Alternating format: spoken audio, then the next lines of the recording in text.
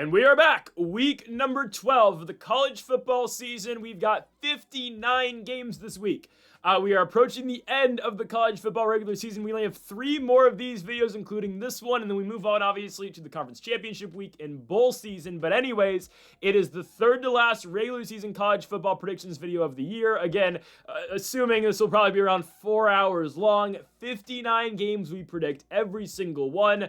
Let's get it going, folks. Before we start the video, make sure to hit that subscribe button down below for more. That's all I ask you guys do by watching these videos. Hit that subscribe button down below and leave a like. It helps out the channel immensely if you do those 2 things. And also go make sure to check out our other content here on the channel. Again, we do weekly college football content on Friday at noon every single week. Our college football best bets. We do 10 of those, and we killed it last week. We went 8-2 on my 10 favorite bets last week for college football. So we had a really good week last week. And also on the channel daily, NBA best bets, college basketball best bets, and tomorrow our NFL predictions as well as on Greedo Plays MMA. Yesterday we posted our UFC 322 predictions. Huge card from Madison Square Garden. Main event, Jack Della Maddalena defends the welterweight championship against Islam Makhachev. So a big UFC card over on Greedo Plays MMA. Okay, on to the first of our 59 games this week for college football. Real quickly, how about those Hoosiers? You know, difficult game, but give Fernando the Heisman. What a game-winning drive. And don't say Julian saying he did not have to go to Beaver Stadium, okay? How about the Hoosiers? We're winning the entire thing, winning the Big Ten. Mendoza's winning the Heisman, and I don't want him to get drafted number 1 in the NFL draft because I don't want him on the Jets. Even though the Jets won a game, whatever. We'll see where he gets drafted. On to the first of our 59 games this week, and it is time for some action. The first 5 games today will be all MAC games, so let's do it. First of a bunch, Akron at home against Kent State. Give me the Akron Zips. Akron minus 5.5 feels pretty safe in my opinion. Kent State on the road is coming off of a disastrous loss to Ball State. It's a game where I went over it in full on my TikTok clips account, Greedo Plays Clips. Make sure to go check that out. It's a game that Kent State just gave away to Ball State. I mean, they were in full control. Kent was going to win the game if they didn't decide to go in Wildcat multiple times. Oddly enough, they let the receiver throw an interception when they were driving downfield with the ground game. They went direct snap to a receiver later in the game, and the snap was horrible, and they fumbled. I mean, it was a disastrous game for Kent State. They could have easily won it in Muncie, Indiana, but they lost, and I made money off it, so I don't care. Ball State's later on. Kent State now is going on the road to take on the Akron Zips, and I believe Akron's going to take care of them. The Zips have been an odd team this year. They are 2 wins away from being bowl eligible. Oh wait, they're not eligible for bowl season because they didn't reach the GPA, was it? They're not academically eligible to make a bowl game. The hell is that about?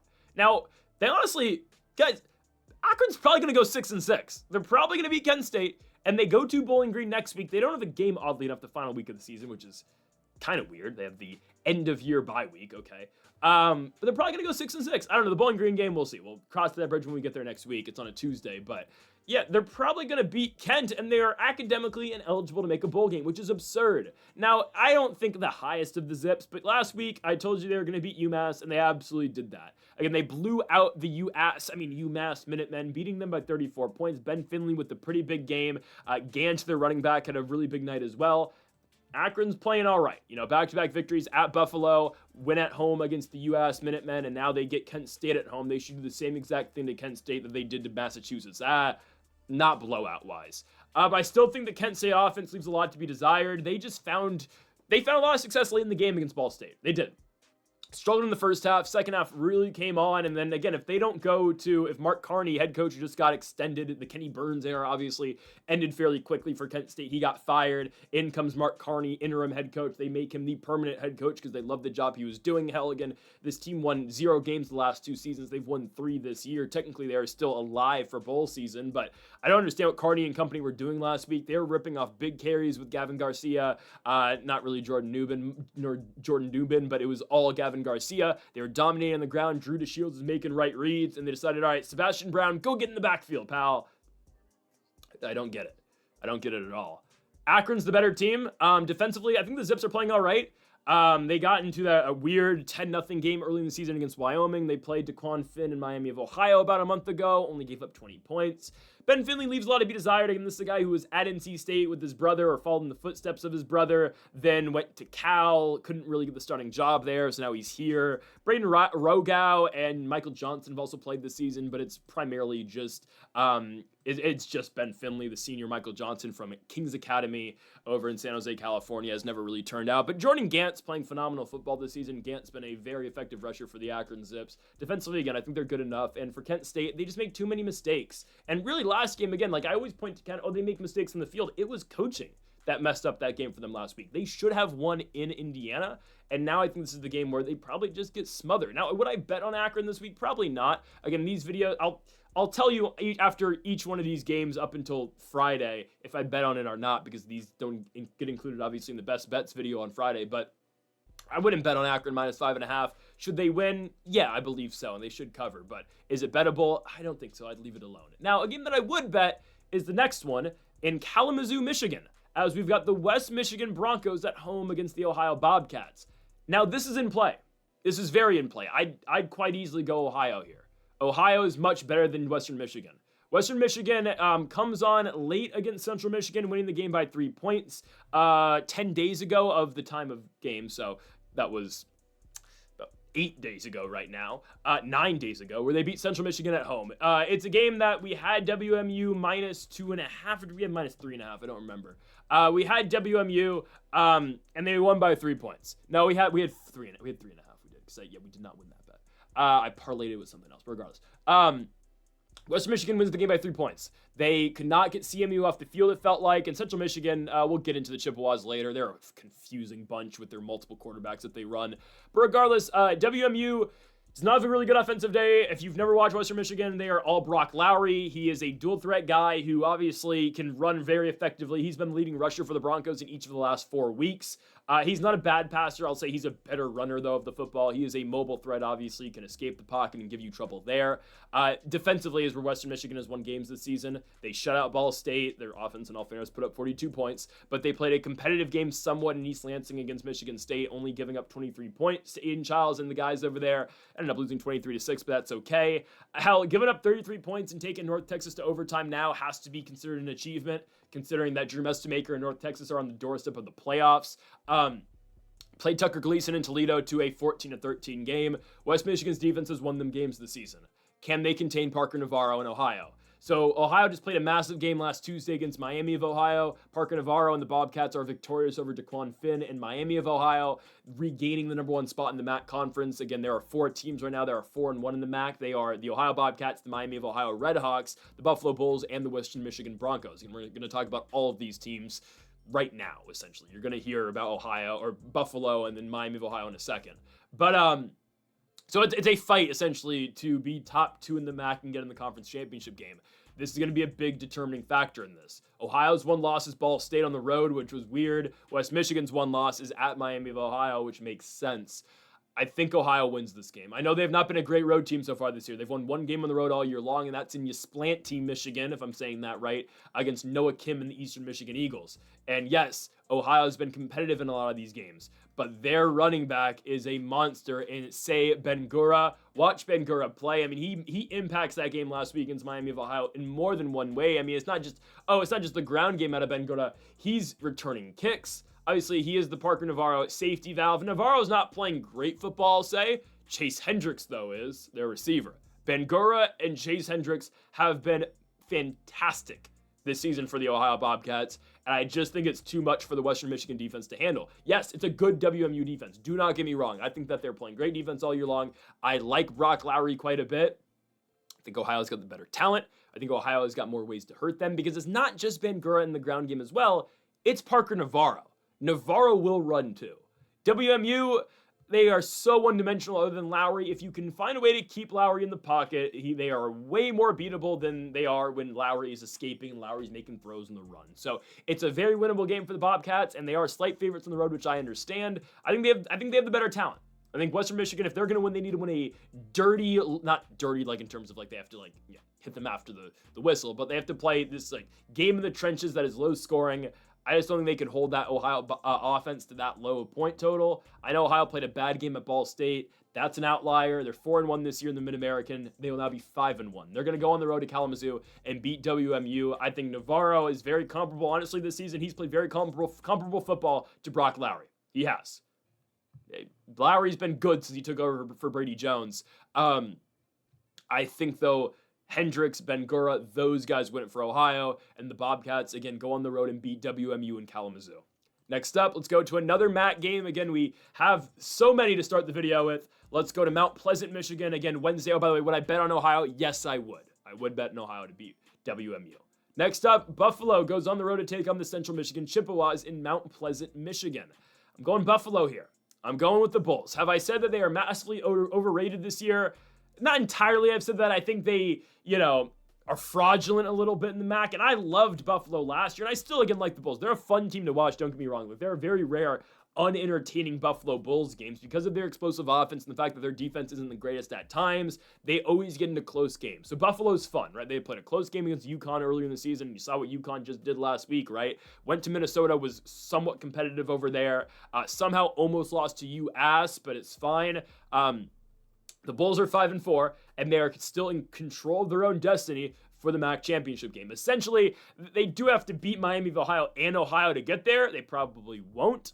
And it's looking like I think we're going to get probably Ohio versus somebody in the Mid-American Championship game. I don't know who it's going to be. It'll probably be Miami of Ohio. Yeah, we're going to get that Ohio and Red Hawks rematch, I assume. But anyways, Buffalo has a chance to become bowl eligible this week and is their best chance to get it done. Now, they are still alive for the MAC title game, but they also have a chance to become bowl eligible with the victory this week in Mount Pleasant, and I think they're going to do that because they still have to play Miami of Ohio, then Ohio to close the year. Anyways, though, a very winnable game for the Bulls. Taquan Roberson, the quarterback. Roberson's no CJ Agbana. I say it every single week, but he's serviceable. I love the threats. Aljay Henderson, Nick McMillan, Victor Snow. They have got weapons on this team. They are an explosive offense. Defensively, they lost a lot of their linebacking core. I say it every video. They should be fine, though. Their defense has locked down the last couple weeks. They're taking on the Central Michigan Chippewas, a team that looked very much improved in their road game in Kalamazoo against the Western Michigan Broncos. I believe that's an outlier. CMU's 5-4 this season. They are 3-2 in the Mid-American Conference, dropping games to the Akron Zips and again just to Western Michigan. Yeah, they haven't lost at home this season yet. They've played Wagner, East Michigan, and UMass. Yeah. Now, the Chippewas were doing that multi-quarterback thing at the beginning of the year, and they've kind of done it some this season. Recently as in last 4 games. Last 2 games, though, it's been primarily just Joe Labus at quarterback. Angel Flores will get run, but it's a lot of Labus now, which is fine. Labus isn't the runner Angel Flores is, but Angel Flores is not the passer Joe Labus is. So they're going to Labus, and I think it's the smart move, honestly, for Central Michigan. I believe it is. I don't think they beat Buffalo, though. I don't think they do. Buffalo looked way better in their game against Bowling Green. They lost at home to Akron, which was just a massive disappointment. But they go on the road and beat Drew Pine and Bowling Green, and they dominate the football game, right? It is one-sided domination. They're up 21-0 at halftime to win the game 28-3. That score sounds oddly familiar. Anyways, though, Buffalo should be fine here. I think they can outscore CMU. Central Michigan's offense did look a lot better in their last game. They were really able to establish that run on Western Michigan, which was, again, just odd. I didn't understand that. I think that game is seriously just an outlier. I think it is. I think it's an outlier. I think they're going to be not the same team against Buffalo. I think Buffalo's explosive offense can get to them. I think the Buffalo defense has looked better as of late. And this is a team that's still alive in the MAC title conversation. They need to pick up wins now because they've got a huge... if they can win this game, guys, think about the momentum Buffalo's going to have. You beat Central Michigan, and then you go at home back-to-back weeks against the 2 best teams in the MAC. If you can win those 2 games, you're going to the conference championship game in Detroit, right? Buffalo's got their whole season ahead of them right now. They just need to take care of business tonight or on Wednesday against CMU and then move on in advance to take on Miami, Ohio, and the Ohio Bobcats. I'm going Taquan Roberson and Buffalo on the road. It's plus money. I love it. I'm going to go the Buffalo Bulls. Plus 110 on the road. Would I bet it? Yes, I would. Give me Buffalo on the road at Central Michigan to beat the Chippewas. Next up, we go on to another MAC game. Oh, ho, ho! It's the UAS Minutemen. Great. They need to play UMass and Oregon State. Those 2 teams need to play. Because what the hell is going on in Corvallis? Ooh, I don't know. It's absurd what's going on there. If you didn't watch the Sam Houston game, I highly suggest you go check it out, or just watch my recap on Greedo Plays clips on TikTok. But anyways, Northern Illinois is taking on the Massachusetts Minutemen. UMass is 0-9. There is no hope. They get blown out every week, except for the Buffalo game where they played a new quarterback. No, they did not play. No, Harrison's been playing the entire year. Yeah, I don't know. There's nothing going on for UMass. I don't know why Buffalo played that game so close against them, but yeah, this team's a mess. I don't know what to say. They're a mess. They have not won a game all year long. They have not been competitive in a game other than the Buffalo game. Back-to-back blowout losses at CMU and at Akron. And now, this is actually the perfect situation for UMass. It is. This is probably the best team you could play in this spot. Home game on a Wednesday night. Nobody's going to be in attendance. And it's Northern Illinois. Why do I say it's the perfect situation? Northern Illinois doesn't know how to score. Not really. Starting quarterback right now is Josh Holst. They've played Davidson this year, but it's really Josh Holst as their quarterback. Okay. There's not an impact player on the offense. Their defense is filled with studs, don't get me wrong. Their defense is really good. Obviously, if you know NIU for last season, they went out and beat Notre Dame, which is absurd. They won in South Bend, and then obviously they beat Fresno State in the Potato Bowl, which is right up there in terms of accomplishments, obviously.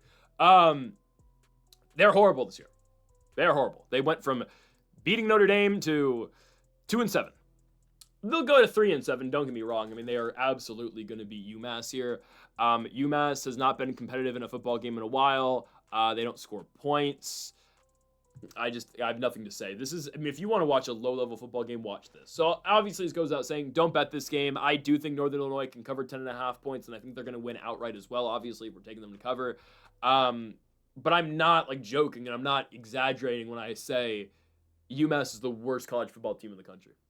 It's other than Oregon State. But I mean, for as much as I want to crap on Oregon State and laugh at how bad they are, they have beaten Wazoo. They did go out and beat Lafayette. I don't think UMass could beat Lafayette. They obviously couldn't beat Wazoo, but if Massachusetts played Lafayette, I don't think they win. They lost to the Bryant Bulldogs earlier this season. I mean, they've settled on A.J. Harrison as the starting quarterback.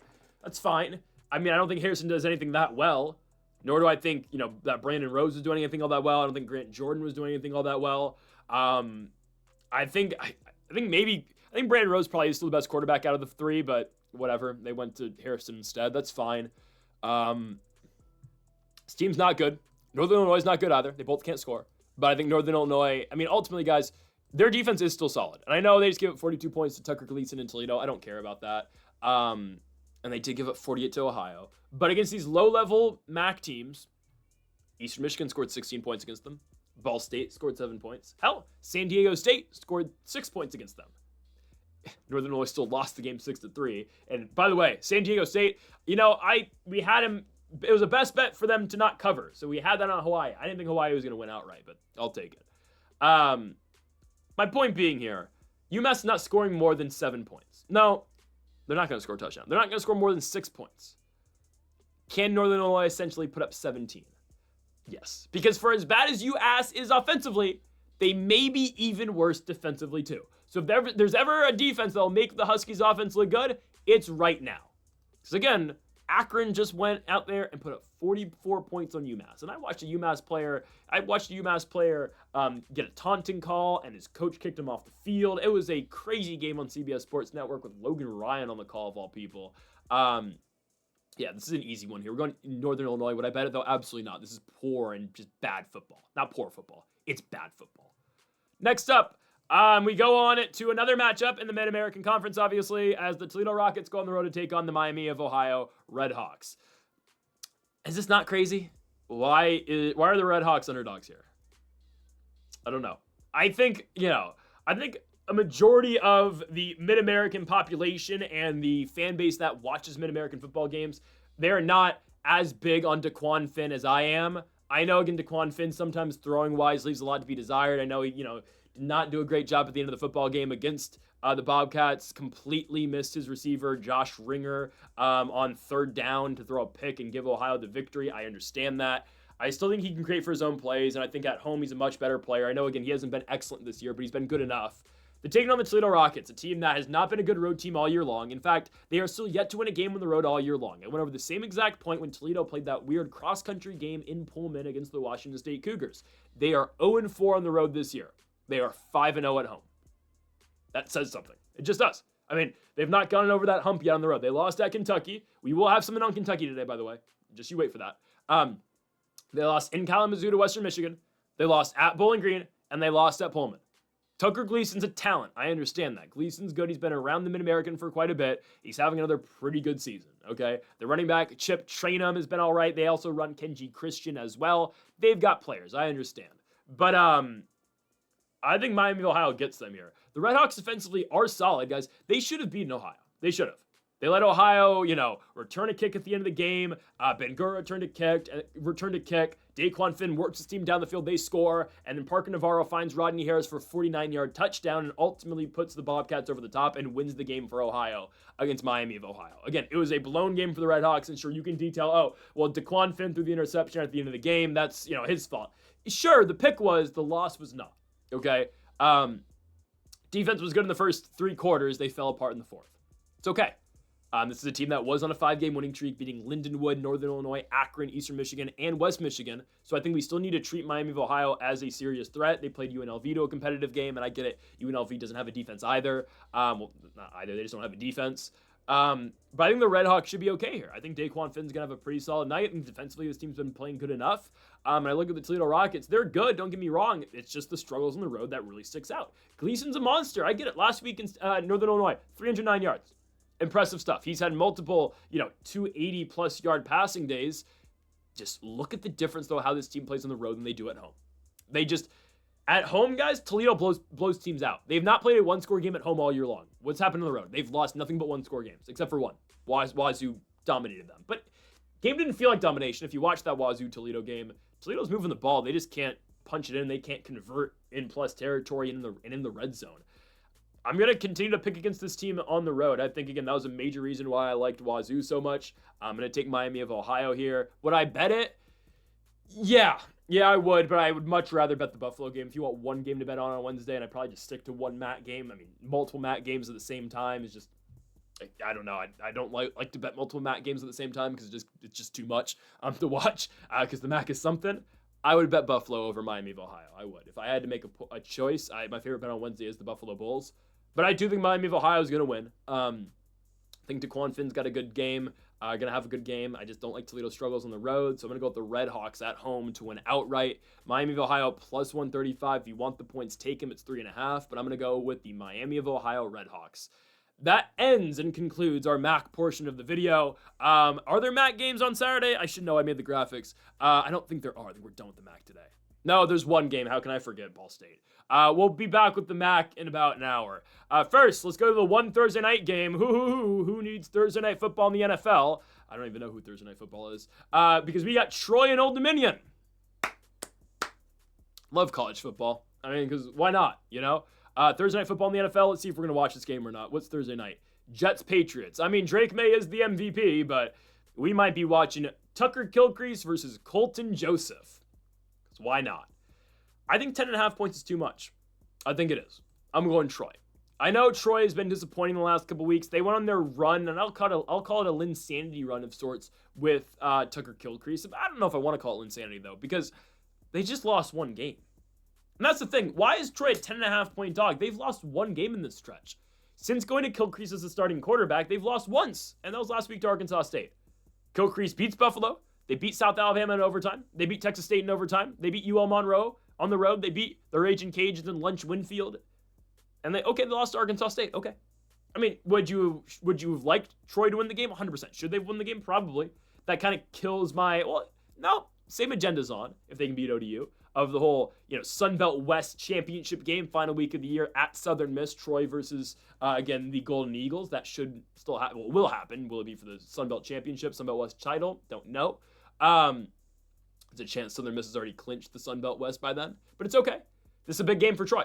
They take on ODU on the road. They are 10.5 point dogs. I'm telling you, they should be nowhere near 10.5 point underdogs. This game should more be like 4.5 point dogs for Troy with the possibility of taking them on the money line. Now, again, when I pick money lines and I put it on the graphic who I think is going to win, I'm not judging that at all for value. Would I ever bet ODU minus 465? No. Would I include it in a parlay? No. Right? I look at money line picks and I don't care what the odds are. I pick a team and I look at the odds after. because it doesn't matter when you're picking, obviously, a money line winner. Spreads, obviously, that is when it comes into effect. ODU should win the game outright. Troy should cover, though. 10.5 points is way too many. Guys, look at the games ODU's had. They played a hosted App State and beat the Mountaineers by 3 points at home. They give up 63 points to JMU. I get that first half was one of the most entertaining first halves of football you're ever going to watch, right? Constant scoring, no defensive plays made, just points. Well, they ended up losing that game because they couldn't get a stop in the second half, and at the same time, Colin Joseph and the offense couldn't score in the second half. In a game that was going into halftime, 28-27? ODU loses 63-27. They played Marshall prior to that. Carlos Del Rio Wilson and the Thundering Herd win the game, was it 48-24 on ODU? And yeah, ODU's got players. Again, I really like Colton Joseph. I saw it firsthand in the Indiana game beginning of the season. Had me thinking, oh, goodness, are we not that good this year? No. It's just ODU was solid early in the season. I think Troy in this high-octane passing attack is going to give them problems. Again, I like Tucker Kilcrease quite a bit. I know he can play. I know he can sling it. And look at the last couple quarterbacks to beat ODU. Quarterbacks that throw the rock pretty well and throw for big yards. I'm looking at JMU's Alonzo Barnett, who might find himself in a playoff spot. Very easily actually might find themselves in a playoff spot. And more on them later. And the Marshall Thundering Herd and Carlos Del Rio Wilson, who puts up big numbers as well. Who's to say Tucker Kilcrease can't as well? Again, road game, I get it. Would I bet it? Yeah, I'd consider taking plus 10.5 for the Troy Trojans. I don't think ODU is that much better than them. Give me Troy on the points here. ODU should win, but I would not put it past Kilcrease and Troy to just straight up win the football game either. Give me Troy. Next up, we go to the Friday games. So these will be included in the best bets, or at least they will be, able to be featured in the best bets video. So I'm not going to go over if I bet them or not. But our first one in Louisville, Kentucky. We've got the Louisville Cardinals taking on the Clemson Tigers. I wouldn't want to play Clemson right now. I would not want to play Clemson at all. The ACC continues to amaze me, man. At one point in time, I was thinking 2 or even 3-bit ACC. It's going to be 1. It's going to be 1. And that's unfortunate. Maybe that gives a bit of the Big 12, and I think next week I'll really start breaking down the bracket and what I think can happen. I'll do a separate segment at the end of the video about just the bracket itself. Right now, I don't want to do it just yet because there's still a lot of moving pieces and we still have to see everything play out. We still have 3 more games for most teams. I don't think it's fair to do it just yet. But it does appear like the ACC is only going to get 1 team. There is a pathway where they get 2, and I'll tell you the pathway right now. It is Georgia Tech wins out, they beat Georgia. Pitt wins out, and they beat Notre Dame. Can Pitt really beat Notre Dame? We'll go over that later. I'm not that confident in that. And can Georgia Tech beat Georgia this year? Probably not.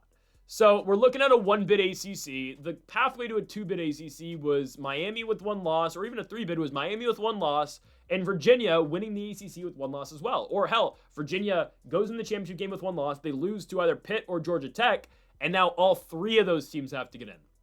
Miami's not getting in the playoffs, which I get why, but at the same time, guys, I think Notre Dame's a really good football team. And is Notre Dame top 12 in the country? They should be.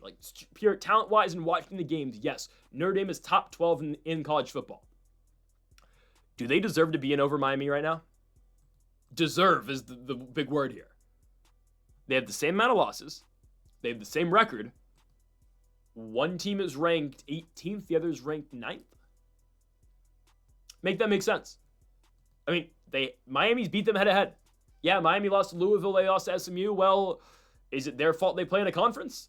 With all due respect to Notre Dame, again, I don't dislike Notre Dame, but does Miami get games like Navy? Does Miami get to play, does Miami get to play and pick and choose some teams at the end of the season? Oh, we get to play Stanford and Syracuse. And sure, did Notre Dame know this team was going to be bad this year? No. But they literally went out and chose this is just, again, it's Notre Dame as tradition, but they played the worst ACC teams. They played the worst Big Ten team, and they played the worst SEC team. And they ran into Boise. The year Boise was crap. And sure, Boise's not crap, but they're not where they used to be. And then USC, okay, you win 1 game. I don't know. It's just my thing with Notre Dame. I think they're good. We'll talk about the Pitt game later. Who have they beat? They lost to Miami, and yet Miami's ranked 18th, and Notre Dame's going to be in the playoff. They're a lock if they just keep winning, regardless of that. I wouldn't want to play Clemson right now. Not at all would I want to play the Clemson Tigers. They have figured it out. And they have figured it out in the last 2 weeks. Did they beat Duke? No. Did they get robbed? Yes. But they looked all right. Offense puts up 45 points. That's what the Blue Devils can do to you offensively. More on them later. They have a big game against the Virginia Cavaliers. Clemson's win over Florida State's really good. They dominate that game. I told you, best bets. We had the Clemson Tigers. I felt very confidently about that pick, and it absolutely paid off. It was a really good pick. Not to pat myself on the back, but it paid off pretty easily, taking Clemson to win that football game.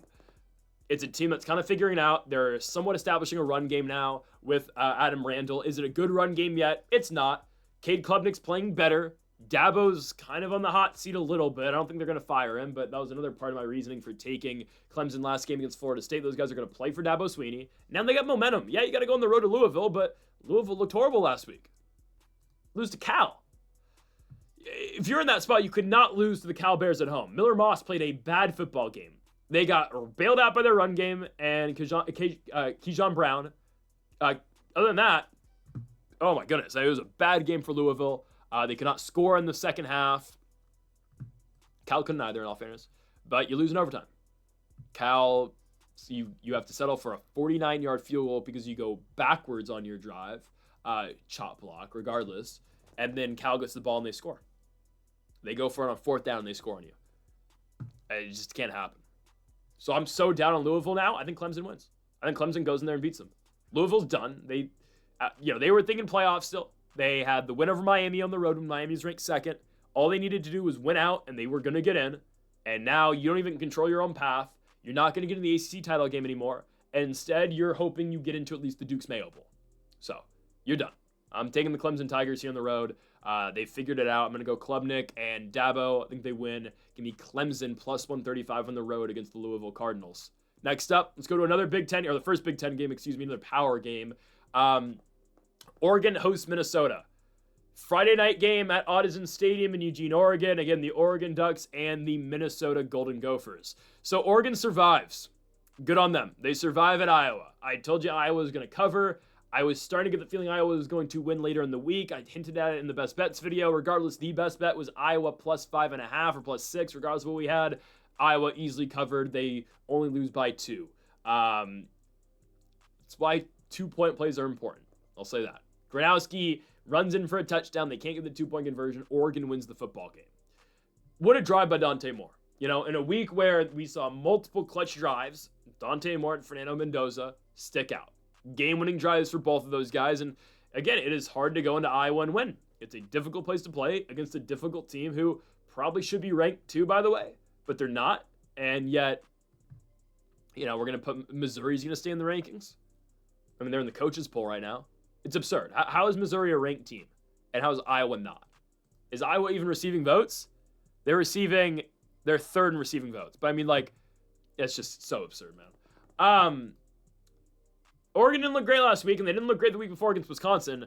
But I guess Wisconsin's maybe turning a page a little bit. I don't know. More on them in a second. They're up next. But I think Oregon beats down in Minnesota. I get it. Minnesota beat Michigan State. A controversy-filled game, let's say, against the Michigan State Spartans. An odd one, but Minnesota gets it done. They win it 23-20 in overtime. Again, shout out to Jonathan Smith and the Michigan State Spartans. They may not win, but they cover. I don't care. I'm not betting their money line. I'm betting them to cover every single week, and they keep doing it. So shout out Sparty. Good on them. Go green, go white, whatever. Go Michigan State. Keep covering. You're doing us great work this year.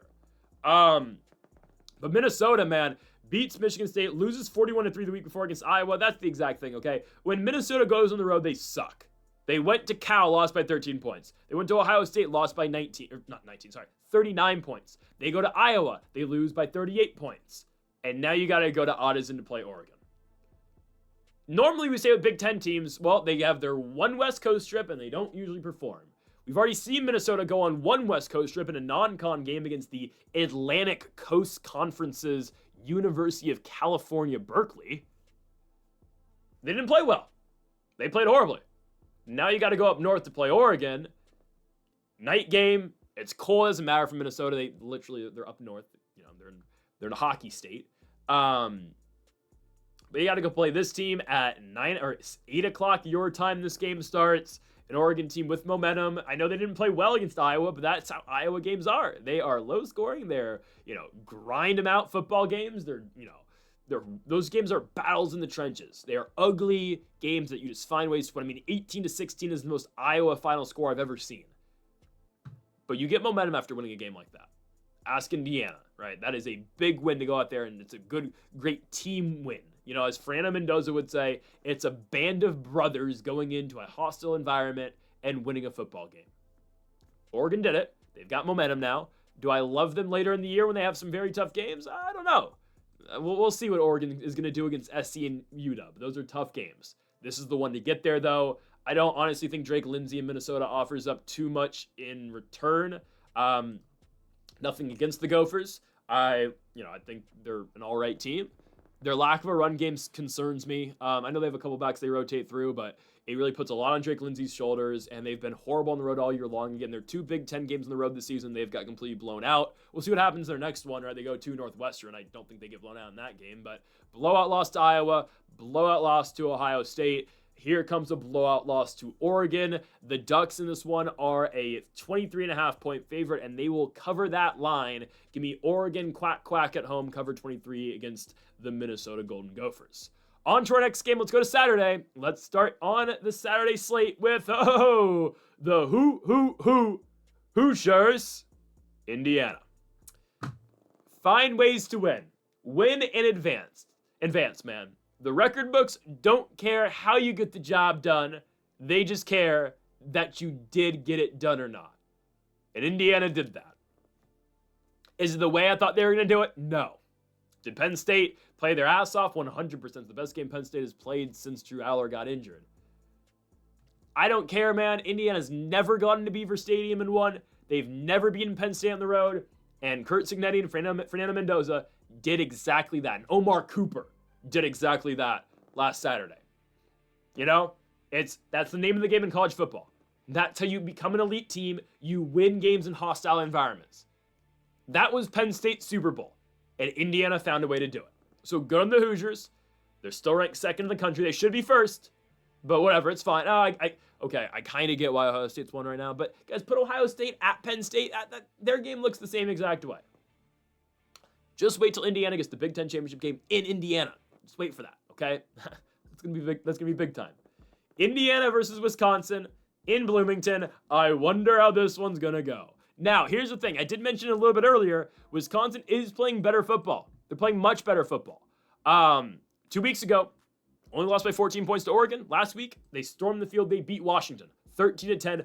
Ugly football game. Wisconsin finds the way to win.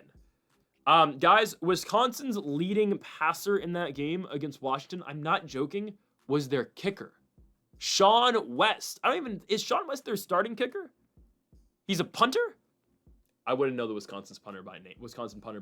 He's their punter. He led them in passing yards with 24. It's a fake. Are we serious? Hunter Simmons played. Carter Smith played a lot, actually. They're freshmen. They're just trying things now because if you haven't seen Wisconsin football this season, right, it was supposed to be Billy Edwards, the starting quarterback. He was a transfer from Maryland. This is his senior year. He gets injured in game 1. In comes Danny O'Neal, San Diego State transfer. He doesn't play all that well, so they eventually bench him for Hunter Simmons. He is a SIU, Illinois guy. That's the school, I believe. The Greyhounds, I think they are. He's been benched now for Carter Smith, who's a straight freshman, and it is a complete mess at Wisconsin. They found a way to win with their leading passer being their kicker, their punter. Yep, that's one way to win a football game, man. Danny O'Neal plays too, by the way. They played all 3 of their quarterbacks. Danny O'Neal ran the ball. They did not play Billy Edwards, though. Edwards, I believe, is still dealing with injuries. Regardless, yeah, you can't beat Indiana just by purely running the ball. I say it all the time. I know, again, Singleton broke that big run. Oh, whatever. Like, I don't care. He broke a 50-yard touchdown run. Great. Oh, Penn State's going to win the football game. Oh, my goodness. No. It felt like a 56-yard run. Regardless. Their defense is better than their offense. I've always said this. And that's, again, just shows why they're the best team in college football. Because their offense is so good. They have the Heisman. They have, again, Fernando Mendoza. They got Surratt. They've got so many incredible players. And yet, I believe defensively they're even better than they are on offense. It makes them special. It does.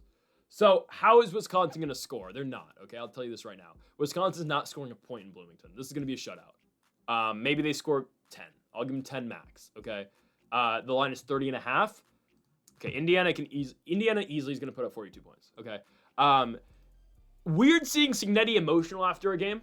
You know, it's nothing but confidence out of Kurt. Obviously, they asked him before the game. I think was it Jenny Taft who asked him? I think it was. Yeah, it's the Fox crew. Obviously, it was Jenny Taft.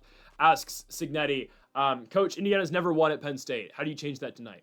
Cignetti says, well, they've never played this team before. It's the truth.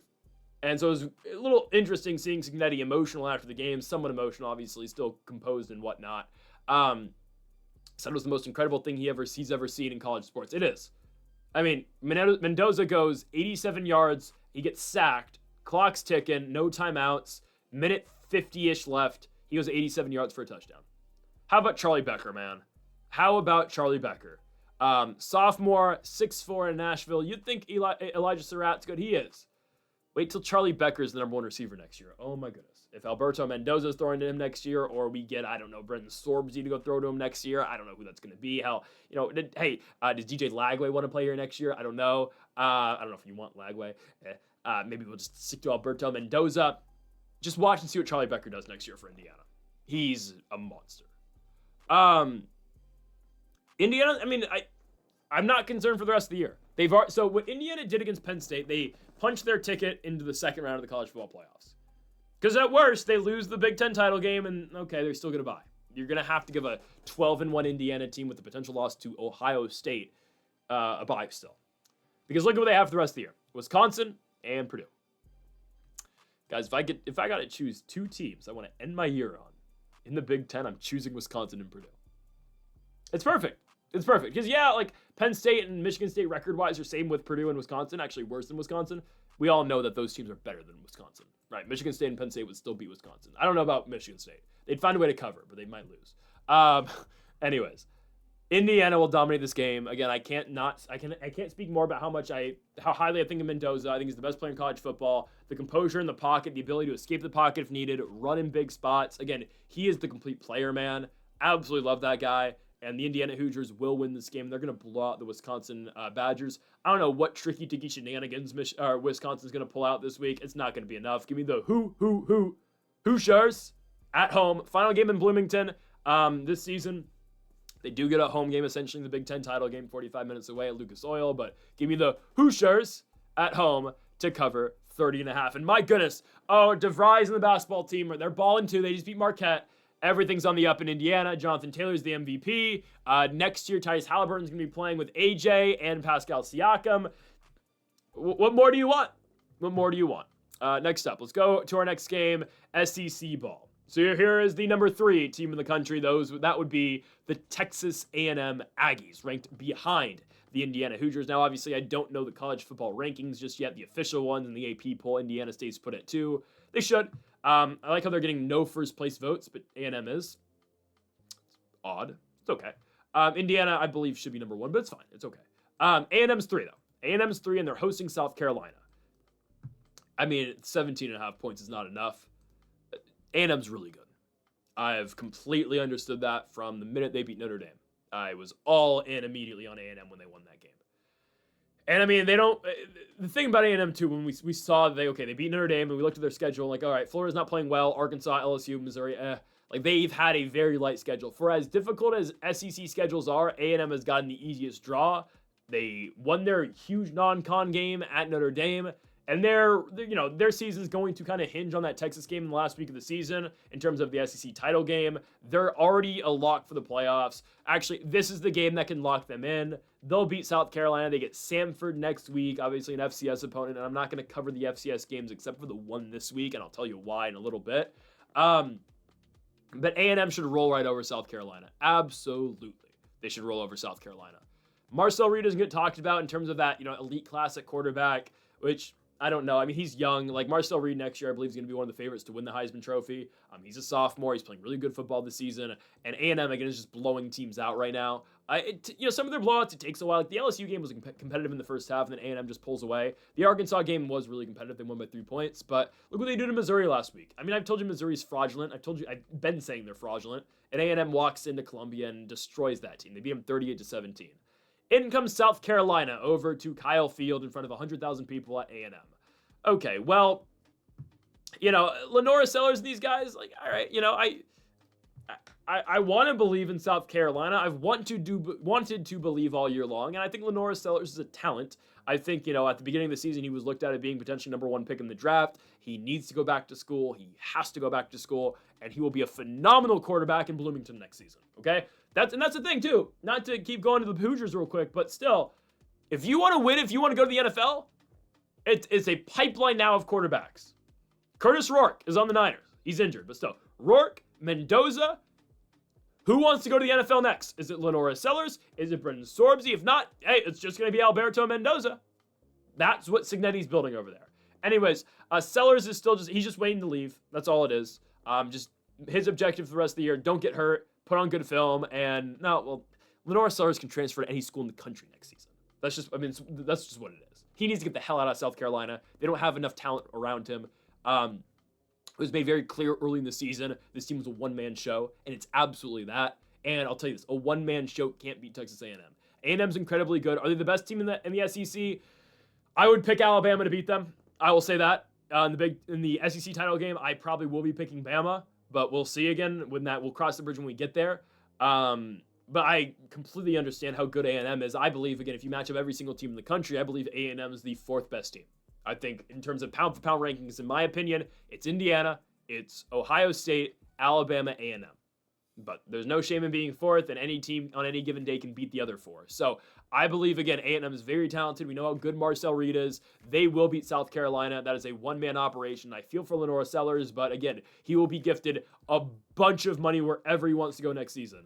I'm thinking Indiana. I'm thinking Ole Miss. I'm thinking Bama if Ty Simpson leaves. He will. There are places for him to play, okay? Lenora Sellers is going to be absolutely fine. Next up, we go to College Game Day. It's not... We have to watch College Game Day on Twitter, though, because, ESPN, keep your channels off of YouTube TV. Great job, guys. Notre Dame goes on the road to take on Pitt. It's Pat McAfee's homecoming this week, essentially. Game day is in Pittsburgh, Pennsylvania. Acrisure Stadium, Pittsburgh, Notre Dame. I'm going Pitt on points. I think Notre Dame wins. I don't want to bet that. I'm not going to bet that, obviously, because it's minus 400. I just feel like the line's way too big on Notre Dame here. Again, they should beat Pittsburgh. Are we watching how Pittsburgh's been playing, though? They're good. They're really good. That quarterback change from Eli Holstein to Mason Heichnel. At the time, I was really skeptical of it. It's worked. I still believe Holstein is going to make a really good quarterback elsewhere. Again, Indiana, I'm telling you, Indiana's going to get a really good quarterback in the portal. We'll see who it's going to be. Holstein can play other places. Trust me, Holstein's going to play in the Power 4 somewhere next year, and he's going to be a big-time quarterback. Oh, wait, I think I know my guy who I want in Indiana next year. I know I'm just throwing out a bunch of quarterbacks. Drew Mestamaker will be an Indiana Hoosier next season. Oh, my goodness. Man. Him or Sorbsy. Holstein, I'll take 2. Sellers, I'll take any of them.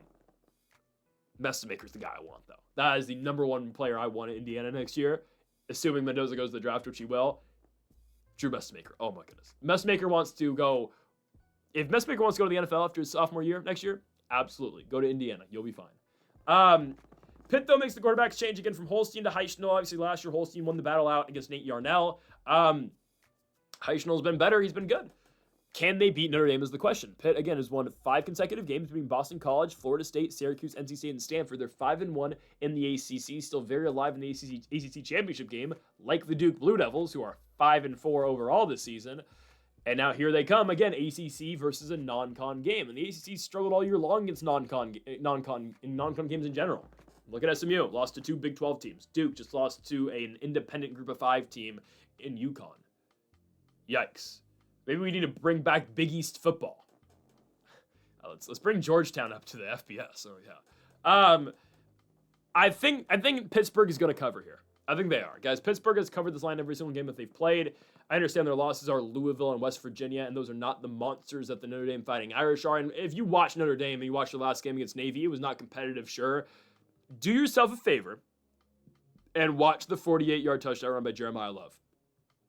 He gets hit in the backfield and he keeps running. It's Ashton Denty-esque. I'm so serious. I mean, the Raiders are going to get so excited they're going to pick Jeremiah Love instead of a lineman next year. They're going to say, you know what? Let's run 2 running backs. They're both going to get hit in the backfield. Jeremiah Love's a talent, man. He's actually incredible. Jadarian Price, their other running back, is extremely good too. They've got a team at Notre Dame. They do. Now, are they deserving of this playoff spot over Miami? No. Are they better than Miami right now? I believe so. But again, that's my problem though. What's the point of playing the games if we're going to get to the end of the season and say, well, Notre Dame's better right now, so they should be in the playoffs? Well, they have played, and they don't get the opportunity to play again. So what I say to that is, yeah, Notre Dame's better, but you should have won earlier in the season. That's not to me, though. Notre Dame's getting in the playoffs. I believe they're going to beat Pittsburgh. I think Pitt covers, though. Guys, Pitt's playing really good football, and Pitt has the offensive explosion to keep up with Notre Dame. Because ultimately, that's how you're going to beat the Fighting Irish. Right? Miami gave them trouble defensively because Miami's got a good defense. That A&M game is simply just A&M keeping up with the Fighting Irish. Pitt can do that. Trust me, Pittsburgh has the offensive firepower to do that. With Heichnell, with their running back room of Jakarion Turner, and Desmond Reed has not had the biggest season. It's okay. I think Pitt's fine here. I think Pittsburgh is going to win, is going to cover. Notre Dame's going to win. It's going to be a hostile environment. I know, again, they play the Steelers Stadium, but going to have a very big fan base out there, a big crowd coming out of this one. It's game day. I think Pitt covers 10.5.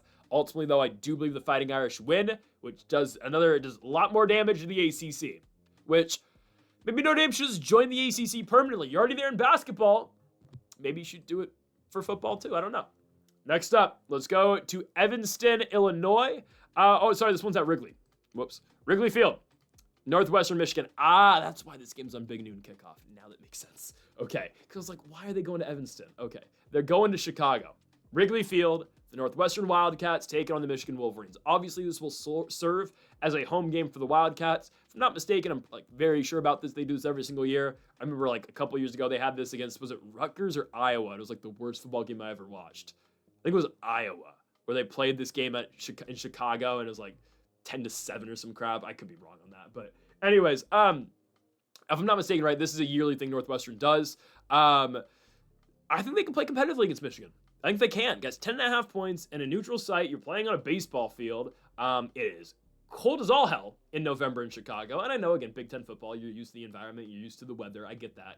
But cold-ass game, low-scoring game, Northwestern should be okay. Will they beat Michigan? Probably not. But can they cover? Yes. And here's the thing about Michigan, right? Michigan is still very alive in the Big Ten championship picture. All they need to do is win out and then beat Ohio State, which, it's all they need to do is beat the Buckeyes. Well, they've done it in 3 straight seasons, and they get Ohio State at home. Now, you might say, well, Bryce Underwood's horrible. Well, okay, I wouldn't say that. Bryce Underwood's struggling his freshman year. Well, they beat Ohio State last year with Davis Warren at quarterback. So, I think they're okay. I think they are. They still have a major amount of talent. Michigan's the stance Michigan's going to have for the rest of the season is, we just need to win. We just need to find any way to win. And if we can beat Ohio State the last week of the year, we're probably going to the playoffs. Even if they lose the Big Ten title game, they're ranked 21st right now. And was the win over Purdue horrible? It was. You beat Purdue by 5 points. Game's way too close against a bad Purdue team. Jordan Marshall's a big day. Obviously, Bryce Underwood is he's a liability sometimes. I'll say that, okay? And yes, Michigan had the game won in the fourth quarter. They put it away in the fourth quarter. But, going into the fourth in a 4-point game with Purdue is horrible. It's bad. It really is. But their objective for the rest of the year is just find ways to win. They don't care how they get it done. They just need to be 9-2 going into the Ohio State game. Because if they beat Ohio State, you win that, you go to the Big Ten championship game. You'd have 1 loss just with Ohio State. You get the tiebreaker. Oh, but USC's beat Michigan, though. How does that work? Well, USC might lose to Oregon. So it's going to clear itself out, I think, for Michigan. I truly believe it is. Because here's how I think this is going to go.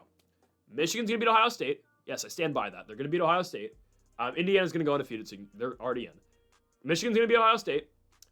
SC is going to lose to Oregon, and UW's going to beat Oregon, leaving 1 team with 1 loss, or 2 teams with 1 loss, Michigan and Ohio State.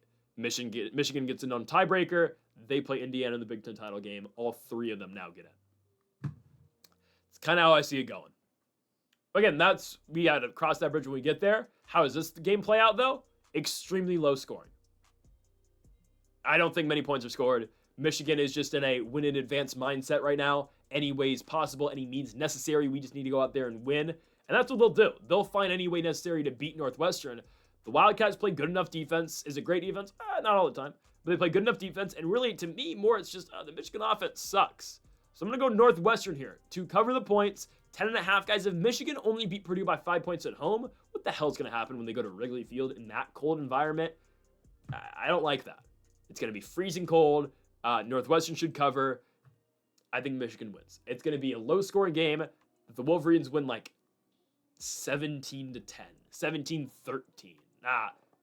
10-6. It's going to be one of those ugly-ass games that Michigan just finds a way to win. Good on them, but I'm going Northwestern to cover.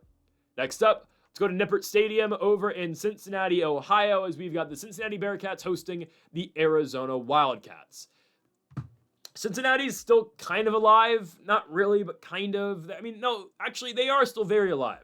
Cincinnati, they just need to keep winning games because we talked about these teams in their big games, right? They're games where they can still get in the playoffs if they win it. We just talked about with Michigan. If they beat Ohio State, they're going to the playoffs. Cincinnati's path to the playoffs starts really this week. Yes, it was a horrible outcome a couple weeks ago at Utah in Salt Lake City against Devin Dampier and the Utes. You could not get off the field. And Utah right now may be the hottest team in football and a team nobody wants to see down the stretch and a team that the teams inside the playoffs absolutely don't want to see get in because they are playing extremely great football. They're blowing teams out. More on them later when they go to Waco, Texas. Cincinnati loses to Utah, but honestly, that doesn't really affect your playoff chances because you still control your own destiny. With Brigham Young losing, you're right back into it. And really, you were in it regardless of BYU losing to Tech or not. Actually, no, because then you would have been a three-way tie. Now they're set. Cincinnati controls their own destiny again. If they beat Arizona, next week, they will be 6-1 in the Big 12 versus 6-1 Brigham Young. Winner goes to the Big 12 title game to take on Texas Tech. Sure, it's a rematch it's the first time Cincinnati did not play Tech this year. Yeah, they lost Utah. Yeah, that's all they need. They just need to, if they beat Utah, they're in. Well, they got to play Texas Christian last week. They'll beat TCU. TCU's not playing that well. Yeah, the pathway's right there for Cincinnati. So, coming off the bye week, all you got to do is, and it's tough to do, but sure, if you flush the Utah game, that game didn't go well. We'll say it how it is. Flush that game. You have a very capable quarterback in Brendan Sorbs. You can get it done through the air. He can run as well. He's an effective runner. Completely flush the Utah game.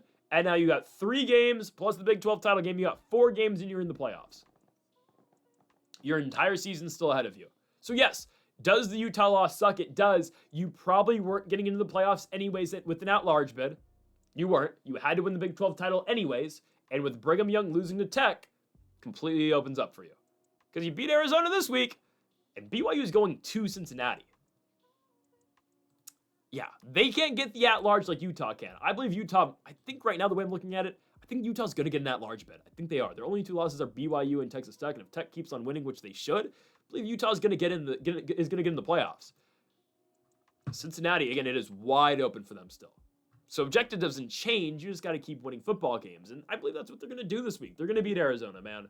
It's a bounce-back week. You're at home. Again, I don't want to get too much into it. BYU has to go to them, cross-country to Cincinnati. Sorbsy plays good football. Okay, he protects the football. Might not wow you all the time with his arm talent, but he's good enough.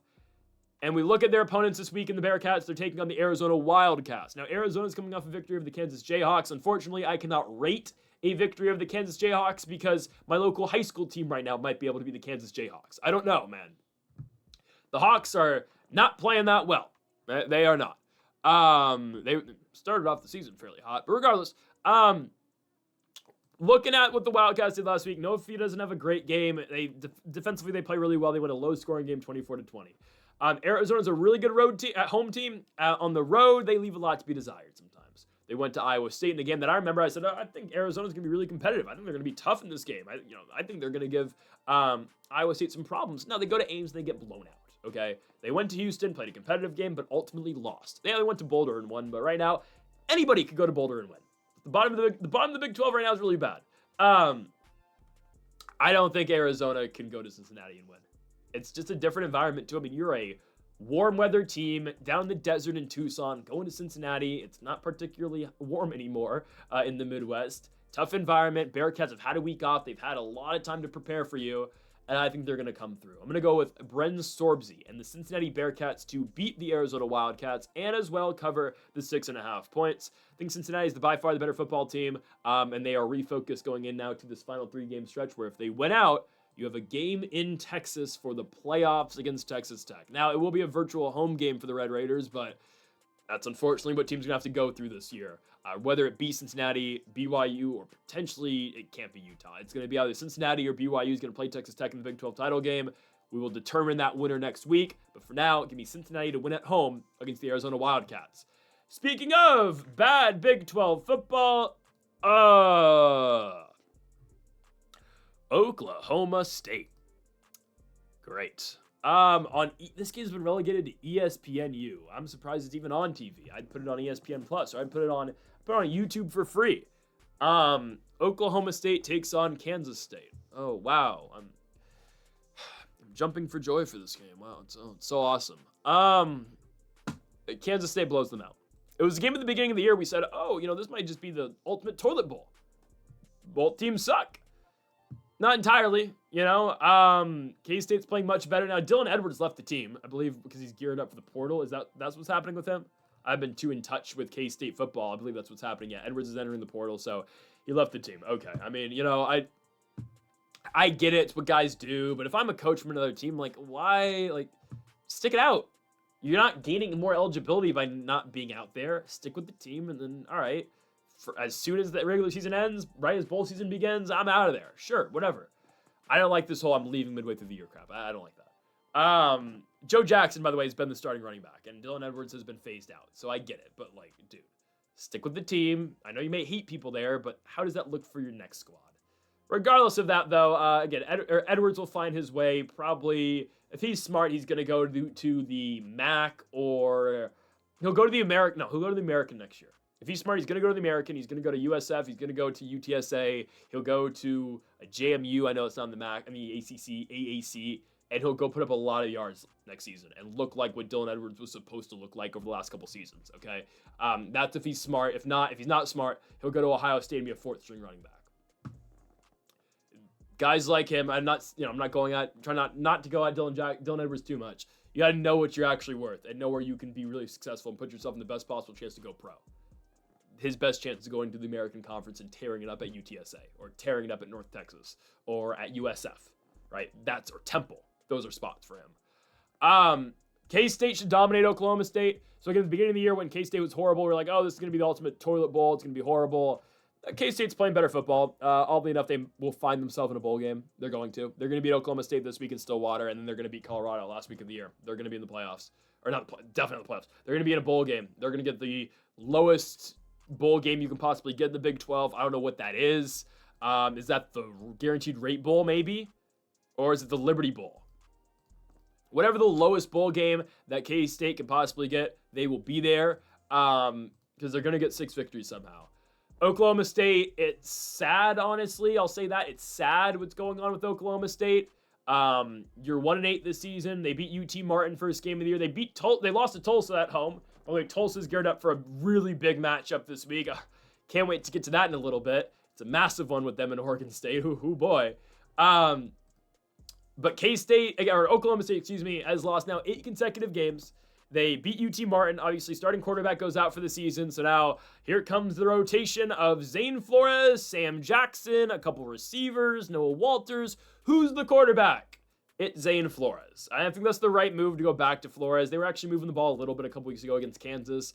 Were they seeing that much success? No, because it's still Oklahoma State. They're still really bad, and they fired Mike Grundy. But anyways, 8 straight losses: Oregon, Tulsa, Baylor, Arizona, Houston, Cincinnati, Texas Tech, Kansas. They're really bad, man. The game's at Stillwater. I mean, put these fans out of their misery, man. If I went to Oklahoma State and I was excited for football this year, we had Ollie Gordon last year.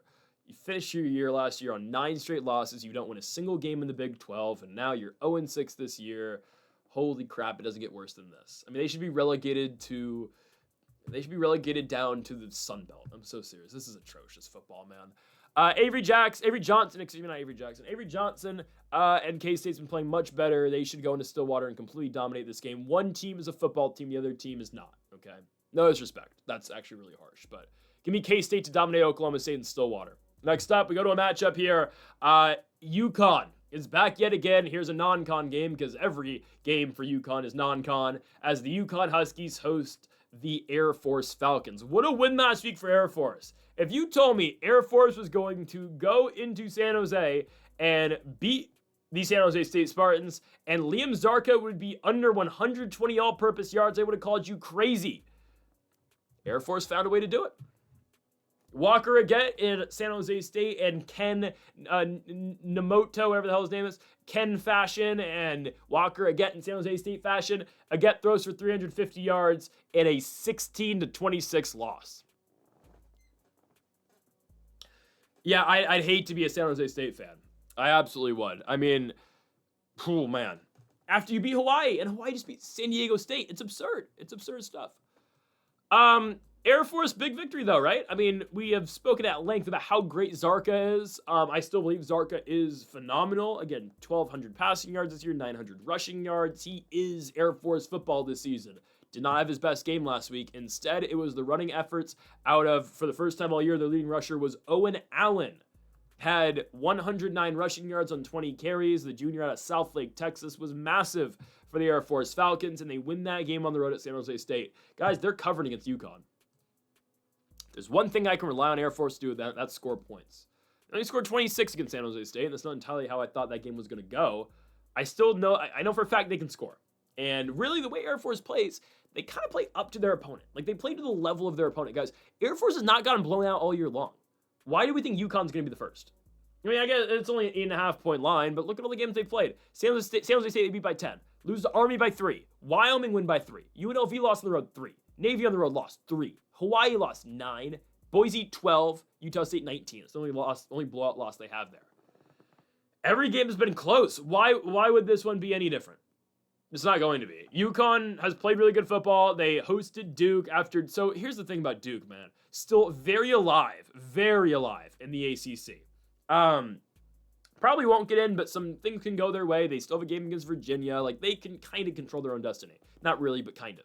You beat Clemson on the road. You pick up a big victory at Death Valley. The referees kind of cheat Clemson out the win, but you get it. And you follow that up by going to New Haven or wherever the hell, East Hartford, Connecticut, and lose to the UConn Huskies. Oh man, Darian Mensah and Duke, man. He throws 2 interceptions and Duke loses the football game. It simply put just can't happen. That's another way to put it. Stuff like that cannot happen to you. I like UConn. I think Joe Fagano is really good. Fagano is one of the more underrated quarterbacks in college football. I guarantee you if I looked at betting odds right now for the Heisman, Fagano probably wouldn't even be on the list. He is very good. Fagano takes care of the football. He puts up big numbers every single year. I mean, Joe Fagano this year has got 2,900 yards, 25 touchdowns, and 0 interceptions. I mean, legitimately, he should be getting Heisman votes this year. He should be top 10. I guarantee I'm going to look at the odds right now. He is nowhere to be found. Can I even bet on Fagano if I wanted to? Is he not even on the list? He's not on the list. They've got Sayin, Mendoza, Simpson, Reed, Pavia, Stockton, Smith, Love, Jeremiah Love, Haynes King, Trinidad Chambliss, Jane Mavia, CJ Carr, Dante Moore, Drew Messmaker.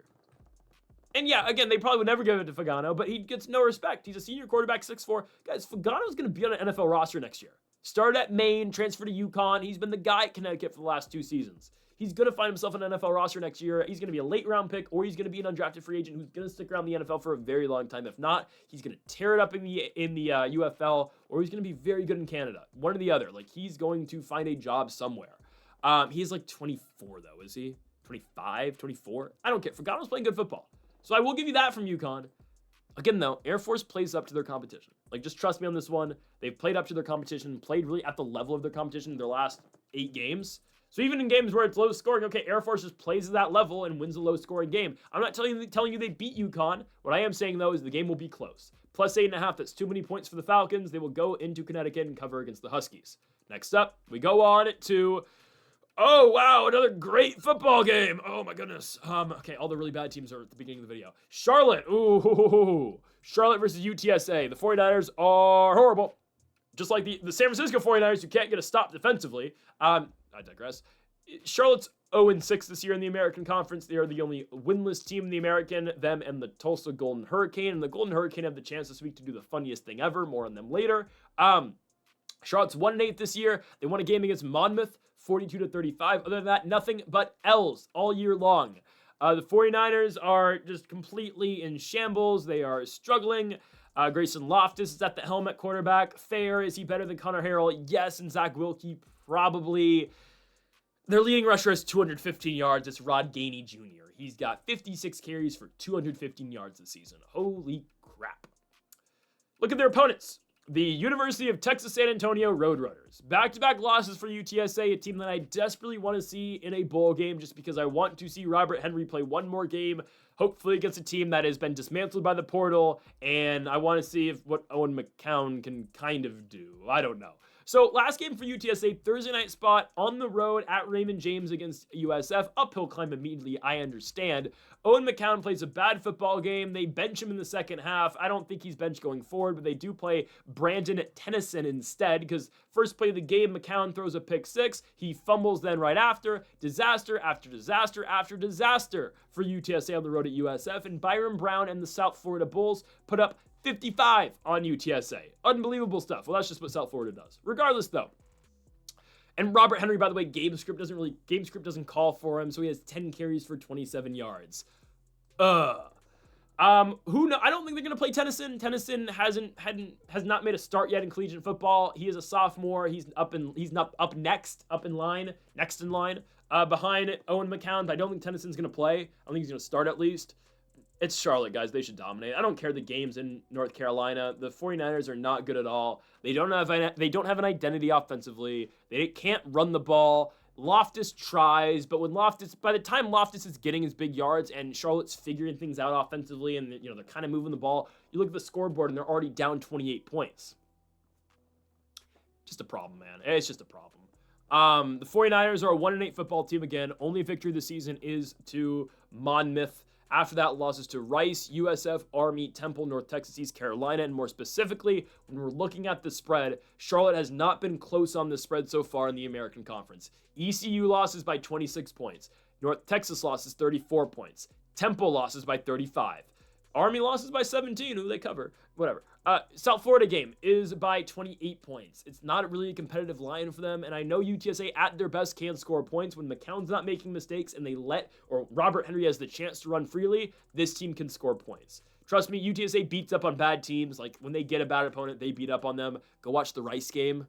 Go watch the weird game. They beat Tulane two games ago. They shot Tulane at home. I don't know. They're a better team in the Alamo Dome, I understand. This is a very winnable road game. They should get it done. Give me the UTSA Roadrunners over in Charlotte, minus 17.5 to win and cover against the lowly Charlotte 49ers. On to our next one. At one point in time, this was a big game in the American Conference. Unfortunately, now it does not really feel like a big game. That, of course, is the South Florida Bulls on the road, in Annapolis, Maryland, taking on the Navy Midshipmen. Now, Navy was always a little fraudulent. They were 7-0, and, they lost on the road to Drew Messmaker in North Texas, and they proceeded to take on Notre Dame right after, and they got blown out 49-10. Yikes. Blake Horvath got injured in their last game against Notre Dame. That is brutal. So, he got injured before the game. He got injured in the North Texas game, so he did not play the Notre Dame game, obviously. They started Braxton Woodson instead. Woodson's a part of the offense. Like, they have sets for him. They have unique packages for Braxton Woodson because, they're not always trying to beat Horvath into the ground. But he's no Blake Horvath, obviously. And they weren't going to beat Notre Dame in South Bend regardless, but they really massively struggled to move the football with Braxton Woodson at quarterback. Now, there is optimism around Horvath playing this week. I don't think he's going to. The last thing Navy can risk now, your season, I guess you can still get, maybe they do try to play him. Because I'm not thinking, the Notre Dame game was non-con, and Navy actually still controls their own path to the conference championship game and actually the playoffs. So no, maybe they do play Horvath. But, okay, if you play Horvath, you're playing Horvath, coming off of an injury. It's an upper body injury. He probably won't be 100%. So regardless, Navy's in a bad spot. Either you start Horvath, who's injured, or you start Braxton Woodson, who's obviously your backup, but not as good as Horvath is. Now, Navy needs to try to win. They are still, again, back-to-back losses, but they're still 5-1 in the conference. And if you win out, you get into the conference championship game, and you likely get into the playoffs. JMU, I don't know. Again, we'll get to JMU later. They're actually in a really good spot to get in. I think James Madison's probably going to the playoffs. I don't know. I'll completely lock in on that when we talk about James Madison later in the video. They play App State at home in Virginia this week. It's just an uphill climb for Navy, though, regardless if Horvath plays or not. You have to play a team that scores pretty much every single time they touch the ball. South Florida's loss to Memphis sucks, and it's a game that, for the betterment of the American Conference, you would wish South Florida would have won that game. But this is a 7-2 team this season. Their losses are a Miami blowout and a Memphis loss on the road competitively. Other than that, they've really looked good. They've put up 50-plus points or 48-plus points in every other game this season against other Group of 5 teams. Charlotte game, they put up 54 and win. They put up 63 against North Texas, a team that is trending in the right direction and playing really good football, and has a lot of hype around them. FAU, as South Florida beats 48-13. UTSA last week at home, 55-23. Again, they scored twice before Byron Brown even touches the football. Pick six, scoop and score 90-yard touchdown off of Owen McCown. Yikes. USF is good. Byron Brown, back-to-back weeks of 200-plus passing yards and 100-plus rushing yards. It's just what he does. The dude is really good. For the Navy midshipmen, you need Horvath in there, but you need a 100% Horvath, and unfortunately, that's not what they're going to have. Horvath leads them in passing and rushing, similar to Zarka over at the Air Force. Obviously, Eli Heidenreich is their leading receiver. Alex Teska is also part of the run game, too, along with Brandon Chapman.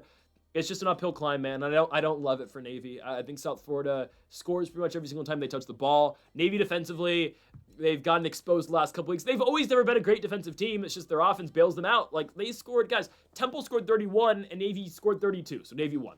Air Force game, 34-31. UAB, 38-24. Tulsa, 42-23. FAU, 42-32.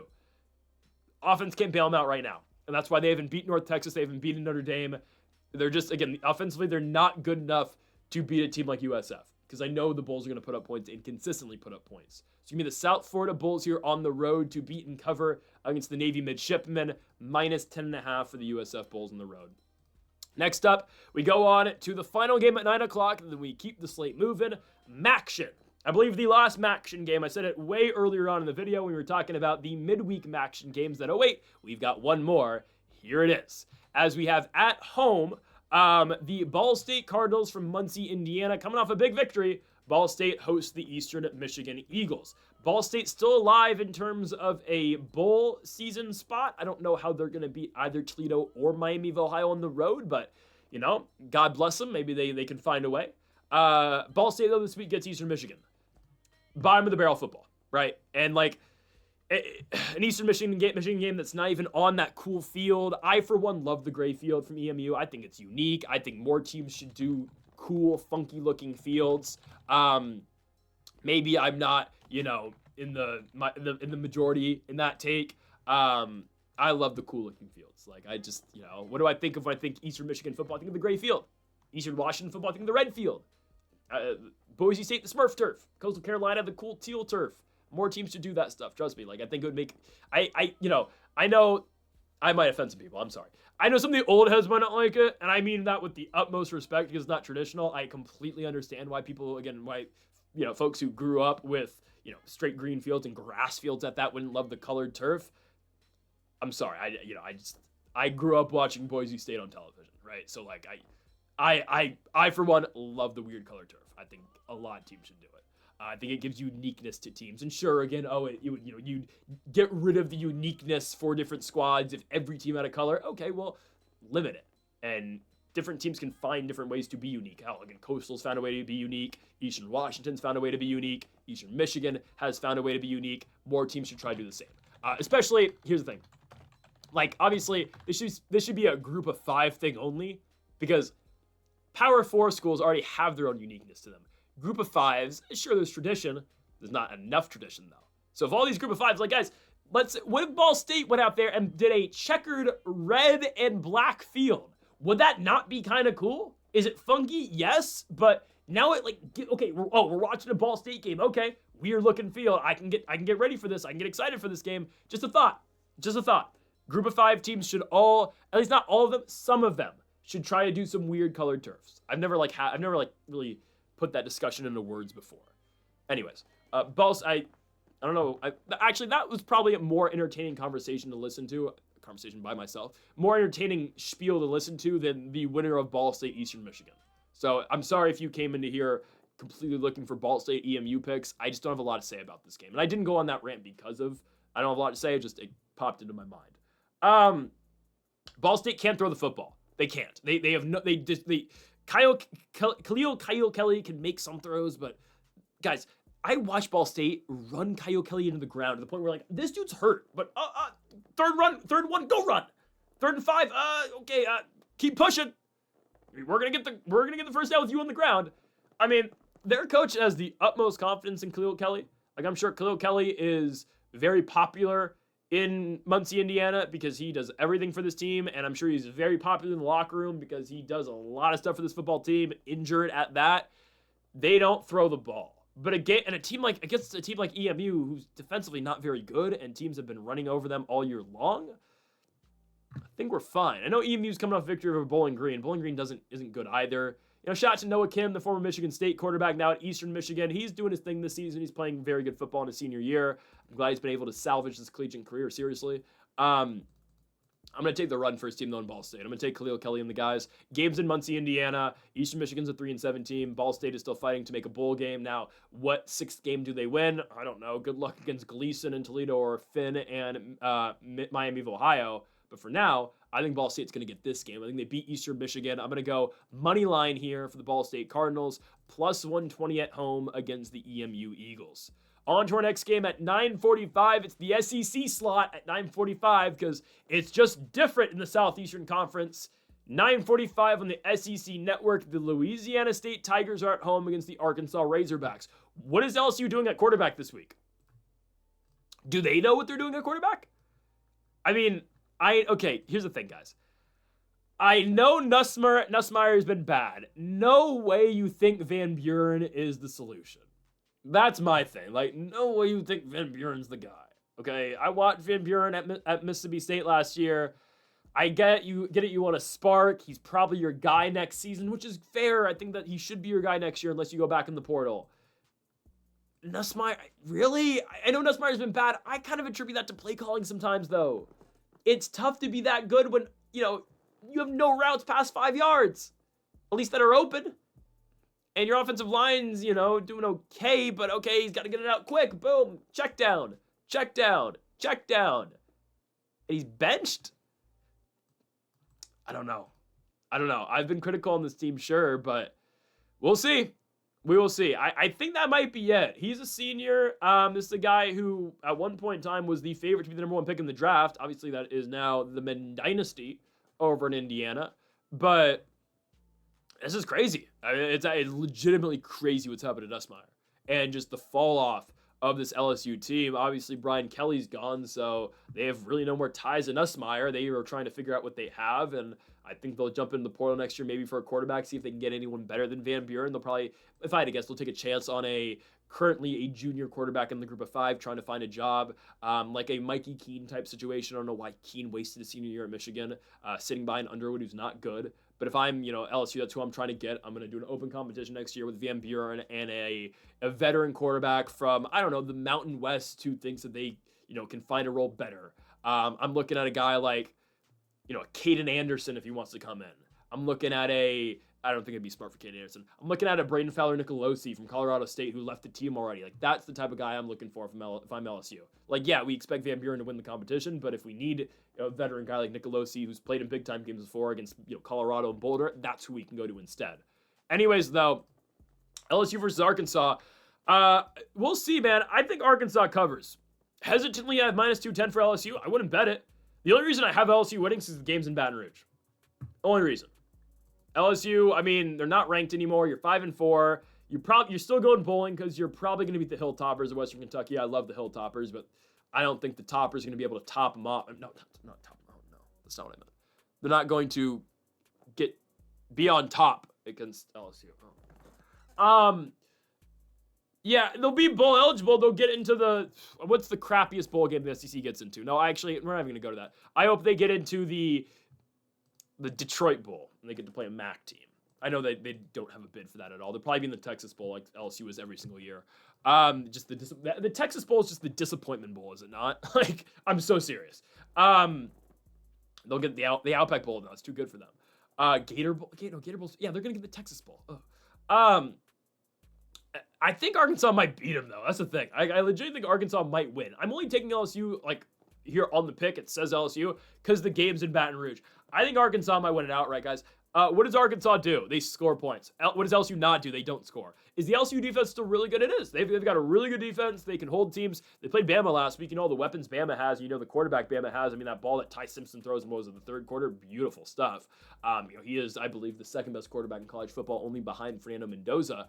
But you can't win games if you can't score. And Arkansas's offense, I mean, it's really good. Their defense is horrible. I know Taylor Green makes some mistakes sometimes, but in a game like this, I mean, you're going to get a lot of opportunities because I don't care who's playing quarterback. Nussmeier, Van Buren, there's going to be mistakes made, and really there's going to be a lot of punting from Louisiana State at the same exact time.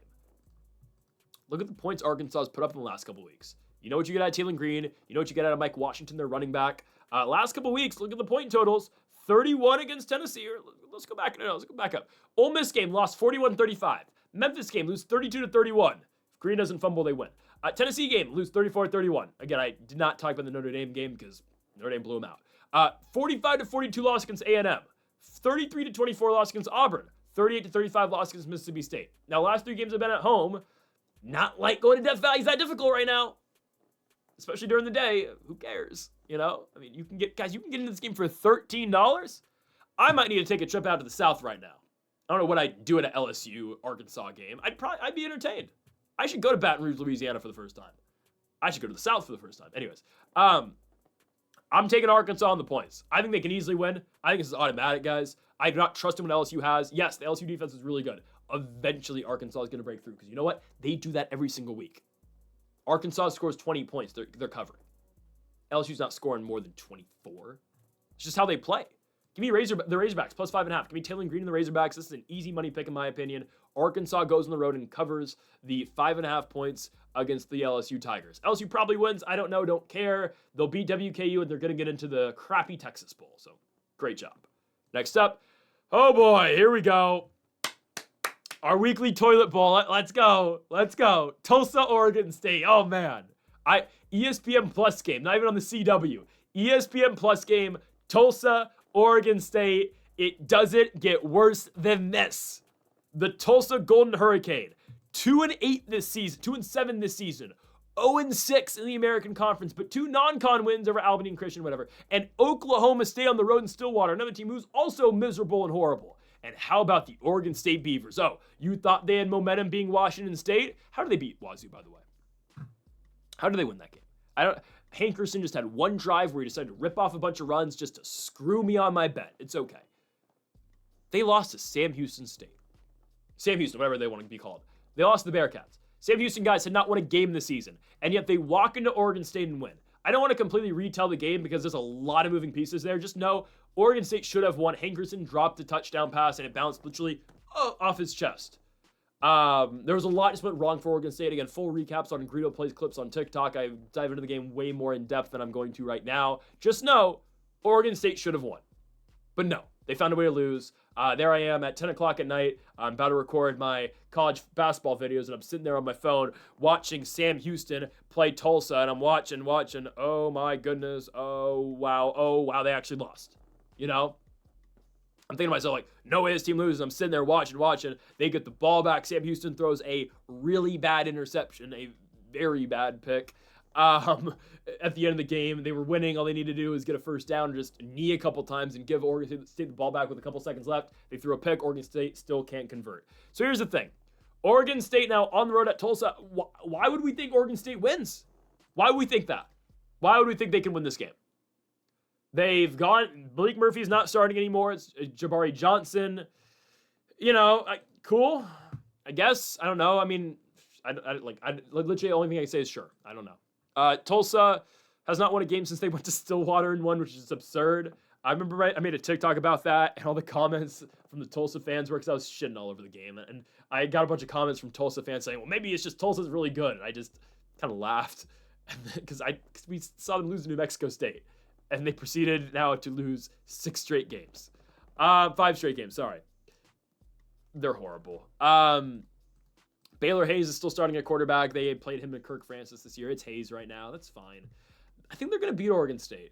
Guys, Oregon State can't win in Corvallis. Well, they beat Wazoo, but they haven't won a road game all year long. They lost at App State. They lost at Oregon, obviously. They lost at Texas Tech. Why do I think they're going to win at Tulsa? They're not. Like, they have no chance here. What did the Golden Hurricane do? I don't know. They throw the ball a lot. Not really. They do nothing right. No, they played Temple to a 1-point game. Here's the thing. We picked against Tulsa for our best bets last week. FAU was only a 4.5-point favorite at home, or 3.5-point favorite, and we jumped all over it. We took FAU.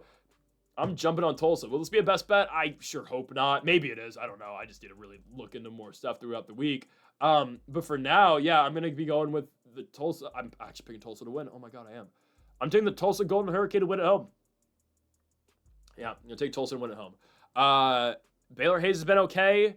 Their lead back, it's Richardson, right? Yeah, it's Dominic Richardson. A.J. Allen last game had 120 yards. They got a junior and a senior in the backfield. Yeah, give me Tulsa. Give me the Tulsa Golden Hurricane to win this game at home against Oregon State. Oregon State is just the epitome of dog crap, horrible football. Sorry if that's harsh, but it's the truth. I'm going to go with the Tulsa Golden Hurricane at home to beat the Oregon State Beavers. Next up, let's go to a Big 12 matchup. Oh. Hold on. Okay, we're going to do this first. I kid you not. I think I actually did not make a graphic for this next game. Oh, okay. Whoops. We'll get back to that in a second. We have a matchup here in, I was going to save this, but here we go. Yeah, I did not make a graphic for the Big 12 game. Okay, we'll get on that in a second. Tennessee Tech goes on the road to take on Kentucky. So I know what you may be thinking. You don't do FCS games. I don't. I don't do FCS versus the FBS games at all. I don't touch them. And the reason why I do it, one, usually they're blowouts and they're a waste of time in my opinion, because I did them last year early in the season and I found myself talking about the Campbell Camels and, Northwestern State and all these random ass schools when I really just wanted to talk about the North Dakota State Bison and the South Dakota State Jackrabbits. So I stayed away from FCS teams this year for good reason, right? Instead, and so I just skip them usually. The reason I'm talking about this one's different, guys. Tennessee Tech, let me pull up the rankings real quick so I know, because I don't really follow FCS football that well, but I try. There's a lot of stuff. In the FCS rankings right now, the Tennessee Tech Golden Eagles, I believe they are, right? The Golden Eagles, yes. They are number 5 in FCS football. It goes North Dakota State, Montana State, Lehigh, and then Tennessee Tech at 5. Guys, the Tennessee Tech Golden Eagles are undefeated. They are 5-0 this year. Yet to lose a game. Sorry, 10-0. 10-0 this year, yet to lose a game. And now they're rolling into Kentucky. There are no odds yet for this game, so I don't really know what to say odds-wise. I'm thinking right now probably 21.5. I think Tennessee Tech's going to get on the road because, ultimately, yes, you're a 10-0 team taking on Kentucky, who is, 4-5 this year, I believe. They're 4-5, who has won back-to-back games. They blew up Florida last week. Lagway gets benched. Big time, good win for Kentucky. Guys, Tennessee Tech has the postseason coming up. They're going to be in the FCS playoffs, obviously the phenomenal 24-team FCS playoffs. They're going to be there. They have that to look forward to. However, this is their Super Bowl. I feel very confident in saying that. Like, this is their Super Bowl. This is their biggest game of the year. Beating Kentucky for Tennessee Tech means more than any win possibly could for them this season. I look at their starting quarterback. It's a guy who, I was looking at this earlier. Yes, Eastern Washington quarterback in Keoka Vesperius, senior season, 22 touchdowns, 4 interceptions for Tennessee Tech. Yeah. They've done nothing but win this season. They've got, I don't know the FCS that well, but they've got some decent wins in the FCS from what I know. They went on the road and just beat East Illinois. They have beaten Lindenwood. They went to Charleston Southern and won. Charleston Southern had a competitive game this year. Oh, it was against Coastal, right? Or was it Wake? I think it was Coastal they played competitively this year. Tennessee Tech's been really good. And Kentucky, obviously coming off the win last week against Florida, they blow out the Florida Gators. Sure, Cutter Bully's playing well. They won a defensive battle against the Auburn Tigers. They then go beat the Florida Gators. Again, another defensive game at least. Again, their defense shows up. Cutter Bowling, the offense, scores 38 points. They put together back-to-back victories, and now all of a sudden, Kentucky, if they beat Tennessee Tech, which now, again, is not a given, they found the one FCS game that was going to be very difficult for them. If they can win this game, here you go. You get one. You just need one more win, and you're in a bowl game. Now, can they beat Vandy? Can they beat Louisville? I don't know. We'll get to that later, I guess.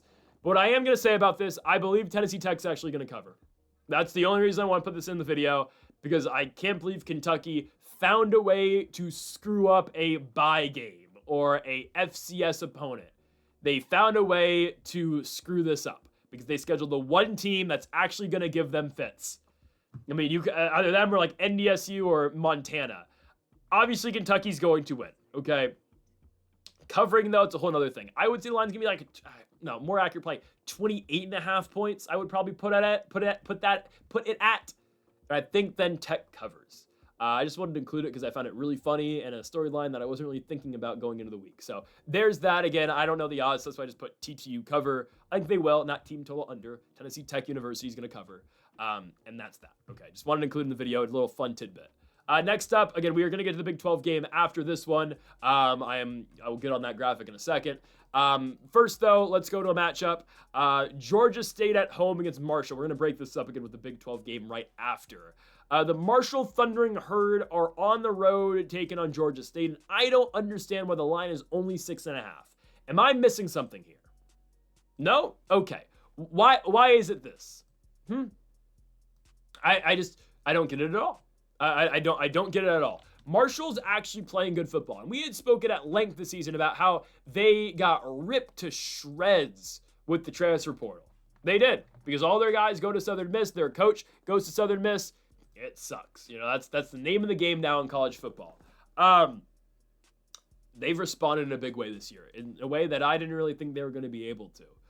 Marshall wins back-to-back games early in the year against ODU and Texas Tech. Carlos Del Rio Wilson comes out of nowhere. Zion Turner was the starter to start the year at quarterback. Nope, it's Del Rio Wilson's team. It's the guy who used to be at Syracuse, and boy, would Syracuse love to have him right now. Hell, he'll find himself in the ACC next season, in my opinion. Carlos Del Rio Wilson's been incredible for the Marshall Thundering Herd, and now he gets another game to play against Georgia State, who sucks. I don't know why the line's 6.5. Georgia State hasn't covered 6.5 all year long. In any loss that they've had, they have never covered 6.5 points. 13-point loss to Coastal. 7-point loss to South Alabama. 17-point loss to Georgia Southern. 21-point loss to App State.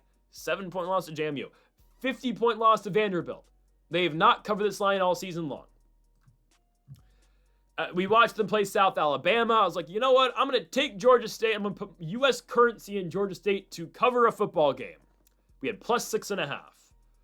Nope. And last week, they take Cameron Brown out. He goes down. In comes TJ Finley. Yep. 7th-year senior. 6 schools in 7 years. He is also 6'7", his height, not this thing. By the way, you see how Jonathan Vilma snuck in the 6'7" meme in his conversation with the President of the United States on national television yesterday on Fox? That was something. Anyways, I had to just sneak in the 6'7" thing. TJ Finley, I don't know. Is he starting this week? Is he not? There's nothing on Georgia State football. So I don't know what's going on, okay? It's not like Georgia State football is being actively talked about and, you know, there's the most information on them. Who knows? Regardless of that, though, doesn't matter who's playing quarterback. The Marshall Thundering Herd are going to easily win. They're going to cover 6.5 points. One team can score, one team can't. Well, Georgia State's kind of putting up points now. They scored 14 points alone in the first quarter against Coastal Carolina, and they put up 31 in total against South Alabama. Their defense is horrible, though. It's atrocious. Cameron Brown's better than TJ Finley. He is. Finley's got all the experience in the world. He's got the build to be a really good quarterback. He's just not the best. And also, he stole a truck just 6 months ago. Yeah, that's why he got cut from his last program over at Tulane. I'm taking the Thundering Herd, man. Del Rio Wilson's done a great job this year. Their running game's really getting going as of late as well. Lead back Antoine Roberts has been huge recently, back-to-back 100-yard games. I got to go with the Marshall Thundering Herd here to win and cover the 6.5 points against Georgia State. I simply put just don't understand why the line is where it's at. So give me the Marshall Thundering Herd. Next up, I totally just didn't make this graphic on the fly. Totally just didn't make that while I was talking just 3 minutes ago. That's why I have no odds on there. Okay, that's why I just quickly typed W and L. ASU at home against West Virginia. I don't know how I missed this when I was making the graphics. I was looking at the schedule, and when I finished the Tulsa-Oregon State game, I said, okay, on to the Big 12, and oh, that's Kentucky-Tennessee Tech. Here we are. ASU, West Virginia. I was not planning on skipping this game. I don't know, again, why it happened. It's fine. I screwed up. Here we are. Arizona State versus West Virginia. ASU with the big victory 2 weeks ago, right? Kenny Dillingham, head coach of Arizona State, gives his guys the full week off. He said it, he said it himself. What he did was unheard of after they went to Ames and picked up a gutsy victory. Obviously, starting quarterback Sam Leavitt out for the year. The game Jeff Sims played was phenomenal. Sims has been around college football for a very long time. He was on Georgia Tech at 2020. In 2020, started in 2020 for Georgia Tech. It's his 6th year of college football, and he somehow lucked into a role at the end of the year with Arizona State where he's going to play meaningful football to close out his college career, obviously, with the Sam Leavitt injury. What Jeff Sims did in that victory at Iowa State, absurd. 177 yards passing, that doesn't matter. 29 carries for 228 yards for Jeff Sims. Oh my goodness. Talk about putting the team on your back. Absurd stuff out of Jeff Sims. So Dillingham, after the victory, gives his team the entire week off. They had a bye week last week. He said, I will see you. I think he said next Sunday, I will see you. So a complete 8 days off for Arizona State as they now prepare. I mean, hell, they're back at practice today as we are speaking, or I guess I assume they practiced earlier today. They are back today practicing. No film, nothing. That's how impressed Dillingham was with the victory. I'm sure being bowl eligible now certainly helps. They know they can't get in the Big 12 title game. They know they can't get in the playoffs. Dillingham is pleased with getting into a bowl game, and there's a very good chance they finish with 8 or 9 victories. Certainly 7, because they still have Colorado on the schedule. No disrespect to Pride, but unfortunately, that's where I have to put Colorado football, and I hate it. I hate it. That's where I have to put Colorado football, but unfortunately, it's the truth. Anyways, Arizona State, West Virginia. Guys, West Virginia, big win. Huge win they're coming off of 2 weeks ago for Houston. Last week, they took care of business against Colorado. How about Scotty Fox? Scotty Fox Jr. was not supposed to be the starting quarterback, was not supposed to get PT at all this season. Obviously, starting quarterback Nico Marshall out for the year. Backup quarterback Cleo Wilkins, who I guess was just rated higher than Scotty Fox, or at least he beat him out in camp for the backup role. Wilkins doesn't play well, so welcome in Scotty Fox. He's the new starting quarterback of WVU, and he has been very good so far. Again, learning curve of sorts, right, comes in, struggles a little bit, struggles quite a bit in the UCF game. Last 3 games, though, Fox has been really good against Texas Christian, against Houston, and against Colorado. We've seen 3 very well-managed games from Scotty Fox Jr., had a big rushing touchdown to ultimately win the game and seal the game for West Virginia against the Houston Cougars.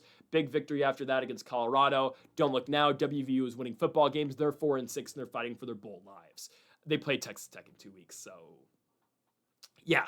Probably shouldn't have lost to Ohio earlier in the season, right? Anyways.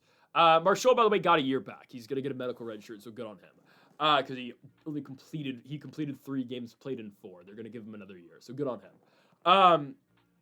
West Virginia should be competitive here, guys. They've been competitive in the last 2 weeks.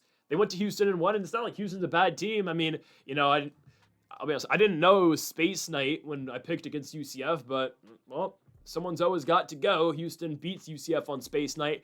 Big victory at the end of the game. Big game-winning pick. Big come-from-behind victory for the Houston Cougars in that game in Orlando, Florida.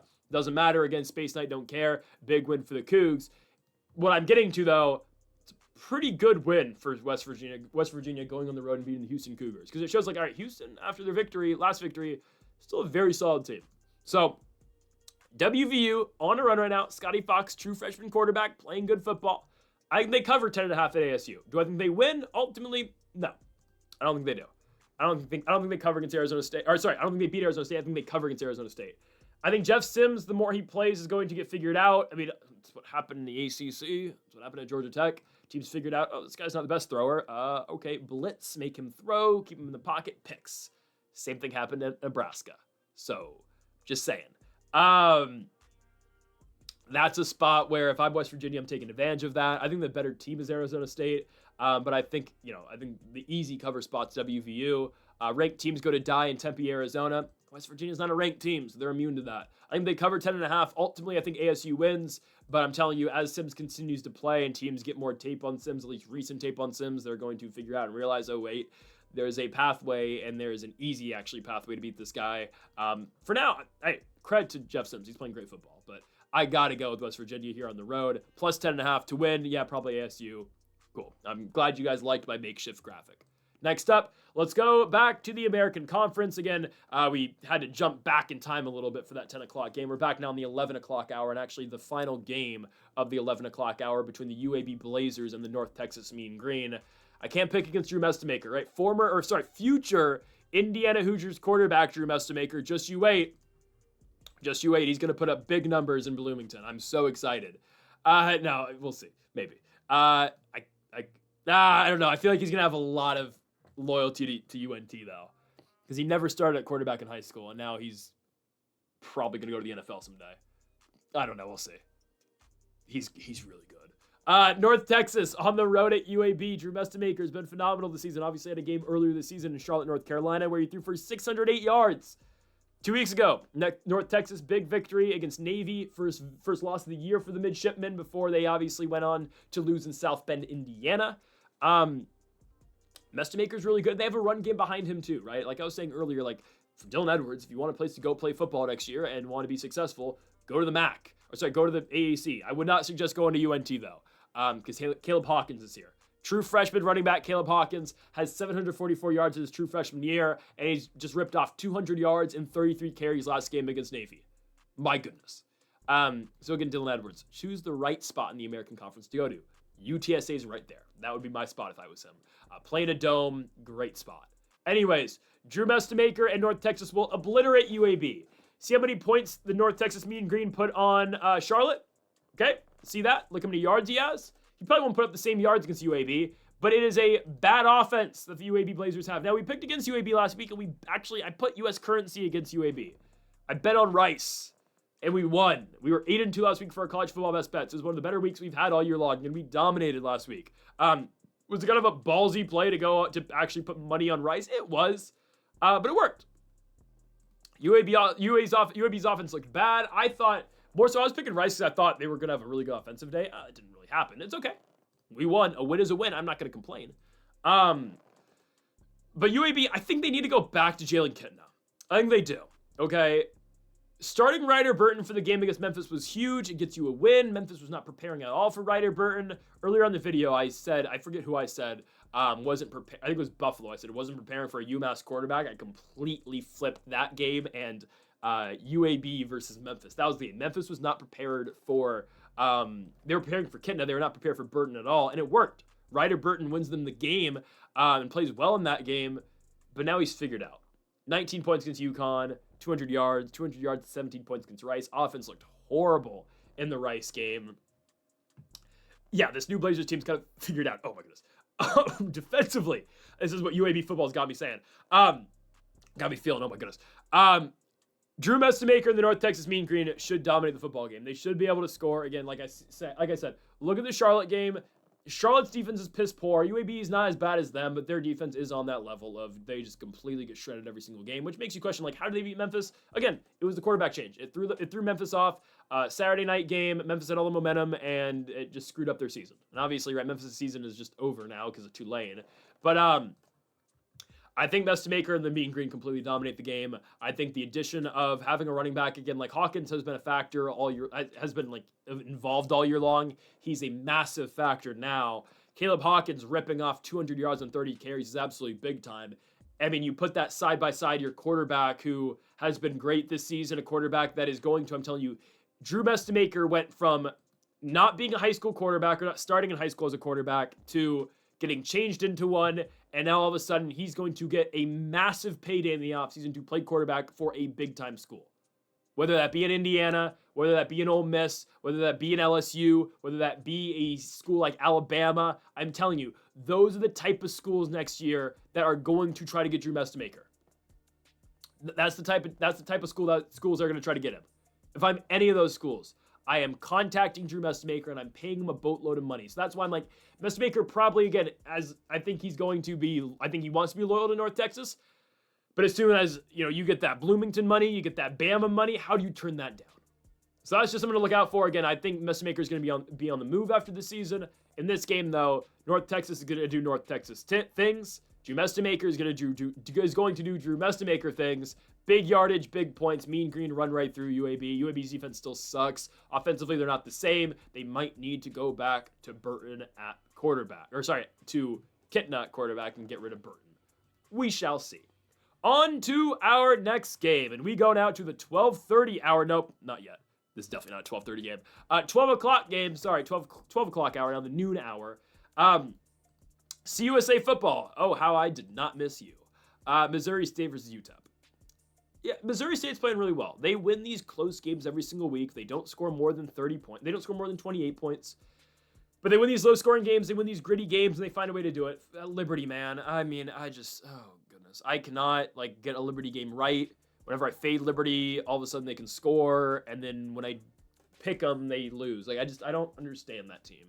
I mean, you go out, you beat Delaware, you spoil the Delaware game for all of us, and you put 59 points on the Blue Hens, and then last week you put up same location, you're at home, you put up 17 points against Missouri State? Are we dead ass? Ethan Vasco looks bad, the run game gets going with Dickens, but oh my goodness. And then after the game, I mean, the most talked about thing I'd say from that game is the viral clip of the Missouri State players chirping the crowd at Liberty, which I didn't know Liberty fans got like that, I'll be honest with you. But there was some chatter going on. There's a video of it. It's not that crazy, but it's just a bunch of Missouri State players telling them, I told you so. I told you. And other words I can't say on the channel, or just in general. Anyways, I think that, not that I think I can say it. I think that was in the video, I think. I don't know. Anyways, Missouri State's playing good football. They're playing really good football. Again, they don't win impressively. They just win these low-scoring games, and they find ways. 22-20 victory over Middle Tennessee. 24-17 victory over New Mexico State. 28-21 victory over Florida National. 21-17 victory over Liberty. They win low-scoring affairs. I mean, Jacob Clark's done a good job. He has. Again, they don't look the most impressive in spots, but they find ways. And they're taking on the UTEP Miners. UTEP, who has played the two best teams in the CUSA in back-to-back weeks, in Kennesaw State and Jacksonville State. Again, more on that game later. That's a massive game later today in the CUSA. They lose both those games, though. Competitive game against Jack State. Jack State's that run game's nasty, man. It is. Skylar Locklear and the UTEP offense look better than it has all year long in that game against Jack State. They showed up to play, but like we saw that line really close to the money line, and we easily took Jack State, and they found a way to win, so go to the Gamecocks. I don't trust the Miners here. I don't trust UTEP. They played basically the Super Bowl last week. That was their Super Bowl against Jack State. It was to stay bowl eligible. It was to beat a team that's at top of the standings, has not lost yet in this USA, and you come up this short. You now go to Missouri State, a team that's winning, a team that's got a lot of confidence right now, and they play great defensive football. UTEP on Saturday is going to turn back into what UTEP has been all year long, and that's a low-scoring team that can't put points on the board. That's ultimately what it is tonight, guys, on Saturday. It's UTEP won't be able to score. Missouri State will find ways to get points across. Skylar Locklear has been playing good football. I'm not going to lie to you. Locklear, again, has led UTEP in rushing and back-to-back outings. That's big time. Missouri State, though, is the better football team. I got to go here with the Bears at home. They're winning games. That's all that matters. Doesn't matter how you get it done, as long as you do win. So good on Missouri State. I think they continue to win this week. They will beat the UTEP Miners, and they will cover 4.5 points at home again in Missouri. On to our next game, and we go to the Mountain West, to Albuquerque, New Mexico, as we've got the New Mexico Lobos hosting the Colorado State Rams. Colorado State's in trouble. We've known how much in trouble that they are. Jackson Brosseau is playing again, but he's not great. Darius Curry, not great either. Fowler Nicolosi was probably the best quarterback on roster. They were very quick on the change to bench Fowler Nicolosi, who's been the starter for multiple seasons, 2+ years at Colorado State. They were very quickly to pull the plug on the Fowler Nicolosi experiment. They went to Brosseau, who is he a freshman or a sophomore? I think he's a freshman, right? Sophomore. You go to the sophomore in Brosseau. You Darius Curry's a freshman. You want to play these guys. Awesome. And you haven't won a game since you benched Fowler Nicolosi. I'm not telling you Nicolosi's all that great. They beat Fresno. Oh my goodness. How does Fresno, I forget about that game. How does Fresno beat Boise and then lose to Colorado State? Make it make sense. More on Fresno at the very end of the video. They are the very last game. So I'm not suggesting you do this, but skip ahead 2 hours if you want to hear me talk about Fresno. Don't do that. Just stick with me. If you're watching Colorado State, New Mexico, I really appreciate it. Okay, I'll say that. Okay, I know there's not many people who are, actively looking for Colorado State and New Mexico predictions. So if you're watching right now, I greatly appreciate you. Anyways, and if you haven't skipped ahead to the next game, which is Alabama, Oklahoma. So anyways, Colorado State the last 3 weeks has just played horrible football. Again, they're back on Brosseau now. They've scored 10 points in the last 8 quarters. It's been abysmal. Losing to Wyoming on the road in Laramie 28-0. They just played UNLV. Everyone can score against UNLV. UNLV's defense sucks. They scored 10 points. 10 points. everybody can score against UNLV. That's just like, trust me, when we get to that Utah State UNLV game later today, that's the first point I'm going to make is Bryson Barnes and Utah State are going to score every single time they touch the ball. But same with Calandria and UNLV. That's just how they play. If you can't score against UNLV, who can you score against? That's the question that needs to be asked. The New Mexico Lobos, winners in 3 consecutive games. Beating Nevada, beating Utah State, beating UNLV. I mean, that's the thing. Compare both these teams' games against UNLV. I know, again, that's not how it works all the time, but it kind of is at the same time. UNLV went to Colorado State and beat them 42-10. New Mexico goes to UNLV and beats them 40-35. They keep on scoring the entire game. UNLV keeps putting up points. And I've said it before, I'll say it again, like, I am so impressed about what New Mexico's done. Bronco Mendenhall leaves. Devin Dampier leaves. Use your own coordinator. Everyone's gone. Here walks in Jack Lane, relatively unknown junior quarterback who was at Idaho last year, played pretty decent football at Idaho, but only a 1-year starter over there before they turned to Joshua Wood, former Fresno State quarterback this year, obviously because Lane left, but an unknown. And Jack Lane's been good this year. I know he's thrown a bunch of picks, but he's still played very solid football, and he wins. Guys, New Mexico this year is a better record than they did last year, and they had all that talent. Mendenhall was there, Devin Dampier was there, and don't get me wrong, they are much improved defensively. But New Mexico's going bowling this year. Don't get me wrong, that's probably a spot in the New Mexico Bowl, but actually maybe not. They might win 8 games. Yeah, they're going to. I don't know if they beat Air Force. They're going to beat Colorado State. They're going to be a 7-game winner. Again, that'll probably result in a New Mexico Bowl for them. Last time they went bowling, I don't even know. When's the last time New Mexico went to a bowl game? 19? No. 18? Holy crap. When's the last time New Mexico went bowling? 16? 2016 in the Gildan New Mexico Bowl. That's a stat. Holy crap.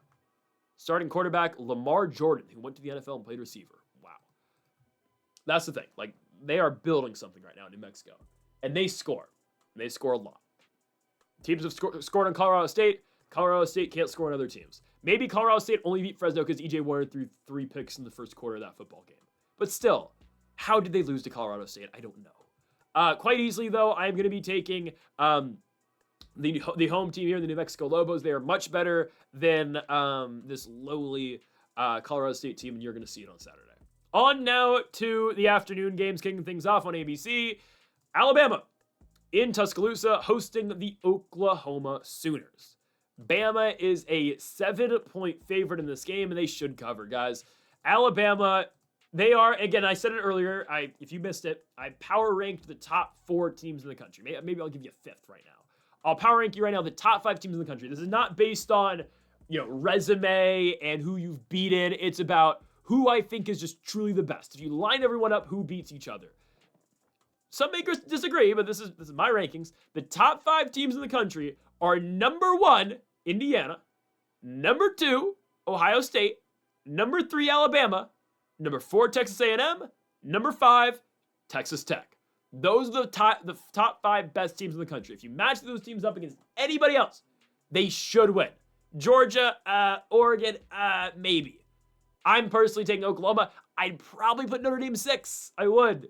I'd put Notre Dame at 6. I know, again, that does not mean that I believe they deserve to be in the playoffs. No, they played good football. Playing good football and being a good team does not warrant deserving it, though. That's the thing, right? And that's a whole other topic for another day. But, again, I don't want to get started. You lose to Miami. You have the same record as Miami, yet you're ranked 7 spots above Miami. You have an 80% chance to make the playoffs. Miami's got a 19% chance to make the playoffs. That's just nothing. That's not mathing right there. It doesn't make sense. Anyways, though, Alabama versus Oklahoma. Bama should handle this team. They should. Oklahoma, big victory a couple weeks ago in Tennessee at Rocky Top. How Tennessee is ranked still, I don't know. I like Tennessee. I've always liked Tennessee. Primarily just because of country music. No. But how's that a ranked team? I don't understand. They've done nothing right now to deserve and to warrant being a ranked squad. Oklahoma beats Tennessee 33-27. Not like Mateer is doing the most. Again, remember Heisman campaign, John Mateer? Yeah, it's cooled down. Hand injury obviously screwed a lot of things up. Xavier Robinson, as of late, has really come on as a lead running back for the Oklahoma Sooners. They're just so outmatched here, guys. They are. I mean, look at all the talent Alabama has. They are so outmatched. I was critical of the team early in the year. Lost to Florida State on the road. And I think I had every right to be critical because look what Florida State's been since. They're a good team, kind of. Nah, not really. They're probably not going to even make a bowl game. No, they will. They'll beat VTech. They'll beat Florida. Maybe they'll beat NC State. They might run the table. Anyways, though, I had every right to be critical about Bama losing to FSU. Bama has not lost since. Undefeated in SEC play. They're 5-0. 5-0, and they are on a straight path now to go to the SEC title game. They will finish 11-1. Look at their remaining schedule. Oklahoma's a tough game, don't get me wrong. It's a very tough game. Bama's better. Look at all the talent this team has. Look at Ty Simpson. Look at, the run game. Whatever. Look at Ty Simpson and how he plays. Watch Jeremy Bernard. Watch Ryan Williams. Watch, that receiving core. And watch the defense, too. I get it. LSU's not that great of a team, but still, I don't care in any game. I don't care who you're playing. If you're playing in the Southeast and you're holding a team to 9 points, that means something. And Bama has consistently gone out and won. They had that gauntlet of games. 4 straight ranked games. Bama took care of all of them. They beat Georgia. They beat Vandy. They beat Mizzou. They beat Tennessee. Bama wins. Again, no Saban. I'm not going to say no Saban, no problem, because that's not the case, obviously. I was critical of DeBoer early this season. I was critical of DeBoer last year. Can't be critical right now. Guys, if Bama plays A&M right now in the SEC title game, who's favored? Should be Bama. I bet on Bama. And now, don't get me wrong, both of them will probably get in. Both of them are probably going to get buys. That's kind of how the playoffs are going to go, I think. It's going to be, no, I think Texas Tech should probably get that last bye. We'll see. And we'll see how that works. But again, they don't want to punish teams for playing in the SEC title game. I don't know. But you need to reward Texas Tech for winning the Big 12 at the same time, though. So, I don't know. Bama should run right through Oklahoma, guys. Oklahoma's problem. The problem I have with Oklahoma, and we saw this in the Texas game, the Red River game. We saw it at times in the Ole Miss game. They struggle to find big scores. And when they need it on big possessions, they can't move the ball. And sure, again, you can always take that Texas game with a grain of salt because it was Matier coming off the injury. I get it. You just had surgery. He scored 6 points in the biggest game of the year in a very winnable spot against a faltering Texas team who was losing momentum by the week. And yeah, they've regrouped. They beat Tennessee on the road. They went to Rocky Top and won. Didn't expect them to do that. It makes the Bama win now that Bama's going to get off them even bigger and better. But I don't know how Oklahoma, scores all that much. Bama's going to outscore them quite easily, and 7 points is just not a lot for the Crimson Tide in this spot. I will admit, Ty Simpson is one hell of a talent. He's not the best quarterback in college football. That is Fernando Mendoza. But yes, Ty Simpson is right there. I'm going with the Alabama Crimson Tide to win and cover 7 points. I'm at home against the Oklahoma Sooners over in Tuscaloosa. On now to our next game, and we go to another team I just said was in the top 5 if I had to rank teams again, based on skill and based on how good the teams are. This is not about deserving of being a top team and who have you beaten. It's if I had to pick teams right now, best teams in the country, who am I taking? Again, Texas Tech's going to round out my top 5. They are very good.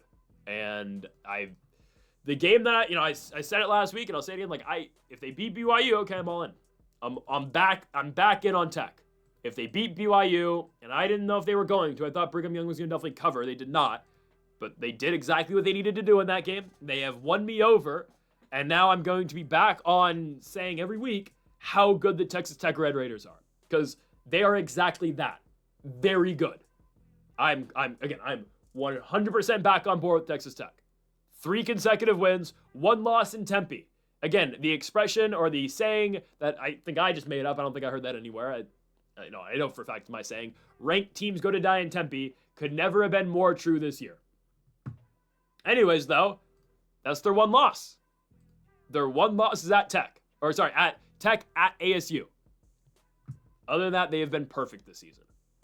They have been completely perfect. Dealt with injuries. Obviously, Will Hammond out for the year. Backup quarterback Will Hammond out for the year. But Brendan Morton's played good football. And this is what happens when you go into the transfer portal, you execute in the transfer portal, and you get the best imaginable guys at the transfer portal. That's what Texas Tech did. And that's what happens when you have a team in Lubbock who has a bunch of money, and they're not afraid to spend it. Again, ultimately, that's what college football is. You need to have, you need great coaching, you need great players, but you need a program, you need a school that's in a great booster program that is willing to put the assets around you. I love Indiana, and I think Cignetti's great, and I love the players on the team.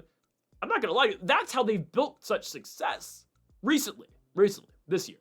Last year, it was all the JMU guys. But again, you need guys to build in. You need to find a way to pay all these JMU guys to follow Cignetti. You need a way to pay Curtis Rourke to go from Ohio to Indiana. And now you need the school to invest in the program year in and year out. Again, last year was a Kurt Cignetti masterclass. But this year, they're great. But obviously, you don't get your players. I mean, you don't get those guys that Indiana got on that defense. I know, again, Pons is from, obviously, JMU,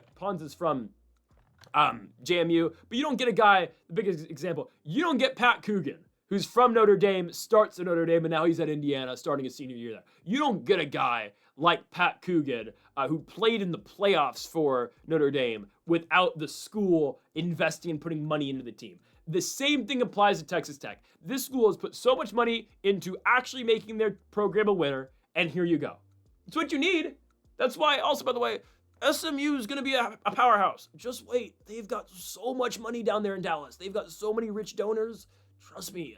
Just wait till SMU completely takes over the ACC. I said that last season. I still believe that's going to be the case. They can still win the ACC this year, by the way. They don't play this week, but there's still an outside shot SMU wins it. They're probably not going to, but trust me. SMU is going to be that next, all right, Texas Tech's emerged out of the Big 12. Indiana's emerged as the big spender, and now change the program in the Big 10. That's going to be SMU in the ACC. I firmly believe that. Anyways, though, Tech versus UCF. Tech's going to blow UCF out. I took a very long time in saying that. Central Florida last week was up against Houston. They choked it. Again, I like Taven Jackson, former Hoosier. Watched Taven Jackson play a lot of football in Bloomington. That disgusting 2023 season for the Hoosiers. It was bad. Again, I was at all the games. It was pretty brutal. I wasn't really even cheering for him that much anymore. I was betting against the opponents just to make money. Again, what am I supposed to do in college? Anyways, Taven Jackson and UCF last week, it didn't look great. I mean, they were all right in the first half, and they just blew it. Looked really bad in the Baylor game, and that was the last road game. They went to Texas and lost to Baylor. They're going to walk into Tech, guys, and they're going to get mauled. This Texas Tech team is good. They are so good. You've got, Cameron Dickey. You got Jacoby Williams, two really good running backs. You've got receivers as well. Caleb Douglas, Coy Eakin, Reggie Virgil. Their tight end, Terrence Carter's really good too.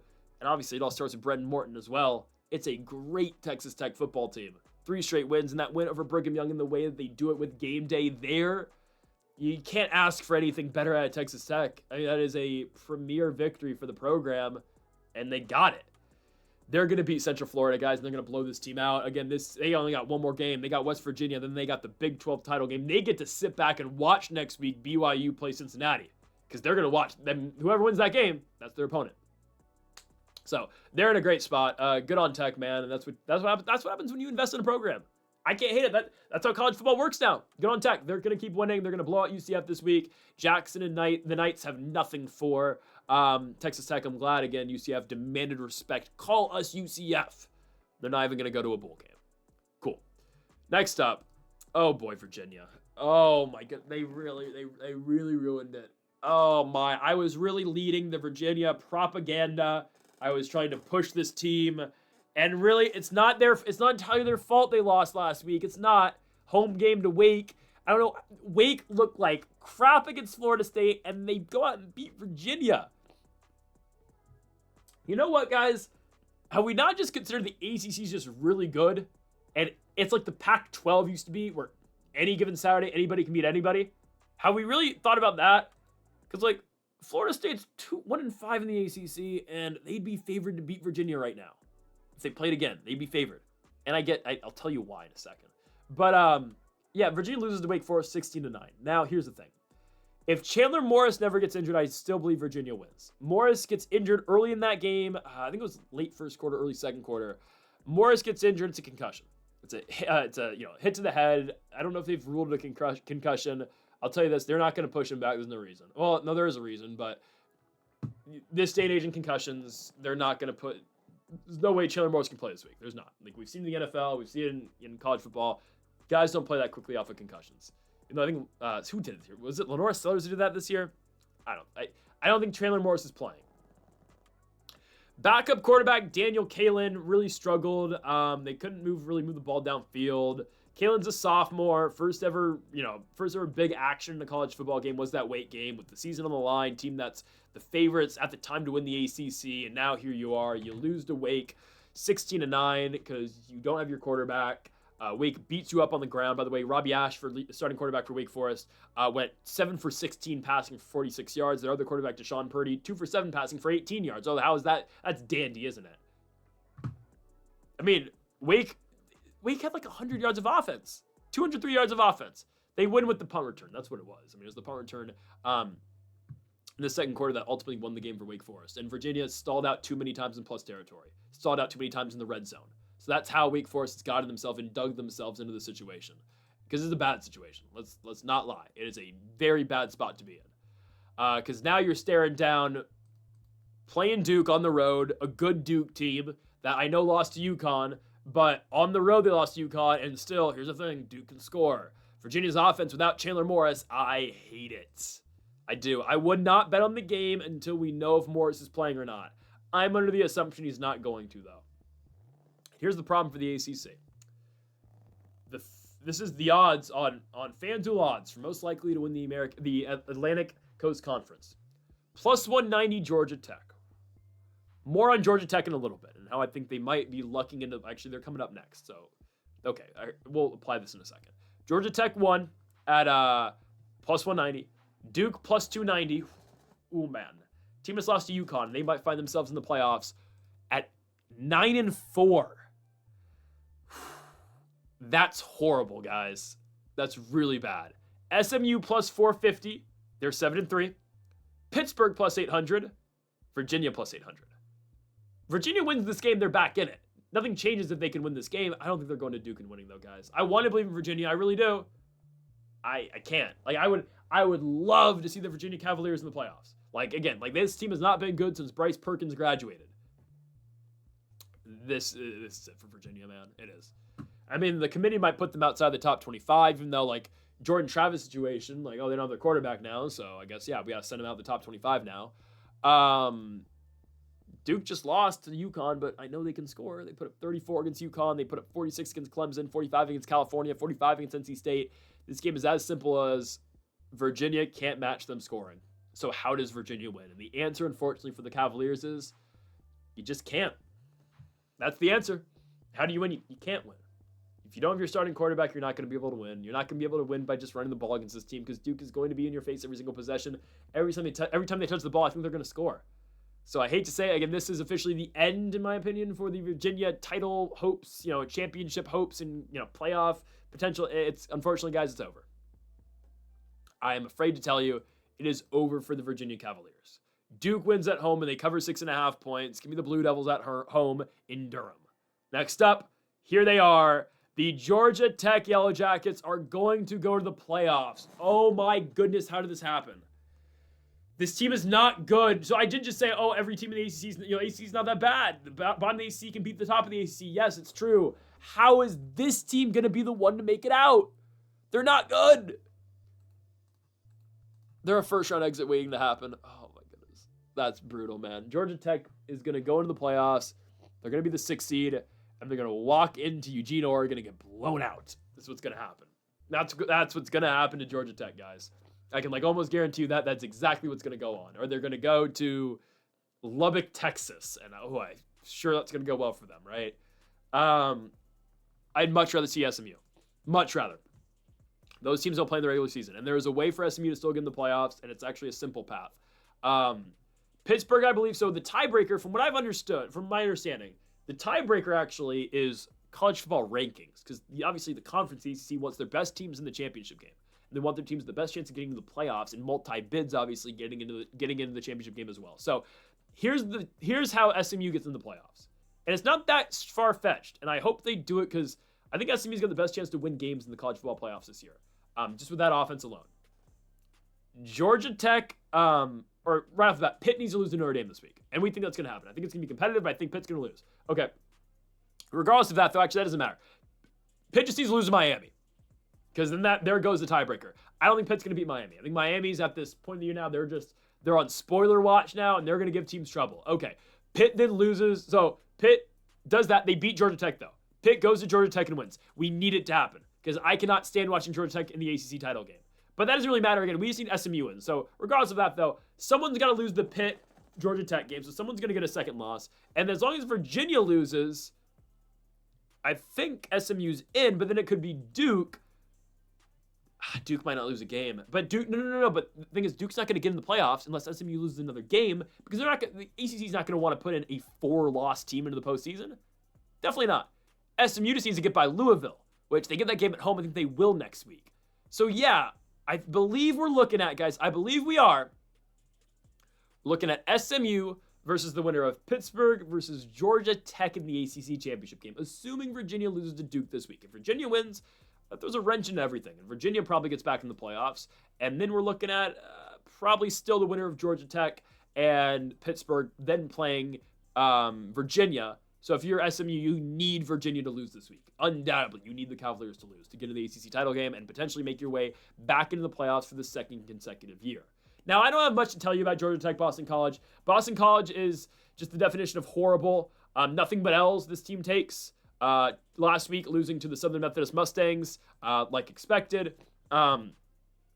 After weeks of Grayson James, they decide, Dylan Lonergan, get back out there, pal. All right.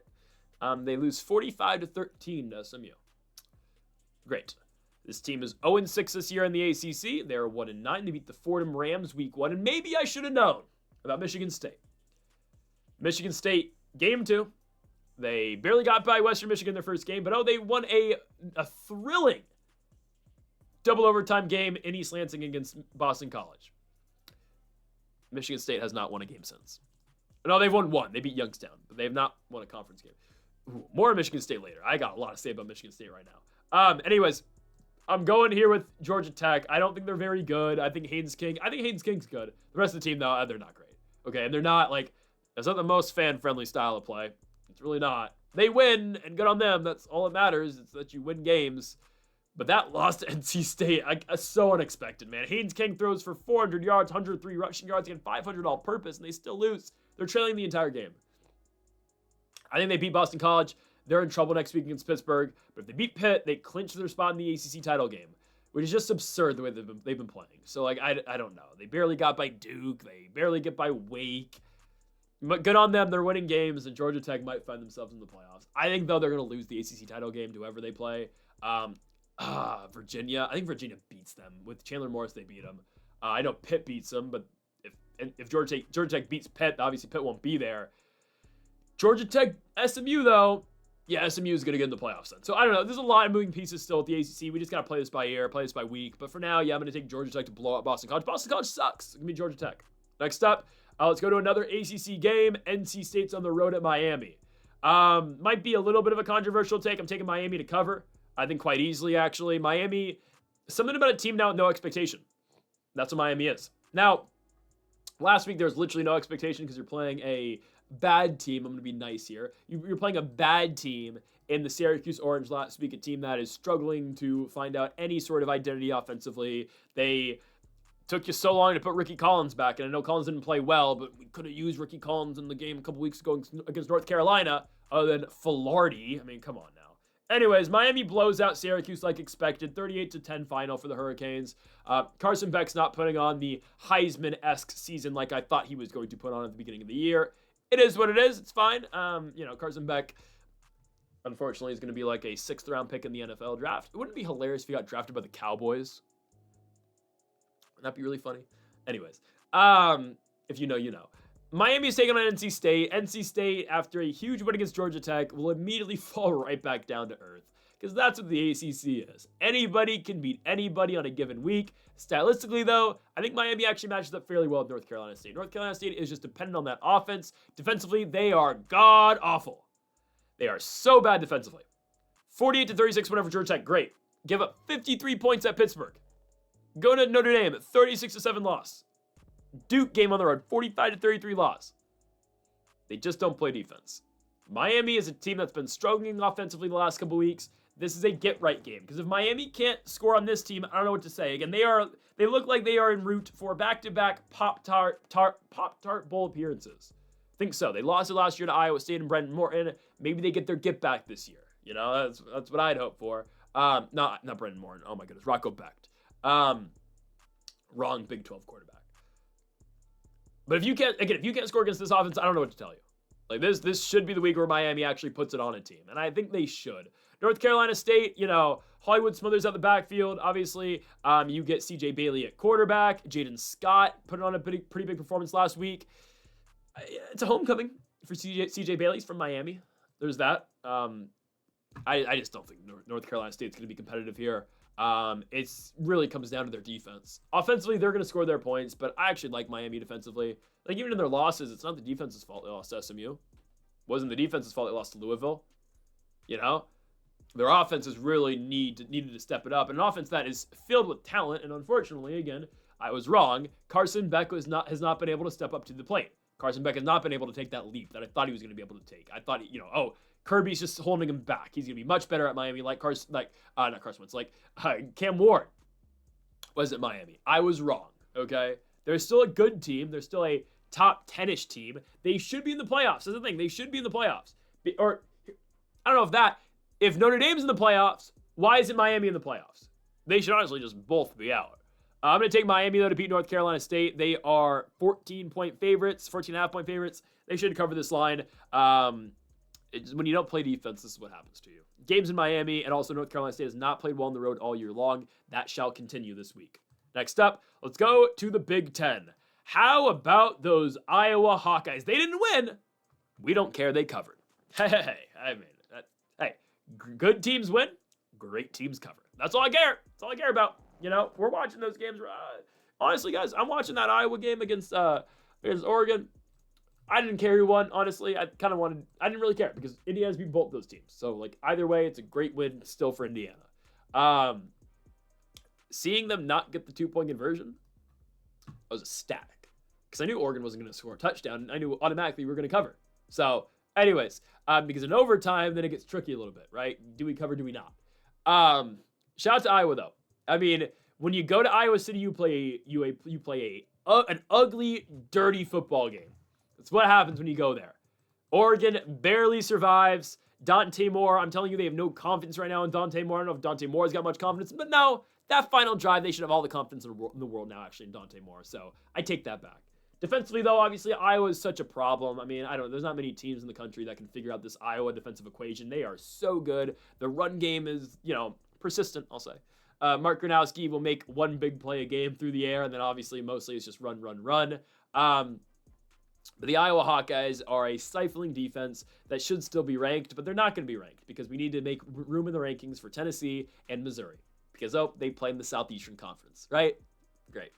Iowa's only losses, by the way, this season, guys, are the Oregon Ducks, the Indiana Hoosiers, and Iowa State on the road by 3 points. Yep, but they're not going to be a ranked team anymore. Why? I don't know. I think they can beat USC. Will I pick them to beat USC? Probably not. I don't really care who wins, okay? Again, to me, the win's a coin toss. It really is. Iowa's covering 6.5. USC's got a great offense. They do. Jaden Mavia, obviously, very phenomenal quarterback. Look at that run game as well with King Miller, Mekhi Lemon, one of the best, if not the best receiver in all college football, right? One of the best. There's some really good receivers. Wayman Jordan, Eli Sanders. There's just a plethora of talent. I don't know if that's the right usage of that word. I think it is. There is just an insane amount of talent for USC. Yet, here we are. You're 7-2. You lose to Notre Dame. You lose to Illinois, both on the road.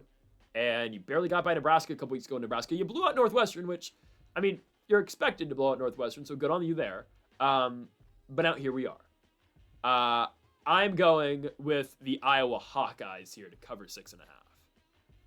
And I don't think that's too much of a hot take. I believe Iowa is fine here. I look at the Hawkeyes, and this is a team, again, that plays great defensive football. They are able to get their stops. Offensively, they are trouble. But when you play Iowa, and sure, again, this is more the case when you go to Iowa and play them, because look at their last 3 games in Iowa, right? Or last 4 games, really, in Iowa this season. Gritty game where they lose to Indiana by 5 points. You beat Penn State by 1 point, beat Minnesota, blow them out. But right, all those games, defensively, it was tough for Mendoza in the offense for Indiana to score against Iowa. It is just difficult in general to play the Iowa Hawkeyes. I think, again, that's going to translate a little bit to the road. I understand, again, it's not the same because going to Iowa City is just difficult. That crowd, that environment at night, it's cold. I think they should travel fairly well here. On the road this season, they went to Wisconsin, blew out Wisconsin. They beat Rutgers, and they had a competitive game in Ames. I think this is going to kind of follow that script against Iowa State. low-scoring, competitive game, just like every other ugly Iowa game. They just find ways, man. You can throw everything out the window for the USC offense. Is it great? 100%.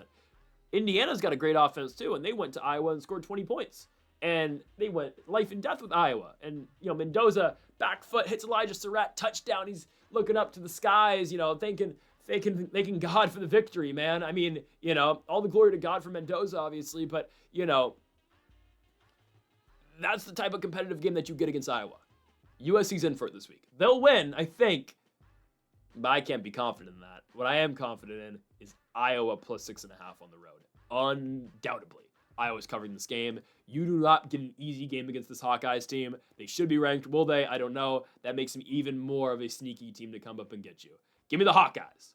Next up, let's go to East Lansing, Michigan, as we've got the Michigan State Spartans at home against the Penn State Nittany Lions. 7.5 points. Sign me up. Oh my goodness. Easy money. Michigan State. Are we serious? They're not going to win. I can tell you right now. Michigan State's not beating Penn State. I will be shocked if that happened. What I can tell you is they're going to cover. It's just what Michigan State is. Every single week, it's rinse and repeat, rinse and repeat, rinse and repeat, rinse and repeat. Same thing over and over and over again about Michigan State. Okay? Did not play last week. 2 weeks ago, though, played Minnesota, lost by 3 points. Questionable calls, sure. But here's another thing, too. Okay, it is nothing but covers every single week for Michigan State. You cover against Minnesota. You cover against Michigan. You don't cover against Indiana because Indiana, No, they did cover that game because they get the last-second field goal. I swear, Jonathan Smith knows the spread every single week. They cover against Indiana. UCLA, no. Nebraska game. I don't believe they covered in that one. USC game covered. Late second touchdown. Childs to Kelly. Bang. Minute left. They cover. It's what Michigan State does every single week. They are perfect against the spread almost. That's just what they do. And you're giving them 7.5 points against Penn State? Are we serious? They're getting 7.5 points at Penn State. Easy money. How about Alessio Milikovic? Milikovic now, it appears, is the new starting quarterback over Aiden Childs. Childs, in his junior season, has been sat down due to performance reasons, so it's Alessio, the freshman's job now. Damn right it is. He's better than Aiden Childs. Where will Aiden Childs play next year for his senior season? I don't know. Georgia Tech? Would Georgia? No, they would not want Aiden Childs. Maybe they would. Maybe they think they could fix Aiden Childs. Alonzo Burnett's a junior, right? No way JMU would want him either, but I'm pretty sure Alonzo Burnett's a junior. I think he is. Yeah, Alonzo Burnett's a junior. Never mind, that would not work. What team would actually want him? Nevada? That's way too big of a step down. There's going to be a Power 4 school that's going to call for Aiden Childs. Aiden Childs will get a job in the Power 4, I believe. But he's done at Michigan State. Unless something drastically changes here, this is Milikovic's team now, and it should be. Milikovic played well in the last game. They were very competitive against Minnesota, covered, because, of course, that's just what they do. Home game now. First start from Milikovic at home. I'm perfectly fine with this now. Let him cook. Let him throw the ball. You've been freed now of Aiden Childs, which, again, I don't know if that's for the better or not. Guys, Childs, he might have a job at Oregon State waiting for him if he wants it. But, yeah, you're going to get a free playing Alessio Milikovic now at home. He's the starting quarterback. Penn State, they look great last week against Indiana. I cannot deny that. Again, though, that was Penn State Super Bowl.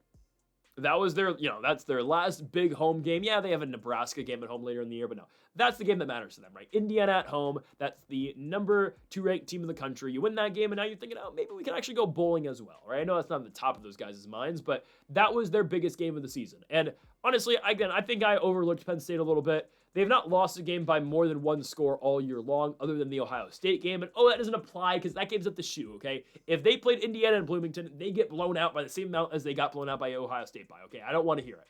But I think I overlooked Penn State a little bit. They're not going to win by more than 7 points, though, guys. If you're Penn State at this point in the season, you're just trying to win. You don't care how you get it done. You are going to, you're going into this game thinking it's going to be an ultra-competitive game. I don't know if it's going to be low scoring, but a dogfight, competitive, back and forth. That's what Michigan State expects as well. Every single week, Michigan State's in tough games. Even the Indiana game, first half against Indiana, first quarter and a half, very competitive against the Hoosiers. Now, they ultimately lose, and eventually get blown out, but it's a competitive first quarter and a half. It's the first time I've ever used that expression, right? This team plays close. They play close, and they play competitive games. That's what they're going to do this week. Will they beat Penn State? I don't know. The Penn State defense is still really good. We saw that last week with Mendoza. They got to Mendoza. They were end of the game. They're blitzing 7, 8 guys, and just begging Mendoza to beat them over the top. But eventually he did, over obviously to Omar Cooper. And I'm still not sold on Grunkmeyer yet. Made some questionable decisions in the Indiana game. Obviously, the run game, Katron Allen really had a big day for them, obviously. And no, actually, it was Singleton, actually, more so than Allen. Allen's had a big season. It was Singleton, obviously, who was probably better in that specific game. Obviously, the 59-yard run. I mean, that was really all that Singleton did. Anyways, they got 2 running backs is what I'm getting to. State should cover here. Sparty should cover at home. Everything other than that, I don't know. Okay? I don't know what happens other than the covering here. But I can tell you that, yeah, Michigan State should cover the, 7.5 points? 7.5 is just way too many. I don't understand that. Like, yeah, Penn State, again, they're the better team, 100%, but they have to go on the road to East Lansing. And first of all, again, Penn State's concerned about the victory. They're not concerned about the points. Michigan State has played close games all year long. They just need to close those close games. Will they do it tonight on Saturday? I can't tell you. I don't think they're going to. But will it be competitive? Will it be a one-score game? Undoubtedly it will. This is as automatic as it gets. Michigan State at home, plus 7.5 against the Penn State Nittany Lions. Get this line while you can. It's not going to stay there. I can almost guarantee you that. Let's move on now. Another game in the Big Ten. Let's go to Urbana-Champaign, as we've got the Maryland Terrapins on the road against the Illinois Fighting Illini. Ooh, how disappointing has Maryland been recently? Ultra disappointing, Maryland. What swung their season was the Washington game. So it swung the season. They're at home against Washington. Let me get the score exactly right, because we had Maryland spread that game, and it still covered. It was 5.5, but they lose by 4. They're up 20-0 to start the third quarter against Washington. They lose the game 24-20. 24 unanswered points. You lose the game, and now you haven't won a game since. They went into that game, Maryland, 4-0. They were going to be 5-0 after that win. True freshman quarterback Malik Washington, and they have not won since. Lost a 3-point game at home to Nebraska. Lost a heartbreaker on the road at UCLA cross country. Lost against Indiana at home, obviously 55-10. Just lost to Rutgers in New Jersey 35-20. And now here you are. Now, the red zone struggles have been made very clear post that Washington game. I mean, that is the clearest thing about this Maryland team. They cannot execute once they get into the red zone. Scoring's been a problem too, though. It just has. I like Malik Washington. I think Malik Washington, his start of the year was absolutely phenomenal. I still believe Malik Washington is going to be a very good football player for a very long time. This season, though, it does now, unfortunately for the Terrapins, feel like kind of a wash. Let's just be honest with ourselves here. You're 4-5. You won your first game of the Big Ten, but now in retrospect, it's Wisconsin, and now you're on the road at Illinois, a team that just gets forgotten about because of their losses. But I will say this all the time with Illinois: they are good enough to be up next, which is kind of a weird way of putting this. But hear me out here, guys. I'll keep pounding this home. They've lost 3 games. In Bloomington, they lost by 53 points. At home against Ohio State by 18 points. And then on the road in Seattle against the Washington Huskies.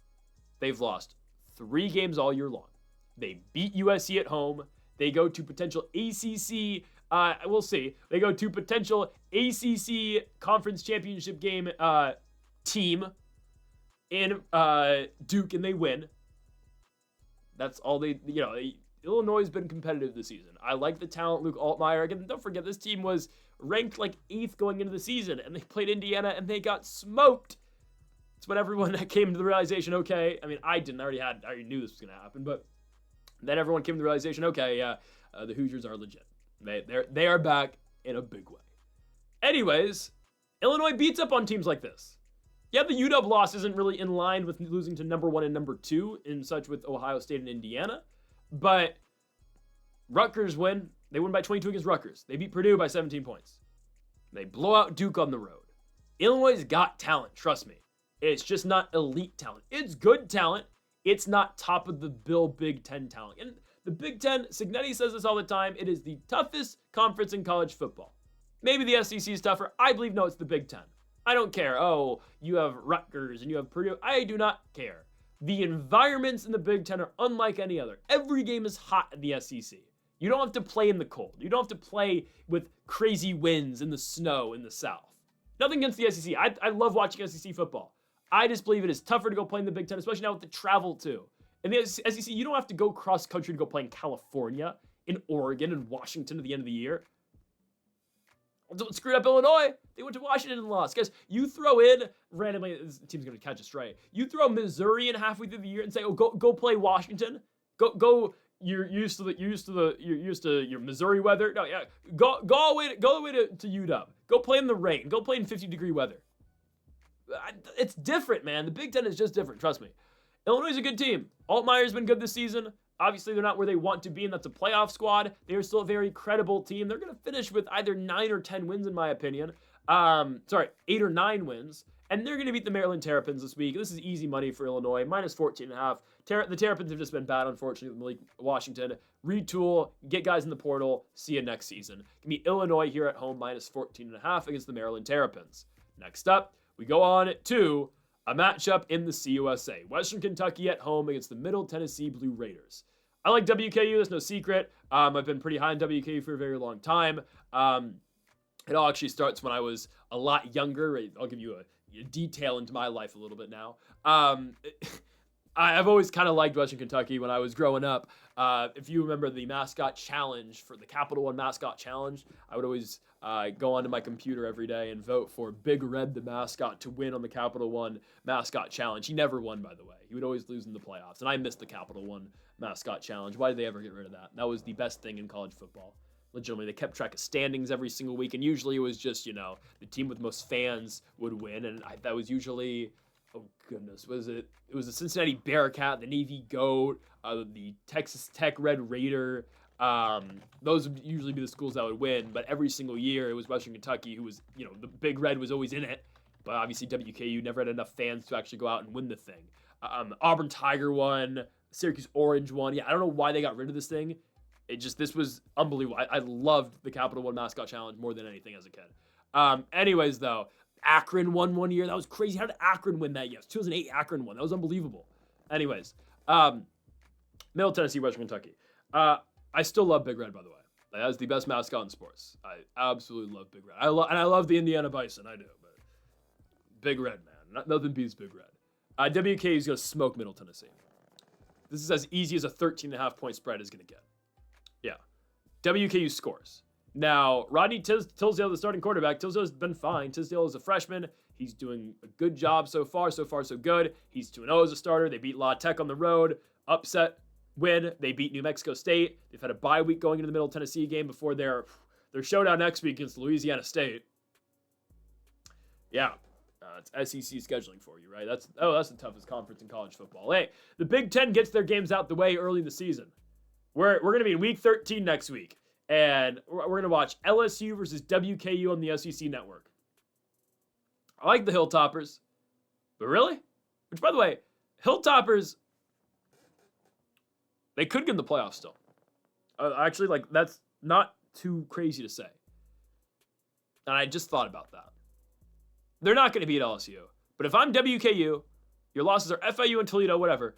If you go 10-2, you beat LSU, you beat Jack State. If you beat Jack State, you put yourselves now into the CUSA Championship game against Kennesaw. You win the CUSA Championship, you're 10-2, and you have a win at Baton Rouge against LSU. That's better than any win UNT has. That's better than any win JMU has. Western Kentucky can make the playoffs still.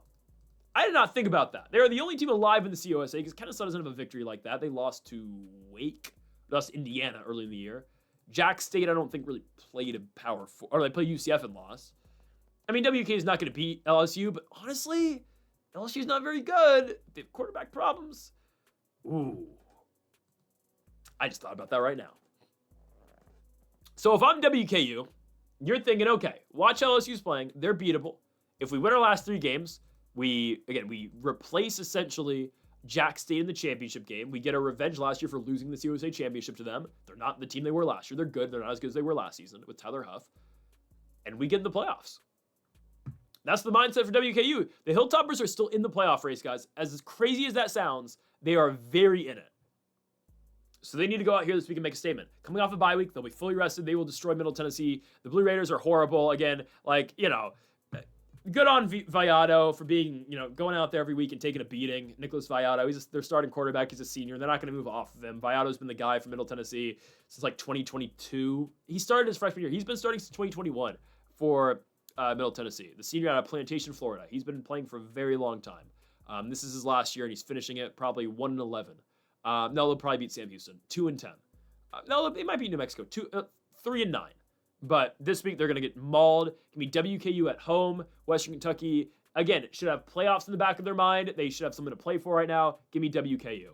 Next up, going to Reno, Nevada for the UNR Wolfpack at home against the San Jose State Spartans. Again, back on the long list of horrible, god-awful, terrible, the worst imaginable college football teams. That's what the Nevada Wolfpack are, guys. This team's so bad. For one, go watch a UNR game on TV. There's no one in the crowd. Nobody goes. It's cold. There's not many people. Like, I don't know what the UNR student life's like. I mean, I've been to Reno once. Not many people are just like are out in Reno. Okay, I went to Reno once, and I went after I went to Las Vegas, and I'm looking around like, what is this place? I probably should have gone to Reno before I ever went to Las Vegas, and maybe I would have appreciated it more. Maybe I just need to actually maybe need to go. I need to go back to Reno. Maybe I need to actually live it up at UNR. But I don't think that's the solution. Anyways, though, Nevada's a 1-8 team this year. They should be 0-9 if Sacramento State didn't make some boneheaded decisions and just give Nevada the football game in week number 2. So Nevada should really be an 0-9 football team. There is no hope for this team. They are awful. They are atrocious. This is the worst team in college football. I say that a lot, unfortunately. I say this team's the worst team in college football all the time. It might be UNR. Guys, Nevada loses to Utah State last week, 51-14. They don't know who their quarterback is. It probably should be Carter Jones. They've seen the most success with Carter Jones, but welcome back, Chuba Purdy. Oh my goodness. AJ Bianco, they don't know who their quarterback is. They have 3 guys. It should be Carter Jones. Jones went 1 for 6. And then in comes Purdy, in comes Bianco. You lose 51-14 on the road to Utah State. Chuba Purdy, at least, he's a threat on the ground, I guess. But, this is like his 8th year playing college football. His brother's in the National Football League, just signed an extension and everything. And here's Chuba still in college football, playing for the lowly Nevada Wolfpack. Again, it doesn't get worse in this team. They are abysmal. They are horrible. They're taking on San Jose State. Now, don't get me started on SJSU. Another embarrassing team. Shout out to them for beating Hawaii a couple weeks ago. Won me some money. I didn't bet on the Air Force game, but I'm just mad. Like, San Jose State should be going bowling. You have all this talent offensively. You've got Danny Scudero, who leads college football in yards, and you're gonna find a way to not to go to a bowl game this year. You lucked into Nick Nash and Danny Scudero in back-to-back seasons, and you're not going bowling this year. You suck. Because I'll tell you what, Scudero's not staying. He's not staying. He's 5'9", which we'll see how he does a better level, higher level. He's going to go to a team that throws the ball all the time, that is in the Power 4, and will still be a place where he can get big yardage. What team does that sound like to you? I don't know. He's going to go to USC and be their slot guy. Like, seriously, that's what Scudero's going to do next season. Or maybe he stays at State. Honestly, if I'm him, I'm looking staying at State. Because, he's going to get flushed out at USC. At State, you're like the next Nick Nash, only you're getting more yards than Nick Nash. I don't know if you can do that. Nick Nash was incredible. But Scudero's got 1 billion yards this season. Walker gets one of the leading passers in college football, yet San Jose State's 3-6. How? Again, did not play well last week. Don't get me wrong. He did not play well against Air Force. For the first time all year long, Air Force is buckled up defensively and shut a team down, which again shows how disgraceful San Jose State is playing right now. You are a joke. State's playing Air Force now. They lost Air Force last week. They're playing Nevada now. They'll beat Nevada. Nevada, they are the definition of awful. San Jose State is awful too. Great offense, no defense. Offense only shows up when the defense doesn't show up. Defense shows up only when the offense doesn't show up. Nothing's working, man. I don't want to call for a man's job here, but unfortunately, guys, I'm gonna have to do it. I watch San Jose State quite a bit. I think their play calling's awful. I think their clock management's awful. I don't know how to say his last name, Nemilioto, the Nevada coach. I don't think he is a capable head coach right now. I know he was a 15-year head coach in Nevada. At Navy. He's been horrible at San Jose State, in my opinion. He's lucked into a bunch of talent, and yet they haven't won. Now he's on a 5-year deal, and he's going to stay. But and obviously Brett Brennan went to Arizona. But I don't know, man. Maybe it's the O coordinator, honestly. Maybe it's the offensive coordinator, because it's just not working right now. This Hawaii pipeline to San Jose State is not working. Their offense is good, but yet it doesn't score some nights, and defensively they're horrible. I'm losing my mind thinking about San Jose State, man. They should be so much better than where they're actually at. It's embarrassing. It's a joke. And but the thing is, they're playing an even bigger joke of a team in Nevada. It's a shame San Jose State's not going bowling. You have all this talent, and yet next week you're going to walk into Snapdragon Stadium against a team in San Diego State that's lost all the momentum, and you're still going to get blown out because you're disappointing. How do you lose to Air Force at home? Just like how do you lose to Central Michigan at home? Joke of a team. They're still going to win, though, because Nevada's even worse. Here we go. Okay, I actually need to get excited for this game. James Madison at home against Appalachian State. Okay, so I detailed it earlier, and I said, well, I didn't detail it. I said, I believe JMU is actually going to go to the playoffs. When you look at the group of 5, I know a lot of people are complaining about, the group of 5 doesn't deserve a playoff team. No, leave the group of 5 playoff team in. I don't care that you're setting them out to go to Athens or go to Tuscaloosa or go to Audison or Lubbock and get completely bitched in the first round. Who cares? That's part of the fun. Because don't forget, year in and year out, here comes UCF. UCF didn't get the playoffs every single season. Cincinnati never got in. You know what this does if you eliminate, and if you go to 16, obviously you need to keep it. But if you eliminate the group of 5 champion, then say a team like JMU, right? Say JMU, who honestly will probably finish 12-1. That team deserves to go to the playoffs. They lost 1 game on the road to Louisville. How are you, they should be a top team.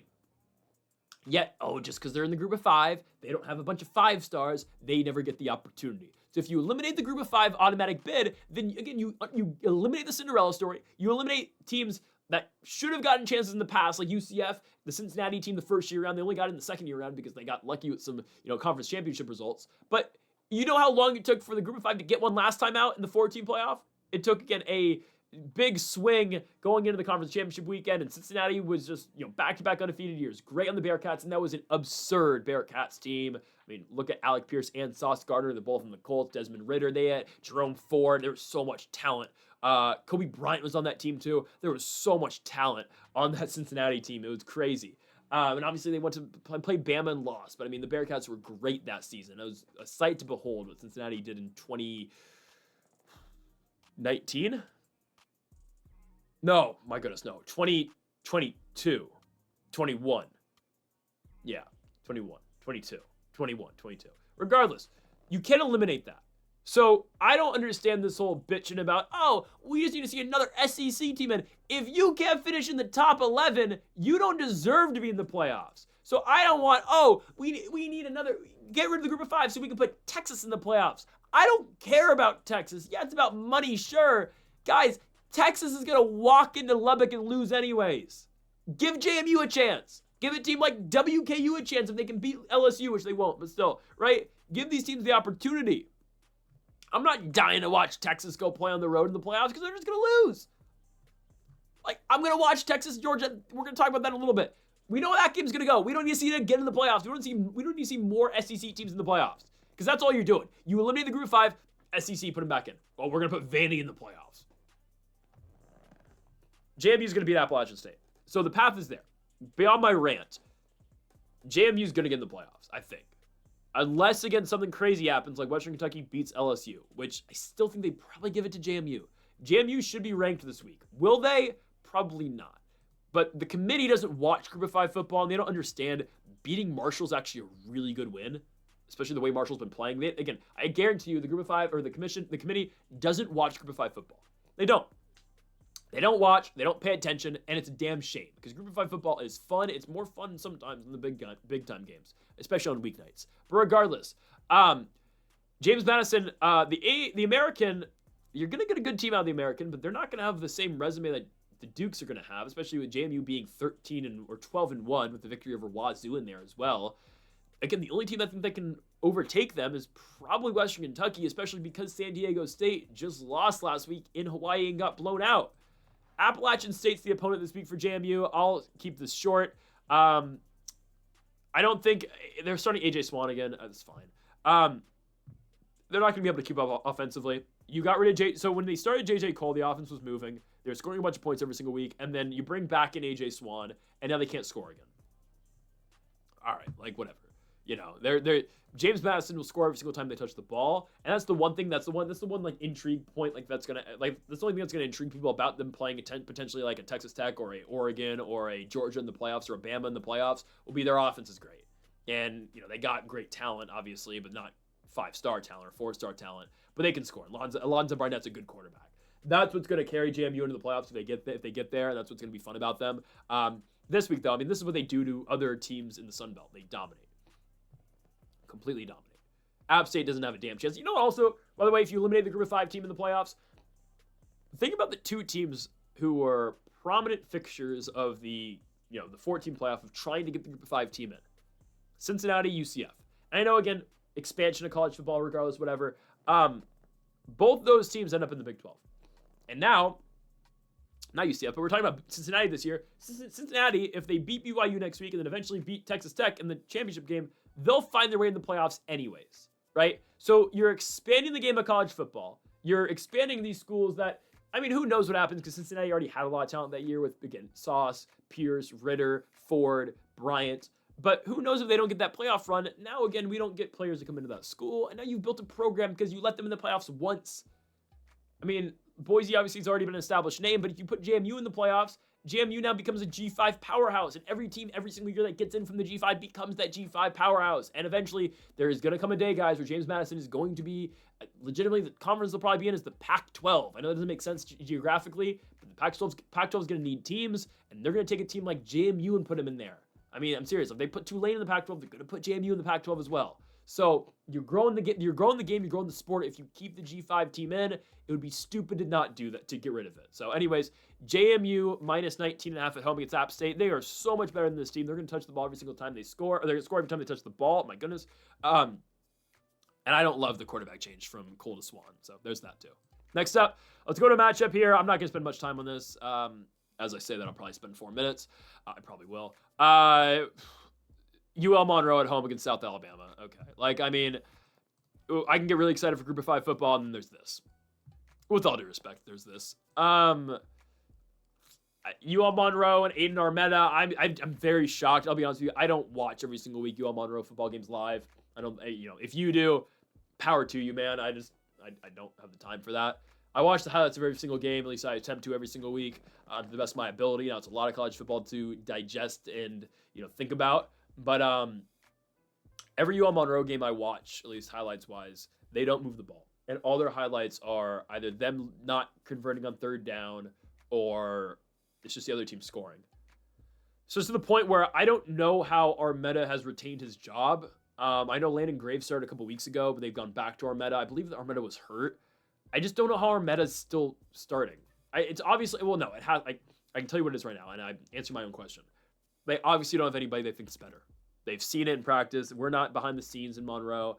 They don't have a quarterback that they believe is better than Armetta. I'm surprised they haven't tried, they have one senior on roster. It is Hunter Herring, who's been at UL Monroe his entire career, went to West Monroe High School, I believe. That's what that is. Or he went to West Monroe. He grew up in West Monroe, went to high school in West Monroe. 6'5" quarterback. I don't know why they haven't gone to a guy like that yet. Because, obviously, again, there's a reason. They don't think anybody's better than Armetta. But I'm serious. UL Monroe football might be some of the worst football you can watch. They won 2 games early in the year with Armetta, and they have a really good run game. I can't say really good run game. They have a good run game. Zach Palmer-Smith is the lead back. He's capable, sure. But I just don't know. If I'm a coach at ULM, I'm like, how do we win games? I don't know. Because I've watched it, and they are so bad. Their quarterback plays horrible. They don't get time in the pocket. Everything is to shit with them, man. South Alabama, they're not good either, but at least, here's the thing. You watch South Alabama, and you understand the vision. You get it. All right, well, they may be a 2-7 team. Bishop Davenport has struggled this season. Kentrell Bullock has his days where he's really good, don't get me wrong. Former Power 4 running back at SEC school, I'm blanking. Was he at Georgia? Ole Miss. You can see the vision with South Alabama. They're not that good. They lose quite a bit. I understand they're a 2-7 team. But they play competitive games, and at least they move the football. UL Monroe doesn't move the ball at all. They are the biggest example of just a bad football team and a unwatchable football team. Honestly, that is the truth about the Warhawks. They are unwatchable. Their season high in points all year long is 31 against UTEP. That doesn't count as UTEP. Other than that, let's say in how did they score 28 points against Arkansas State? Last 5 weeks, though, guys, they have scored a grand total of, I'm trying to do the math in my head real quick, less than 60 points. There. They've scored, I think, 57. Might do that wrong. I might have done that wrong. It's under 60, though. They have scored under 60 points in the last 5 weeks. This team plays football every single week. And they scored less than 60 points in 5 weeks of football. That's really bad.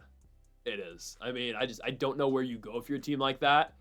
Again, I'm not in the building. I don't know, but it's just like, wow, that is the bottom of the barrel. I mean, there are teams, again, that we say, oh, they suck, but at least some of them score. Like, UNR is really bad, too. But, like, I get the vision sometimes at UNR. UL Monroe's been stuck in the same thing all year long. They don't run the ball well. They rely on their defense, and our meta is just not that good either. So I don't know. Seriously, they might be the most stuck college football program this year. And they are 3-5 and actually have a better record than South Alabama. They're not beating the Jaguars here, though. Believe me on this one. I don't think Alabama's good, too, but they'll beat UL Monroe. Next up, we go on to a matchup sticking in the Fun Belt, Sun Belt. Southern Miss at home against the Texas State Bobcats. I'm going Southern Miss. Southern Miss is the number 2 team in the Sun Belt Conference. I've been very clear on my prophecy for the Sun Belt West Championship game between Southern Miss and Troy at the last week of the season, and that can still happen. We'll see if Troy can keep their side of the bargain for that one. Again, we'll get to that one when we get there. But I mean, Texas State, Southern Miss here.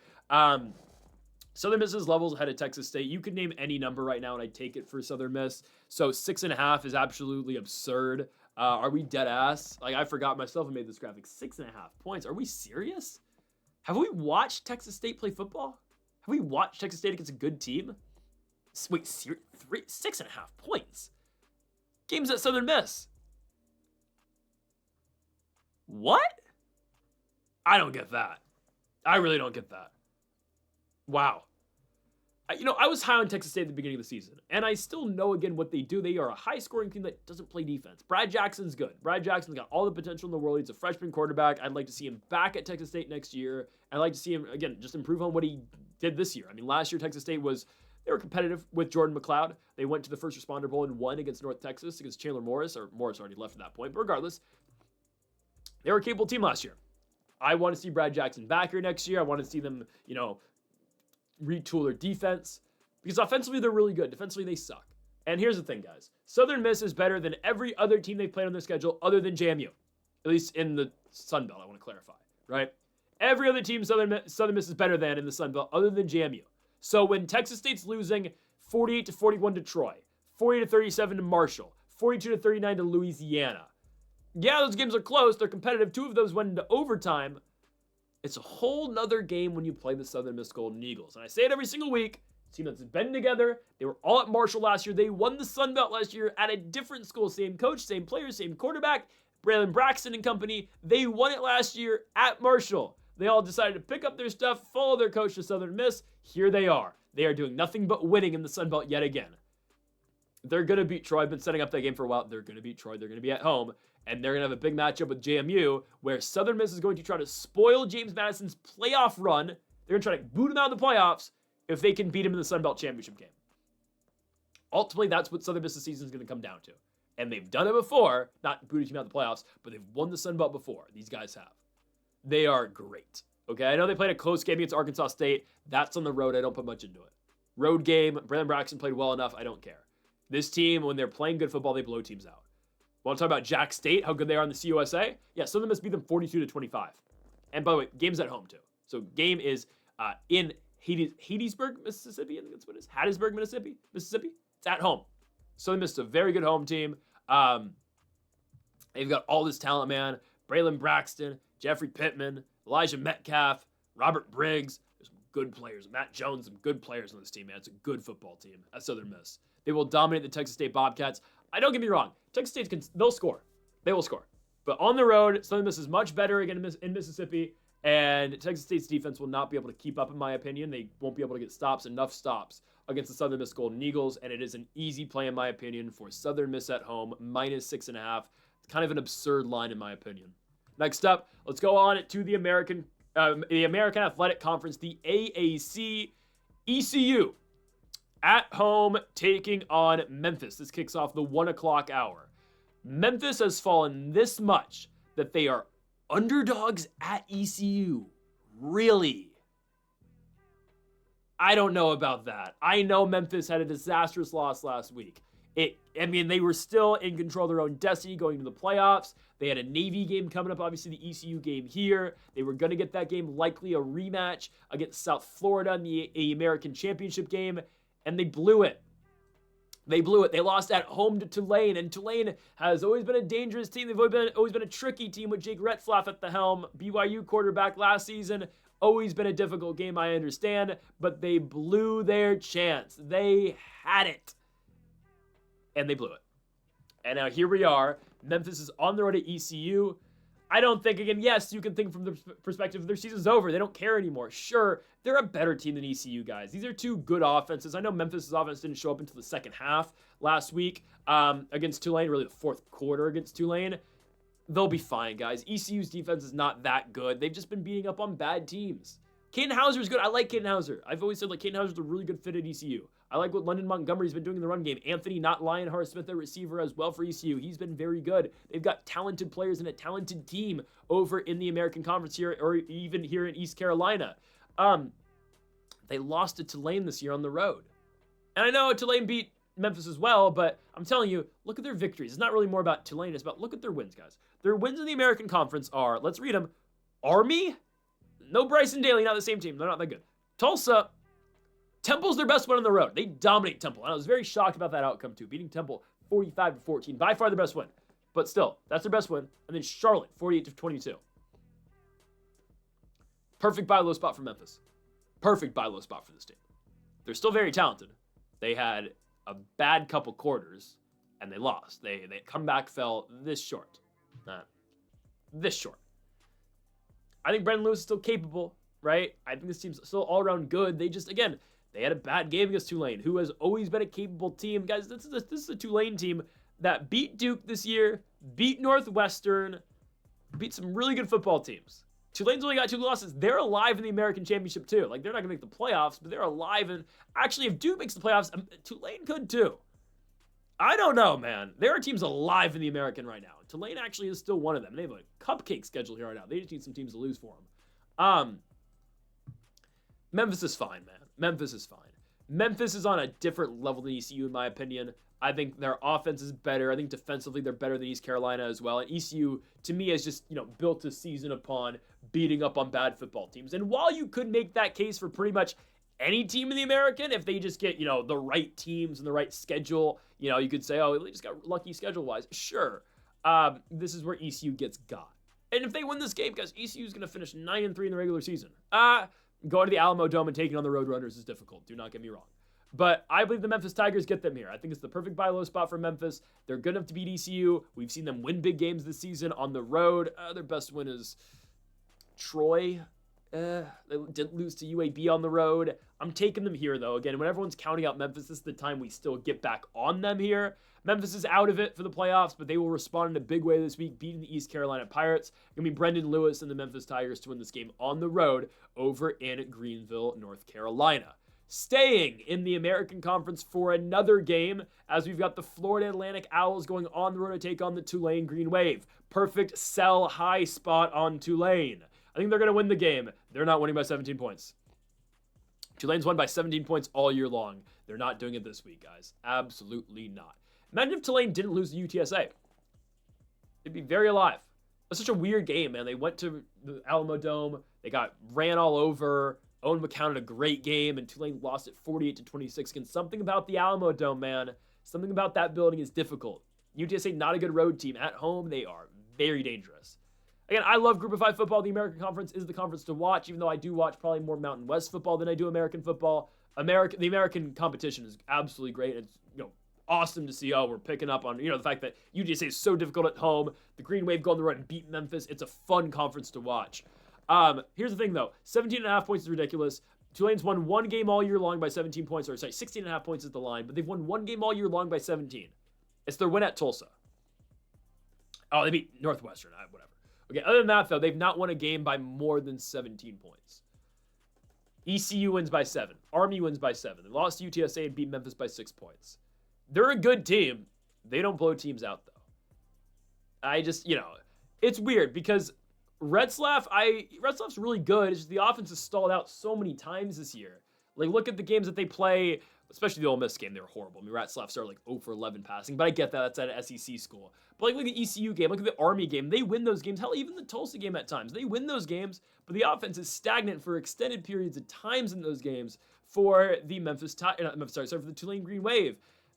I don't know. I just don't like them to cover 17, especially against a team like FAU. FAU, guys, has been competitive in most games this season. Memphis and South Florida are exceptions, but what they do more than any other team, what they do that makes them unique is that they just score. And I've detailed it already this season with Caden Veltkamp, former Western Kentucky quarterback. He went to the perfect situation, into the perfect school where their coach tells him, throw the ball as many times as you want. Name a number, or list a number. You to throw the ball that many times this week. That's what they do. It's their whole system. It's their whole ideology in Boca Raton. You let your quarterback take over. We had them on the best bets video to cover, I think it was 4.5 points against, or 3.5 points against the Tulsa Golden Hurricane. They won the game by 19. It was an automatic bet. It was super easy. Can we cash on every bet we made last week in college football except for 2? We did not cash on the Hoosiers, unfortunately, covering 14.5 points.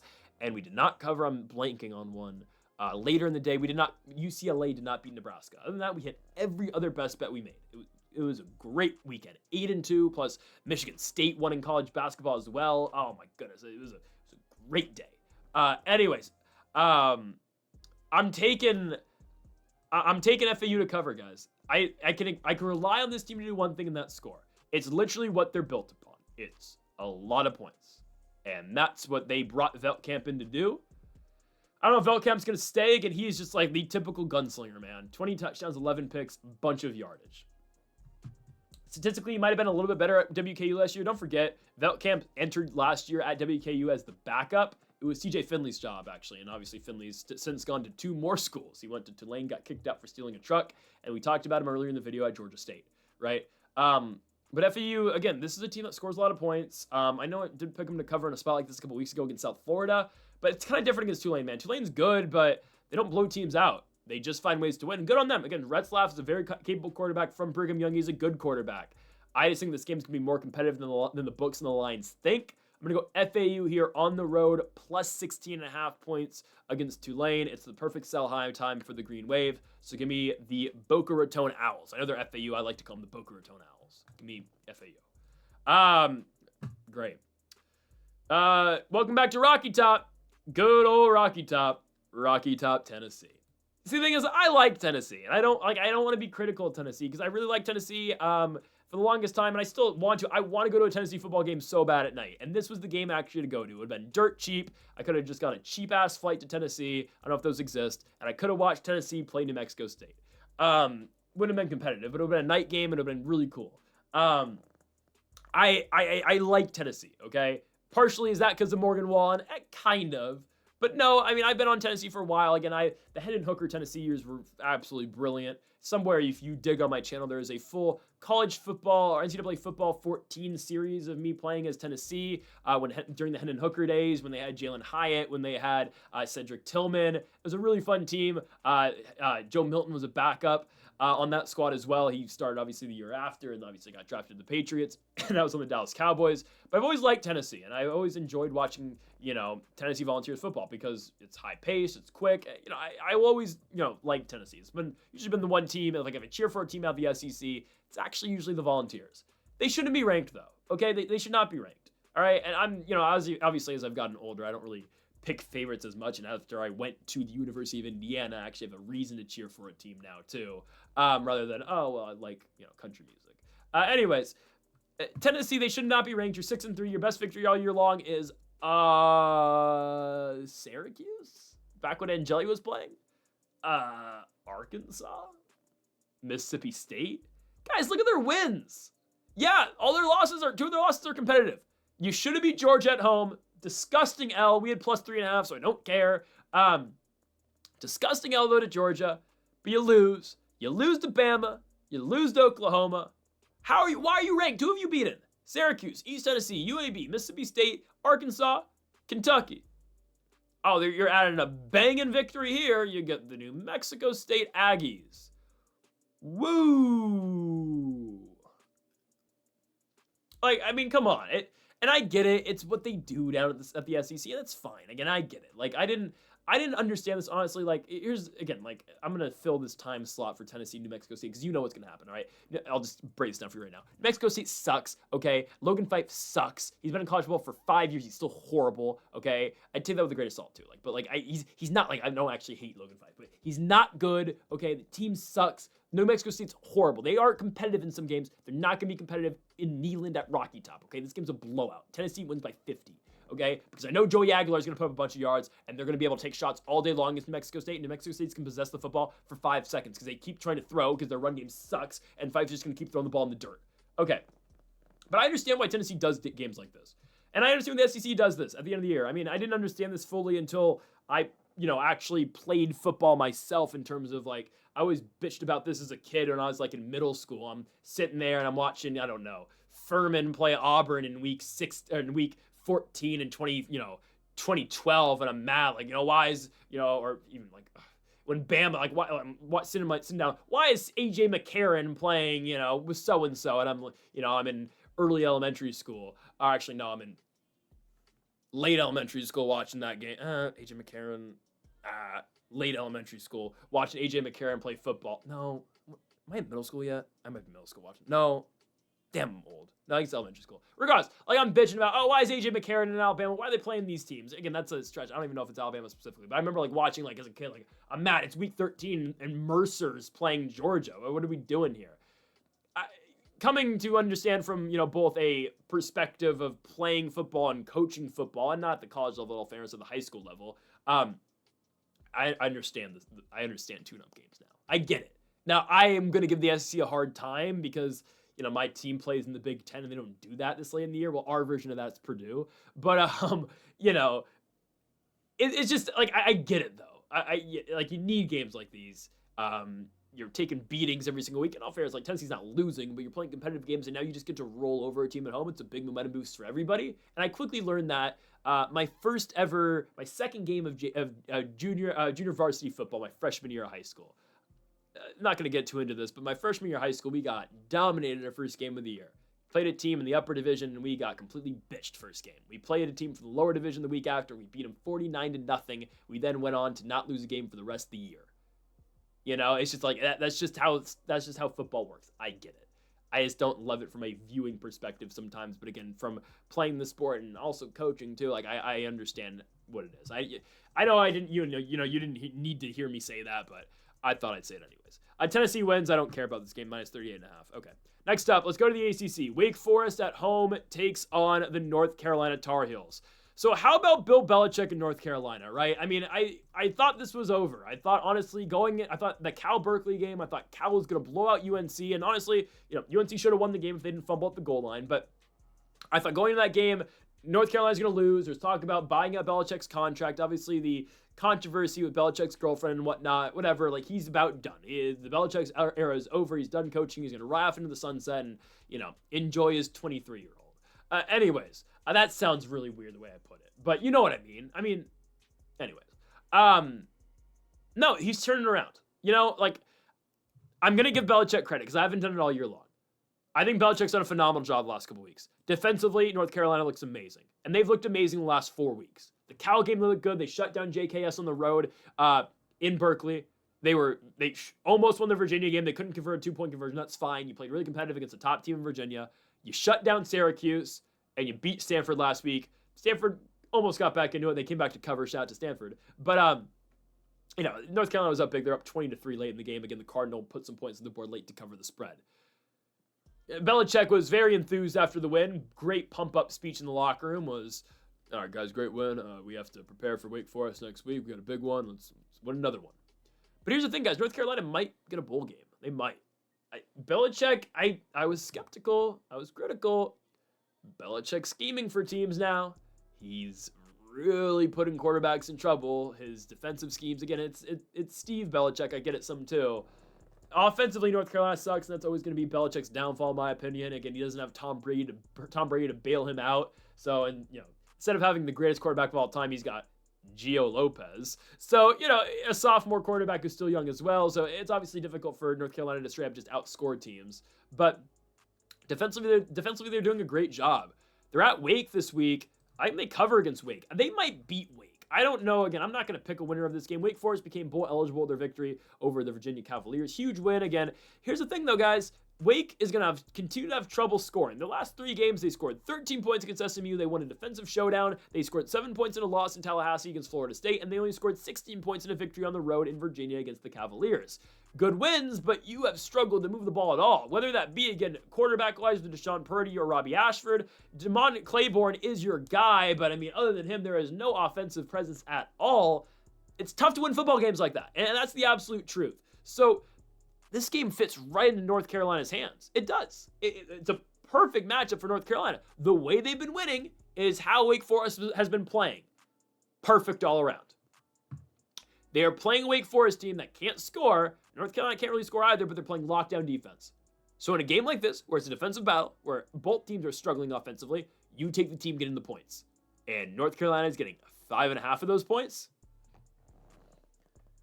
Sign me up for that. Absolutely. Sign me up for those 5.5 points for North Carolina. Am I thrilled with anything they do offensively? Of course not. I am not. They do nothing offensively that strikes me and I say, oh, wow, look at the UNC offense. Hell no. Defensively, though, they're really good, and Belichick, again, is starting to scheme for teams. Belichick's kind of figuring out again. Gramp still got it. I don't know, maybe. Jordan Hudson obviously sees something. Cha-ching. No, I don't know. I'm sure he's got a great personality. UNC plus 5.5. Go Tar Heels, right? Yeah, all right. Yeah, North Carolina at Wake Forest. Next, I can't believe I'm picking North Carolina now. That's crazy. Didn't think we were going to get there. Anyway, CUSA matchup. Oh, God. I'm doing it again. Give me the Liberty Flames. Oh, man. These guys. The most confusing football team of all time, the Liberty Flames. And, honestly, they've just always been the most confusing team, right? Remember when they had Malik Willis and they were, 7-5, but everyone kept raving about how good Malik Willis was, and you'd watch, you're like, all right, yeah, this dude's pretty solid, but is he, top quarterback material in the draft? Not really, but you want to believe because he's how good he is and how talented he is. And then he proceeds to be a career backup. I don't know. No one in that quarterback class really made it. I wish Kenny Pickett was better. Regardless of that, though, Liberty's confusing. Again, they went 7-5 with a top quarterback pick. Caden Salter comes around. They go undefeated, 13-0 in the CUSA. If they had a 12-team playoff back in 2023, Liberty would have been in the playoffs. They proceed to go play Oregon in the Fiesta Bowl, lose 45-6, and the program has not been the same ever since that point. It is what it is. They don't get it's I think it's a little bit of a hard sell to get guys to come to Liberty, I'm going to be honest. Again, I don't know if this applies to the players, but I know, again, Liberty is very harsh in terms of student life, in terms of not what they do. I have nothing against what Liberty does, at the university, but in terms of social life, I know Liberty's got absolutely no social life for the most part. In terms of late night stuff, I know they have a curfew. You have to be in your dorms. I think you can't go into other people's dorms too. I don't know if athletes are the same thing, so I'm not ragging on the university at all. I have no problem with what the university does. I'm saying though, I don't know. I think it's kind of a hard sell for athletes to get them to go there. Now I know BYU doesn't have trouble because I think pretty confident all the rules don't apply to the athletes like they do the students. I don't know if the same thing is at Liberty, though. Regardless of that, though, this Liberty team, again, they haven't really capitalized on the success they saw in 23. This season, they're just a mid-squad. They're struggling to make a bowl game. Will they get there? Probably not. I think they're going to finish 5-7. I think they're going to beat FIU this week. I think they're going to lose back-to-back to La Tech and Kennesaw State. But who knows, right? Because this is the most confusing team in football. Some nights they're great. Some nights they're horrible. I don't know how you go from scoring 59 points against Delaware to whatever the hell you did last week against Missouri State. Because I was very adamant on Liberty's not being Delaware. Delaware can score, Liberty can't. I love what Delaware does with Minchiucci in that squad. They're going to put too many points, and Liberty's not going to be able to respond. What happens when the game's actually played? Oh yeah, Liberty scores 59 points. Are we dead ass? Are we dead ass? They score 59 points. Oh brother. And then next week they score 17 against Missouri. Make it make sense, Ethan Vasco. Make it make sense. Evan Dickens has really come on. Their sophomore running back has been absolutely huge. This is a guy who used to be at Georgia Tech. He's played big games as of late against Delaware. 22 carries, 217 yards. The Blue Hens did not have an answer against Missouri State. 28 carries for 127 yards again against the two new squads in the CUSA. I'm only taking them because FIU sucks. But they scored 56 points in Middle Tennessee, but that doesn't count. Middle Tennessee's horrible. FIU, I believe they sat down Keon Jenkins for Joe Paninsky. He played early in the year, Joe. He's a senior quarterback who's been around college football since, I kid you not, 2020. Used to be at Holy Cross, finally got a shot at the FBS level. If I'm a guy, if I know I have the starting job at Holy Cross, he backed up Matthew Sluka at one point, overtook Sluka, who obviously went to UNLV and now backing up at JMU. If I'm Joe Paninsky, why would you leave Holy Cross to go play at FIU? You're the starter at Holy Cross. Holy Cross, once upon a time was playing competitive games against FBS schools when Sluka was there. Why would you leave Holy Cross unless you get pushed out to go be a backup in the CUSA? And if you get pushed out at Holy Cross, go start in the FCS. Go start at Portland State. Go start at Cal Poly. Go start in the Big Sky somewhere. EWU. Probably wouldn't start there. But go start at one of those schools. Regardless. I'm taking liberty to be at FIU. Again, Paninsky's starting now, so good on him. Good on him. Keyshawn Owens is good. I like Keyshawn Owens a lot. His ball carrying vision rating's low-key low. I've watched Keyshawn Owens quite a bit. He is a very good runner in open space. He makes very questionable decisions on how to get through holes and whatnot.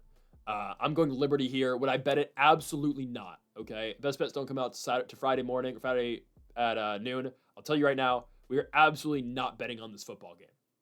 We are not getting close to it. Give me Liberty to win. I just don't care. I don't care. Good on them. They're gonna win. I have nothing else to say. Next up, let's go to a matchup here in the Sun Belt as well, now in the Sun Belt. Coastal Carolina takes on Georgia Southern. How about the turnaround for Coastal Carolina?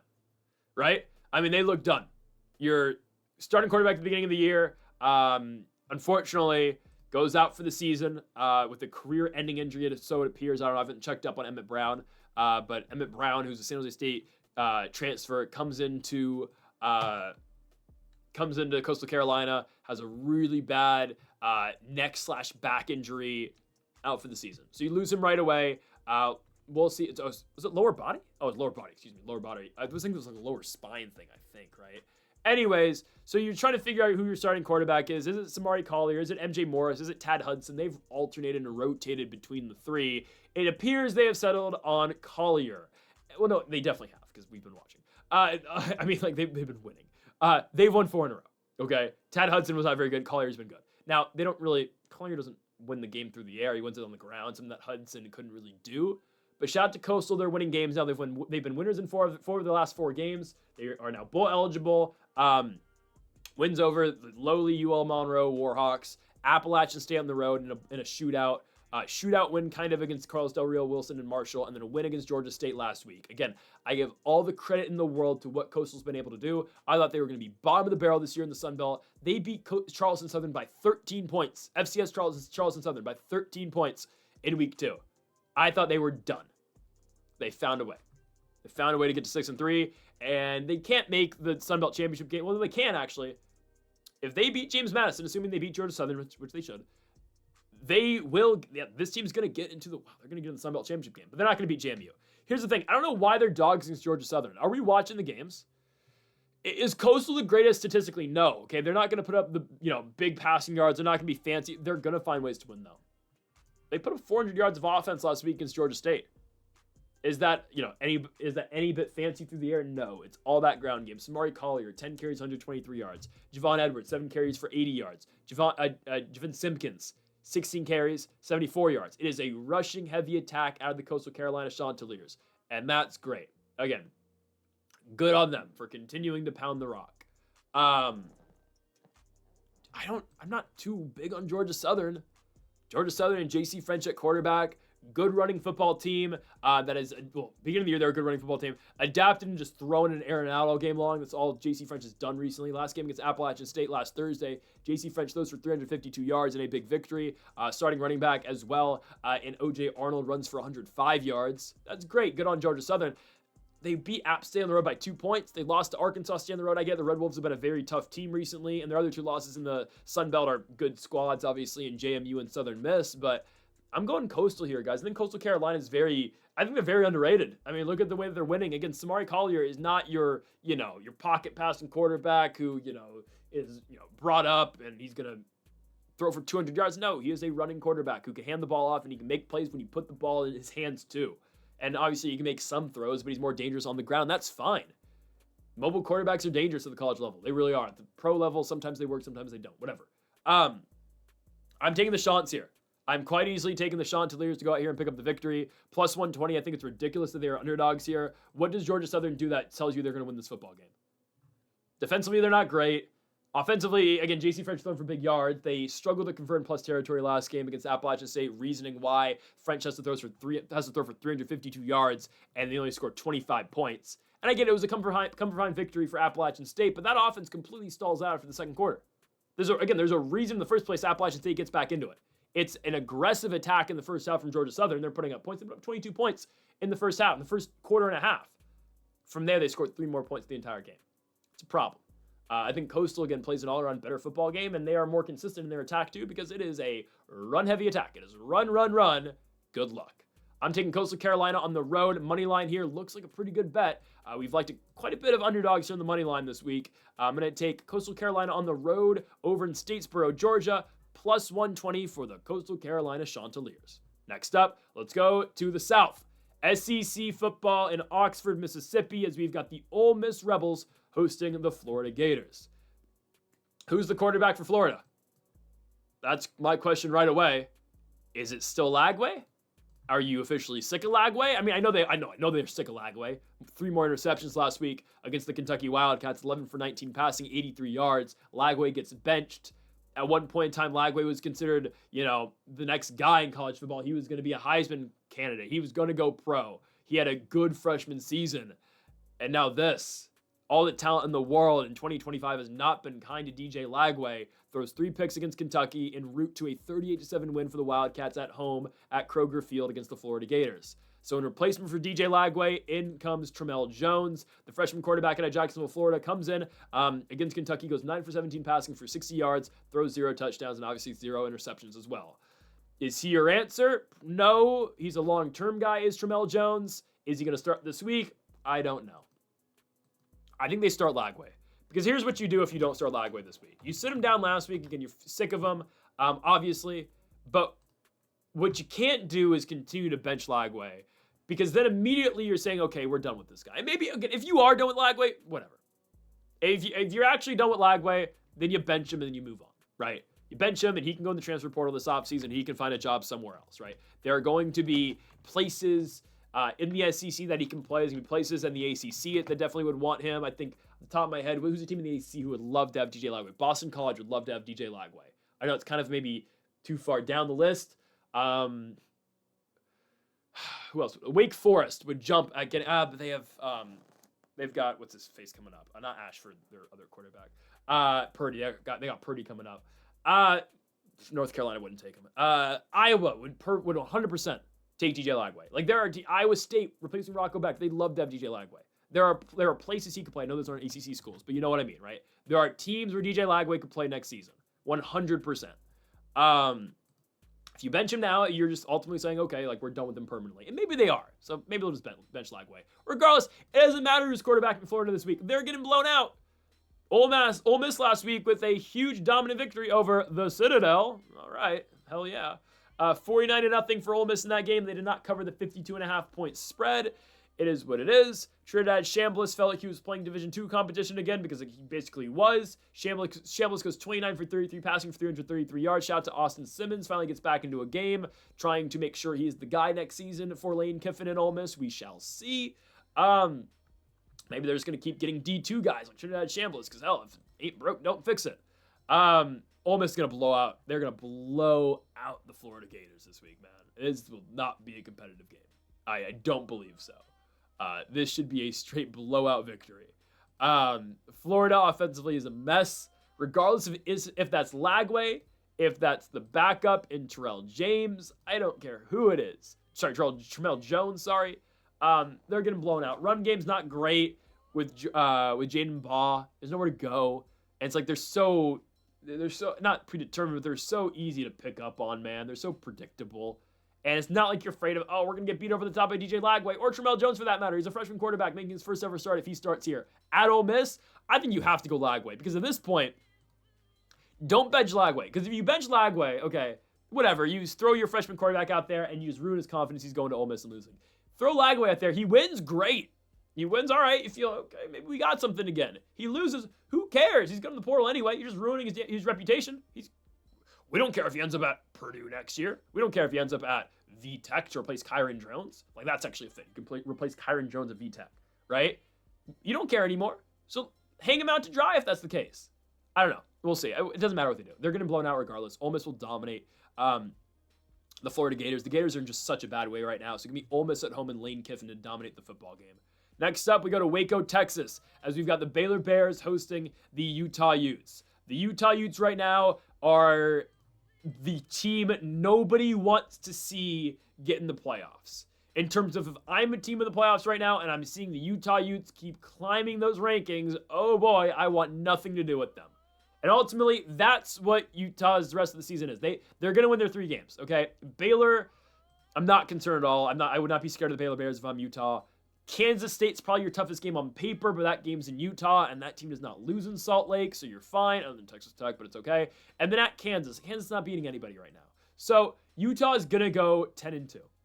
And from there, can they get in the playoffs? So let's use ESPN's All-State playoff predictor to determine if Utah gets in the playoffs. Right now, ESPN says they have a 24% chance of getting in the playoffs. They have a 79% chance of beating Baylor, which they're going to win. 85% chance of beating K-State. Sure. 81% chance of beating Kansas. They're going to win all 3 of those games. Will Utah win its conference championship game? The way we're seeing it right now, they're not going to get in. It's going to be Tech versus the winner of BYU and Cincinnati. Probably Cincinnati. I think it's going to be Cincinnati. It's at home. We'll get to that next week. I need to see, obviously, Cincy play this week, and we'll watch Brigham Young play TCU later in the day as well. Regardless, so we're going to say no on ESPN's playoff predictor. They don't make the game in general. What happens? They say Utah has now a 35% chance to make the playoffs. They have them in the playoffs as a 9 seed going to Oregon and losing. They have Indiana as a 2 seed losing to Texas Tech. They have Texas A&M winning the entire thing. All right, now. Anyways, it's just one simulation of a million, 100 million, a billion. Anyways, 100 billion and a billion, 100 million and a billion are different things. My goodness. Regardless of that, though, if you're in the playoffs, you don't want to see Utah. Look what they're doing right now. Oh, it's Colorado. Sure, they blew out Colorado. They blew out Cincinnati the week after, too. Cincinnati, guys, we went over it earlier. Yeah, that loss to Utah sucks. You control your own destiny in the playoffs still. You are in complete control of your playoff future. If you beat Cincinnati, if you beat Brigham Young and you win this week as well, you're in. That's exactly what Cincinnati's going to do. They're going to get in the Big 12 championship game. They're probably going to lose.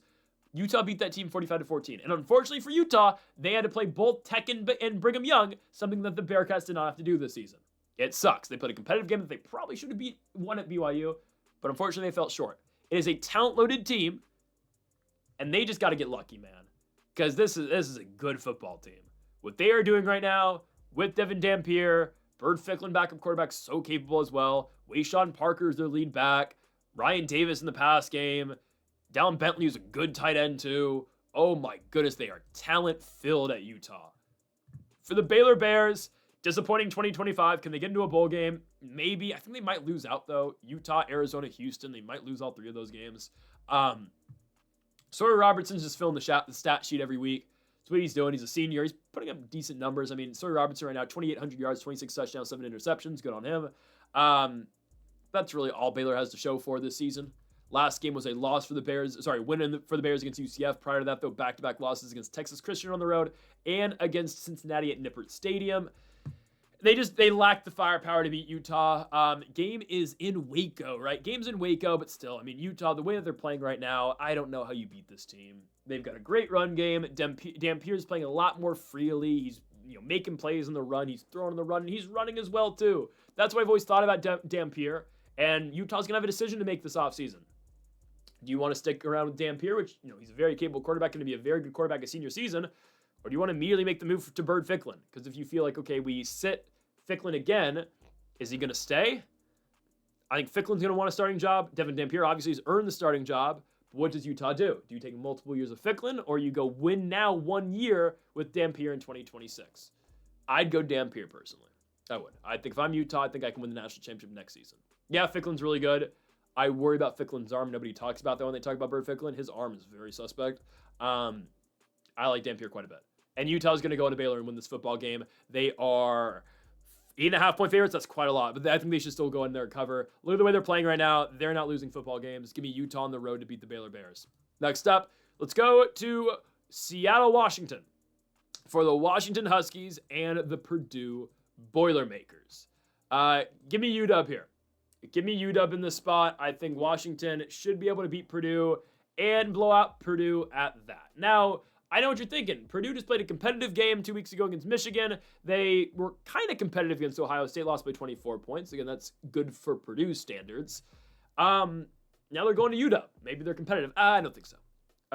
Washington also just lost to Wisconsin. Yeah, that's horrible. It's the worst game I've seen Washington playing quite a bit, and I've said this actually multiple times this season. You lost to a team that, that's kicker, that punter, Sean West, led them in passing yards. That's a disgrace. Damon Williams played a bad football game. He was active in the run game like he always is, but passing-wise, Damon Williams did not have a good game, and all around it just sucked for Washington. It's something that kind of flew under the radar on Saturday, not going to lie, because there's a bunch of games, obviously, like there every single week, and I kind of just dismissed that, Washington UW was going to be a game to watch, because who thought so? It ended up being a very good one, or not a good game to watch, just a competitive ending and a fun ending, kind of. No points were scored in the fourth quarter. It was not a fun ending. The very end was cool because Wisconsin stormed the field. I'll say that. If you're a UW, you can't win a game if you just don't score in the second half. I can, break this down as many ways as I want. That's the truth. If you can't score a touchdown, if you can't score a field goal, you can't do anything in the second half, you're not going to win the football game. And that's as simple as it gets. They take on Purdue this week. I know Purdue's looked better as of late. They play a competitive game against Rutgers, competitive game against Michigan. Only lost by 24 to Ohio State, sure. It's a whole other animal when you play Washington on the road, man. Here's the thing again. It's travel. It is. The Michigan game, that's not far. West Lafayette to Ann Arbor, that's right there. West Lafayette to Chicago, essentially Northwestern, that's right there. Minnesota, Minneapolis, that's there. South Bend, same state. You got to pack all your shit and go all the way up to Washington. I don't like it. I just don't. It's, it's a whole trip on over there, up to the Pacific Northwest. It's raining. It's cold's not going to affect them, but it's going to be wet. It's going to be moist out there. And UW gets loud, man. It's that weird stadium. It's Alaska Airlines Stadium. It's that weird, overhang. It's like it is at Lumen Field for the Seahawks. They do, I guess, same dude or same company built all the stadiums in Seattle, but it's the same type of, architecture, I guess, if you want to call it, right? It's the whole overhangs and it traps sound into the stadium. It's a tough place to play. And Washington is going to get their get back this week after losing last week. They were ranked and they lost to Wisconsin. They got embarrassed by Wisconsin. It's not going to happen back-to-back weeks, man. Damon Williams, another thing. Damon Williams cannot be his own leading rusher. Can't happen. Jonah Coleman, 5 carries, 2 yards. It is what it is. I think Coleman's playing this week. We're going to take UW here. We're going to take complete domination for Washington over Purdue. The Boilermakers are starting Ryan Brown at quarterback. Brown's been okay this year. Nothing to write home about. Purdue, they got a week off next week, then they get the Hoosiers, right? I hope they're excited to go play that game in West Lafayette because I know Indiana's going to beat the shit out of them in back-to-back seasons. Purdue's got nothing to look forward to anymore. I guess the Indiana game. They're going to Washington. They're going to lose. At some point, you're playing all these competitive games, and you're just going to, your season's over.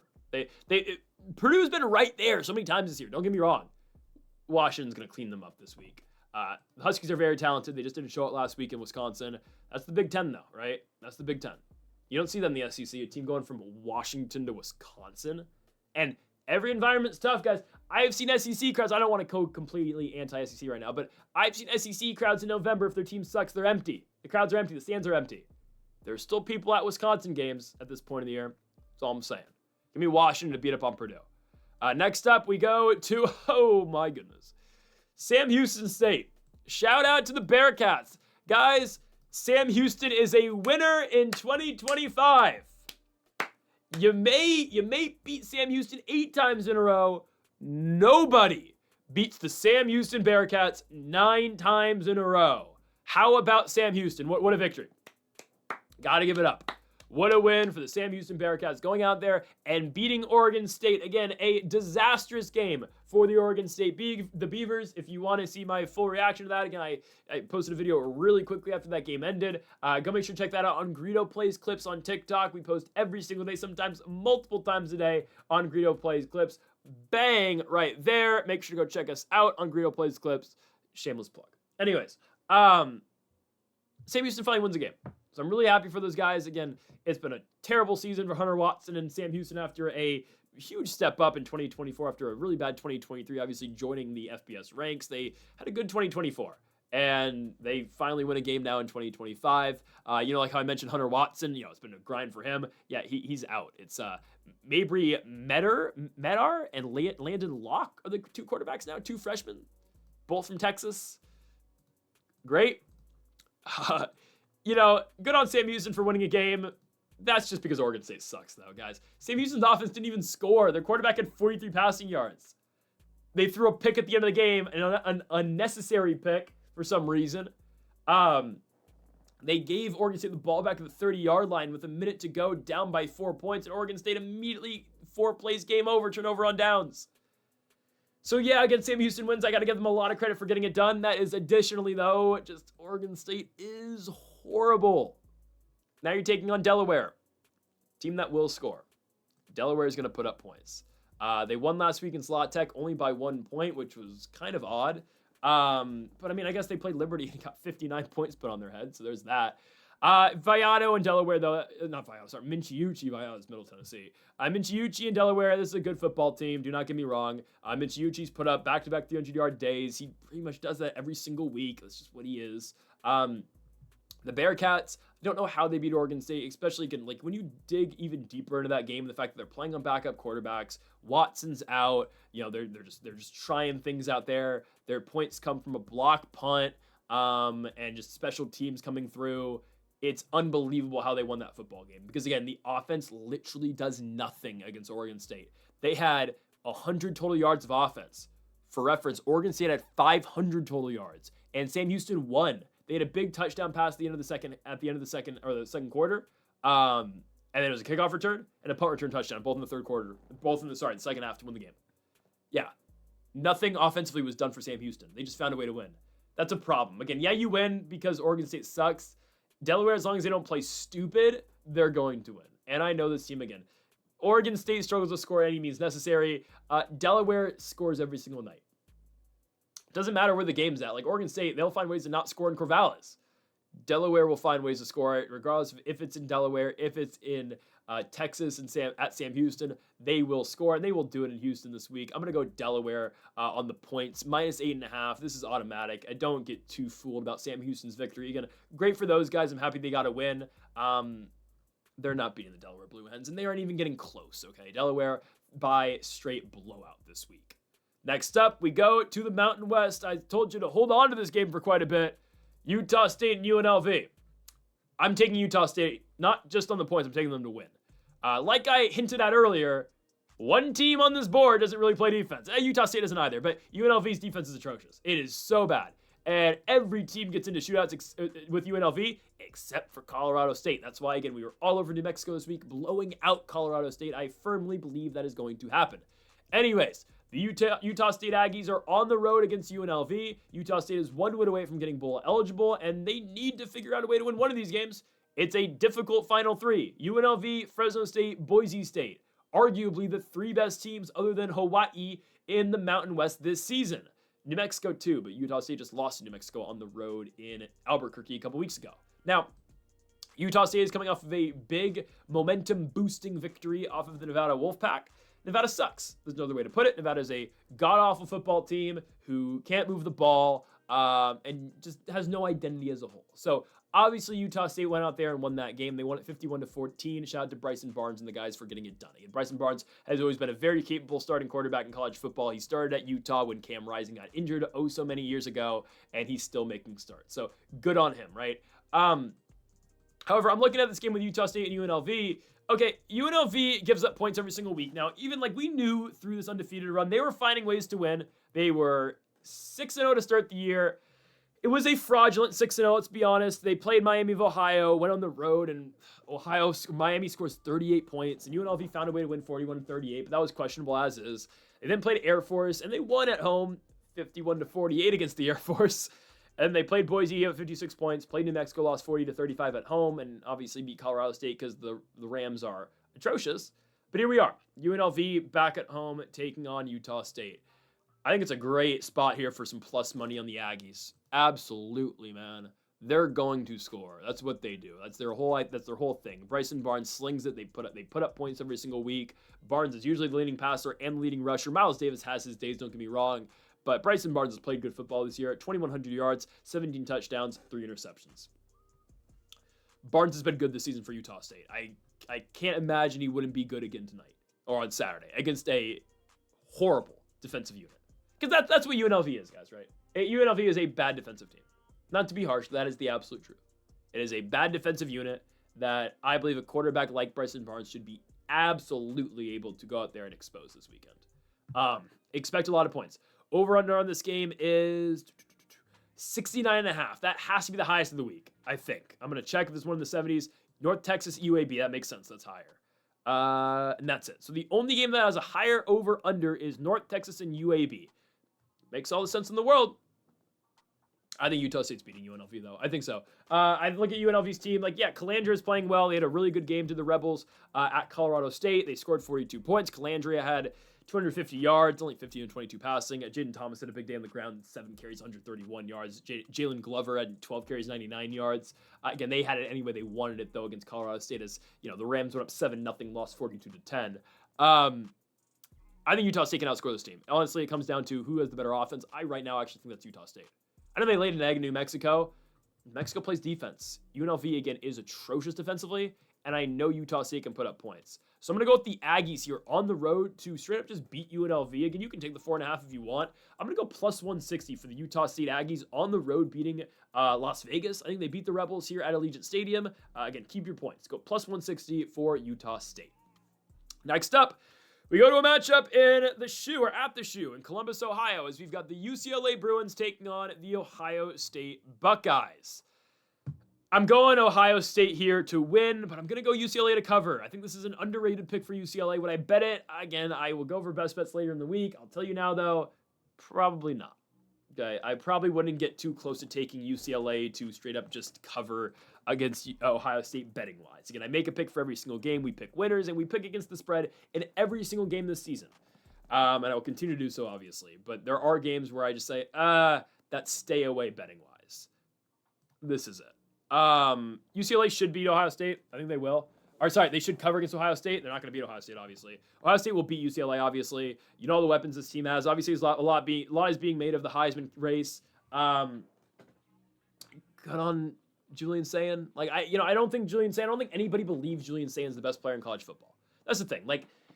If Julian Sayin wins the Heisman, it would have been if Mac Jones had won the Heisman when Devontae Smith won the Heisman Trophy. But yet, not even close to that, because Mac Jones had a really good year, and he obviously had more receivers than Devontae Smith. And obviously, right, Jones's core at Alabama was loaded. But if Julian Sayin wins the Heisman, it's all right, he's got Jeremiah Smith, he has Carnell Tate. Obviously, any quarterback in college football would put up these numbers. And yes, Sayin's been good. And you compare him side by side with Mendoza, I believe they're very close to each other. And yes, Ty Simpson's involved as well, but 1 and 2 right now in the odds are Mendoza and Julian Sayin. Technically, Sayin's numbers are better. 2,500 yards, 24 touchdowns, 4 picks. Mendoza, 2,400 yards, 26 touchdowns, 5 picks. They are almost identical lines, and Mendoza's going to be able to run up these lines coming up in a couple weeks. But I don't know. Ohio State has one more game. So who knows? Sayin's numbers are going to be better. But obviously they are, look who he's throwing the ball to, the Heisman Trophy goes to the best player in college football, the player that's most valuable to their team. Julian Sayin's nowhere near the most valuable player on his team. It's Jeremiah Smith. You could argue it's Carnell Tate over him too. Those are the most valuable players on Ohio State. It is not Julian Sayin. And Sayin said it himself, he believes Jeremiah Smith should win the Heisman. If we're going the direction of Ohio State, if a Ohio State player winning the Heisman, it should be Jeremiah Smith. Jeremiah Smith just doesn't have the numbers though, because he has to split receptions and targets at times with Carnell Tate. So obviously it's not going to be there. But Heisman should go to Mendoza. Now, again, Sands playing good football. Again, why wouldn't he? He's playing really well. Again, we thought he might have struggled week 1 against Texas, but he did. But Sands been perfectly fine since then. They're playing good football, and Ohio State's #1 in the country, 9-0. They'll beat UCLA. Why do I think UCLA is going to cover? Because I'm watching actually on Nico Amalavia, and they're saying it differently. They say it different every week. But I'm watching how Nico's actually playing recently. And watching Nico on a week-by-week basis, I know he was not very good in the Indiana game, yet we still took UCLA to beat Nebraska. Partially that was because, Indiana's just that good. They lost to Indiana. Who cares? They lose to Nebraska. I'm telling you, that game is nowhere close if Nico's not playing. For the first time in the entire season, guys, you're going to hear me praise Nico Amalavia. Nico Amaliva. First time off the season, I'm going to praise him. They're not close if it's not for Nico in that game. The plays Nico is making to stay in the pocket, stand in, take shots, take hits, scramble outside the pocket, make throws on the run. They don't win that game if it's not for the performance of Nico Amaliva. He plays phenomenally in that game. And now, maybe if that team invests in some other players, in some other skill players, in a defense, maybe UCLA is actually going to be somewhat playable down the stretch in the Big Ten. For now, can't do it. But yes, Nico's playing good football. I have to give credit to where credit is at, and that's why they're going to cover against Ohio State. Is Ohio State right now a top 2 team in the country? Undoubtedly. Julian Sands playing good football. The defense is phenomenal too. But asking them to cover 31.5 points, especially against UCLA, I mean, hell, Ohio State beat Purdue by 24 last week. Is anyone debating that UCLA is not better than Purdue? I know they are. They're better than Purdue. Ohio State beat Wisconsin by 34. I think it's the spot where UCLA can be competitive. I get they're at the shoe, hostile environment. I'm going to take Nico and UCLA. I'm going with the Bruins. Plus 31.5. Would I bet it? Absolutely not. But give me the Bruins here on the road. Next up, we go into a big game here in the SEC. Georgia versus Texas. A game that honestly should eliminate the loser. Well, should eliminate Texas. It should. I mean, I don't know how you couldn't if they don't win this game. We'll get into that in a second. Who wins it? Georgia. It's not even that competitive in my opinion. Last year, these two teams met in Austin. Weird game. Referees changed a call because Texas fans threw beers onto the field. They changed the call because they wanted to appease the crowd. It was ridiculous stuff. Regardless, the Georgia Bulldogs held on to the lead at the end. Beat Texas at home 30-15, in Austin 30-15 last season. Georgia's much better than Texas this year, and it's really not that close. Texas isn't good. Oh, they beat Vandy. Obviously. Who was drinking the Kool-Aid on Vanderbilt? Pavia's never been that great. Yes, he's a good player for Vandy. He's not a Heisman type player. He can't put that team on his back like that. Texas has talent. We've known that. Their defense has always been solid. I know they got into a shootout with Mississippi State, but still, their defense is good enough. And Arch Manning actually has a good game against Vanderbilt.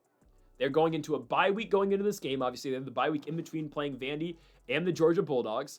Georgia last week played Mississippi State on the road and were successful with Gunnar Stockton and company. And Nate Frazier, 181 yards on the ground.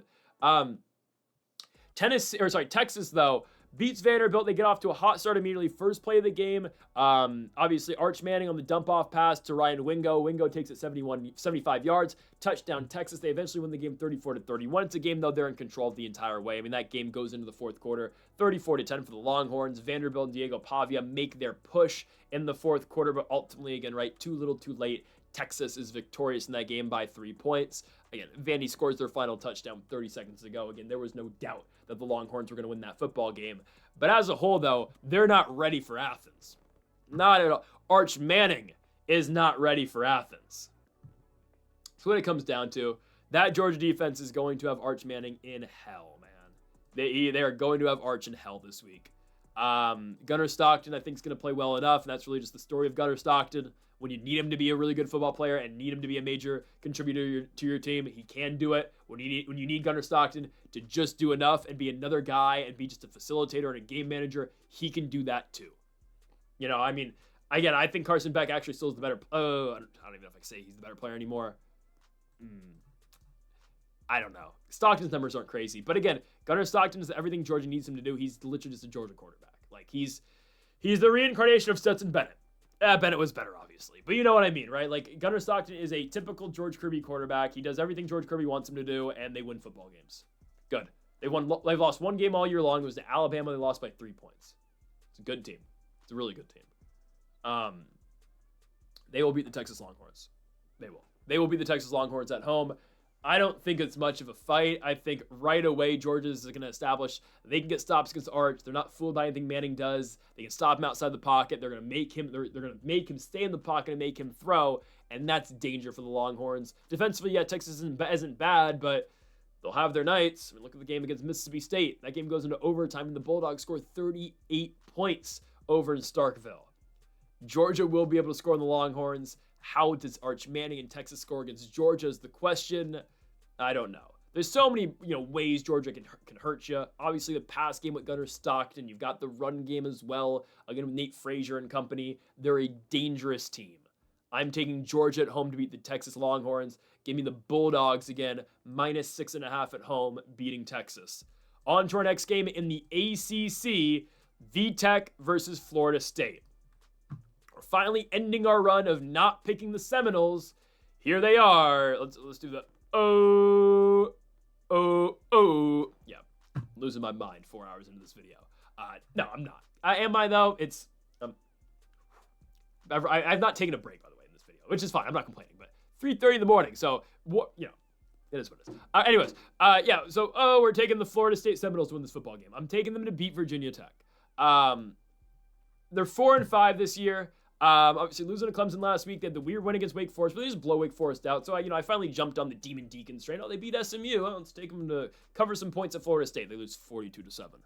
And then Wake next week goes on the road and picks up a huge victory against Virginia, which again, like if Chandler Morris never gets hurt, I don't think that Wake wins that game. But regardless, here comes Florida State. They're back and taking on VTech.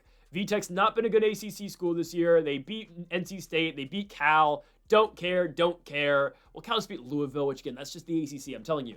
The ACC in terms of, anybody can beat anybody is just the new Pac-12. Because that's what always happened in the Pac-12. You go on the road and you go play Stanford on the road, you go play Arizona State on the road, you go play Utah on the road, even though those teams might not be good that particular season. Trap. That's what the ACC is, man. It is.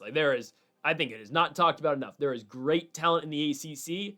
They don't have the powerhouses anymore because there's not, Clemson's not the dominant force they used to be. That every single year, Clemson's number one, Clemson's going to the playoffs. They're automatically winning the ACC. As the preseason polls come out, we know Clemson's winning the ACC. It's not a thing anymore. That's why they get forgotten about in terms of SEC, Big Ten, and there's the ACC and the Big 12. And ACC's they might get 1 or 2 bids this year. It's going to be bad. But my point with all this being is there's a lot of good talent in the Atlantic Coast Conference.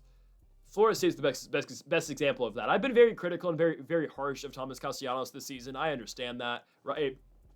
I've gone after Castellanos quite a bit. I've said that he's overrated, can't really throw. He's a running back at quarterback, and if you can, force him to stay in the pocket, you have a very good chance to beat the guy. Well, all that is true. There's still a lot of talent in Florida State, and I say that, I'm being critical on purpose for Thomas Castellanos because, you're expected a lot being the starting quarterback of Florida State. It's a prestigious university, prestigious program. I don't think the university is all that prestigious to getting into. Anyways, though, no disrespect if you go to Florida State. I'm sure you're having one hell of a time out there. Anyways, Florida State, I have reason to be critical of Castellanos because I didn't really think he was that great at Boston College last year. I thought they were better at the end of the year with Grayson James, and here we are. I think FSU dominates VTech this week, though. Virginia Tech is nowhere near the level of Florida State. Virginia Tech, again, I'm critical about Florida State for a reason every single week because you beat Alabama to start the year, and then all of a sudden you just can't win a game, and, Castellanos has been figured out. Virginia Tech has been figured out the entire year. I'm surprised Drones hasn't gotten benched yet. I don't honestly know who the backup is, though. Is it Garrett Rangel? Or is it one of the freshmen? I think it's Garrett Rangel's their backup, who has been with Oklahoma State for 3 years. Probably wish he stayed right now, but obviously they have no one better that they have no one who they think is better than Kyron Jones. Okay, they are a stagnant offense. They don't move the ball at all. It's not that good of a team. It's not talent-wise from top to bottom. They're not that talented. Florida State is the better squad, and again, we forget about Florida State all the time too. All the 5-stars go to Florida State. Like in games like this where it's meaningless at the end of the year, but more guys are getting opportunities. and Florida State's season is over in terms of playoffs wise. They still have a lot of talent that can go out there and win you football games. So they're going to do that exactly this week. Give me FSU here at home to beat the VTech Hokies. Minus 13.5 for Florida State, again beating these lowly Virginia Tech Hokies. Next game, SEC. Mississippi State's at Missouri. I don't believe in Missouri at all. I don't. Missouri, I mean, they shouldn't be ranked. Will they be ranked? Maybe. I don't know. I think they're still ranked in the AP poll, right? So we don't have the college football playoff poll yet. But in the AP poll, the coaches poll that just got put out, yeah, Missouri's 24. How? Who's voting for Missouri? What have they done? Who has Missouri beat and say, oh yeah, they're a top 25 team in the country? Who have they beat? Kansas? I wouldn't sucks now. The Gamecocks? South Carolina? I rather whatever Jack State at this point. Auburn on the road? Who cares? Who have they? They haven't beaten anybody. How are they ranked? It doesn't make sense. How is JMU not ranked? They're ranked 25th. Whatever. How is South Florida or how is North Texas and South Florida not ranked? But you got to rank Missouri. Missouri's ranked above JMU. Oh my goodness, I'm losing my mind. I'm losing my mind with these damn rankings sometimes, man. It makes no sense. I get it for teams like Texas. Like, oh well, they have 4 losses. Like after this week, they're on 4 losses, but we gotta keep them ranked. I get it. Look at their wins. Missouri's beating nobody. It's not a good team. I don't get it. I don't understand. On top of that, they're a backup quarterback. So, by the way, what happened to that? Jordan Travis doesn't play for Florida State. Oh, we gotta bump down the rankings. Bro Prabula's out. I mean, respect Matt Zollers, their freshman quarterback out of Royceford, Pennsylvania. Bro went 7 for 22 passing against A&M. Come on now. Mississippi State, 5-5 team, somehow a game away from getting bowl eligible. Oh, because they won their first 4 games of the year. There's a really good chance Mississippi State beats Missouri, guys. I'm not going to say right now that they're going to. I'm not that confident in it. I'm very confident in the fact that Mississippi State's going to cover 6.5 points. 100%. Okay, I'm not going to guarantee it, but I can very confidently tell you that they're probably going to cover here. Missouri's not good, okay, especially without Prabula. They weren't good as a whole. They were just a team that was carried, and I'm sure his back was sore from carrying the team, Ahmad Hardy. Ahmad Hardy's a sophomore running back, 170 yards, 170 carries, 100,000 yards. Hardy was great this year. He's been great. He was a 1,300-yard rusher last year at ULM. He's been great at Missouri this season, okay? Next step up, Indiana Hoosiers next year. No, NFL maybe. We'll see. Regardless of that, though, they have been led by Ahmad Hardy. There's only so far he can take this team. They're obviously kind of figured out. Teams know about Ahmad Hardy now. He is well known within college football.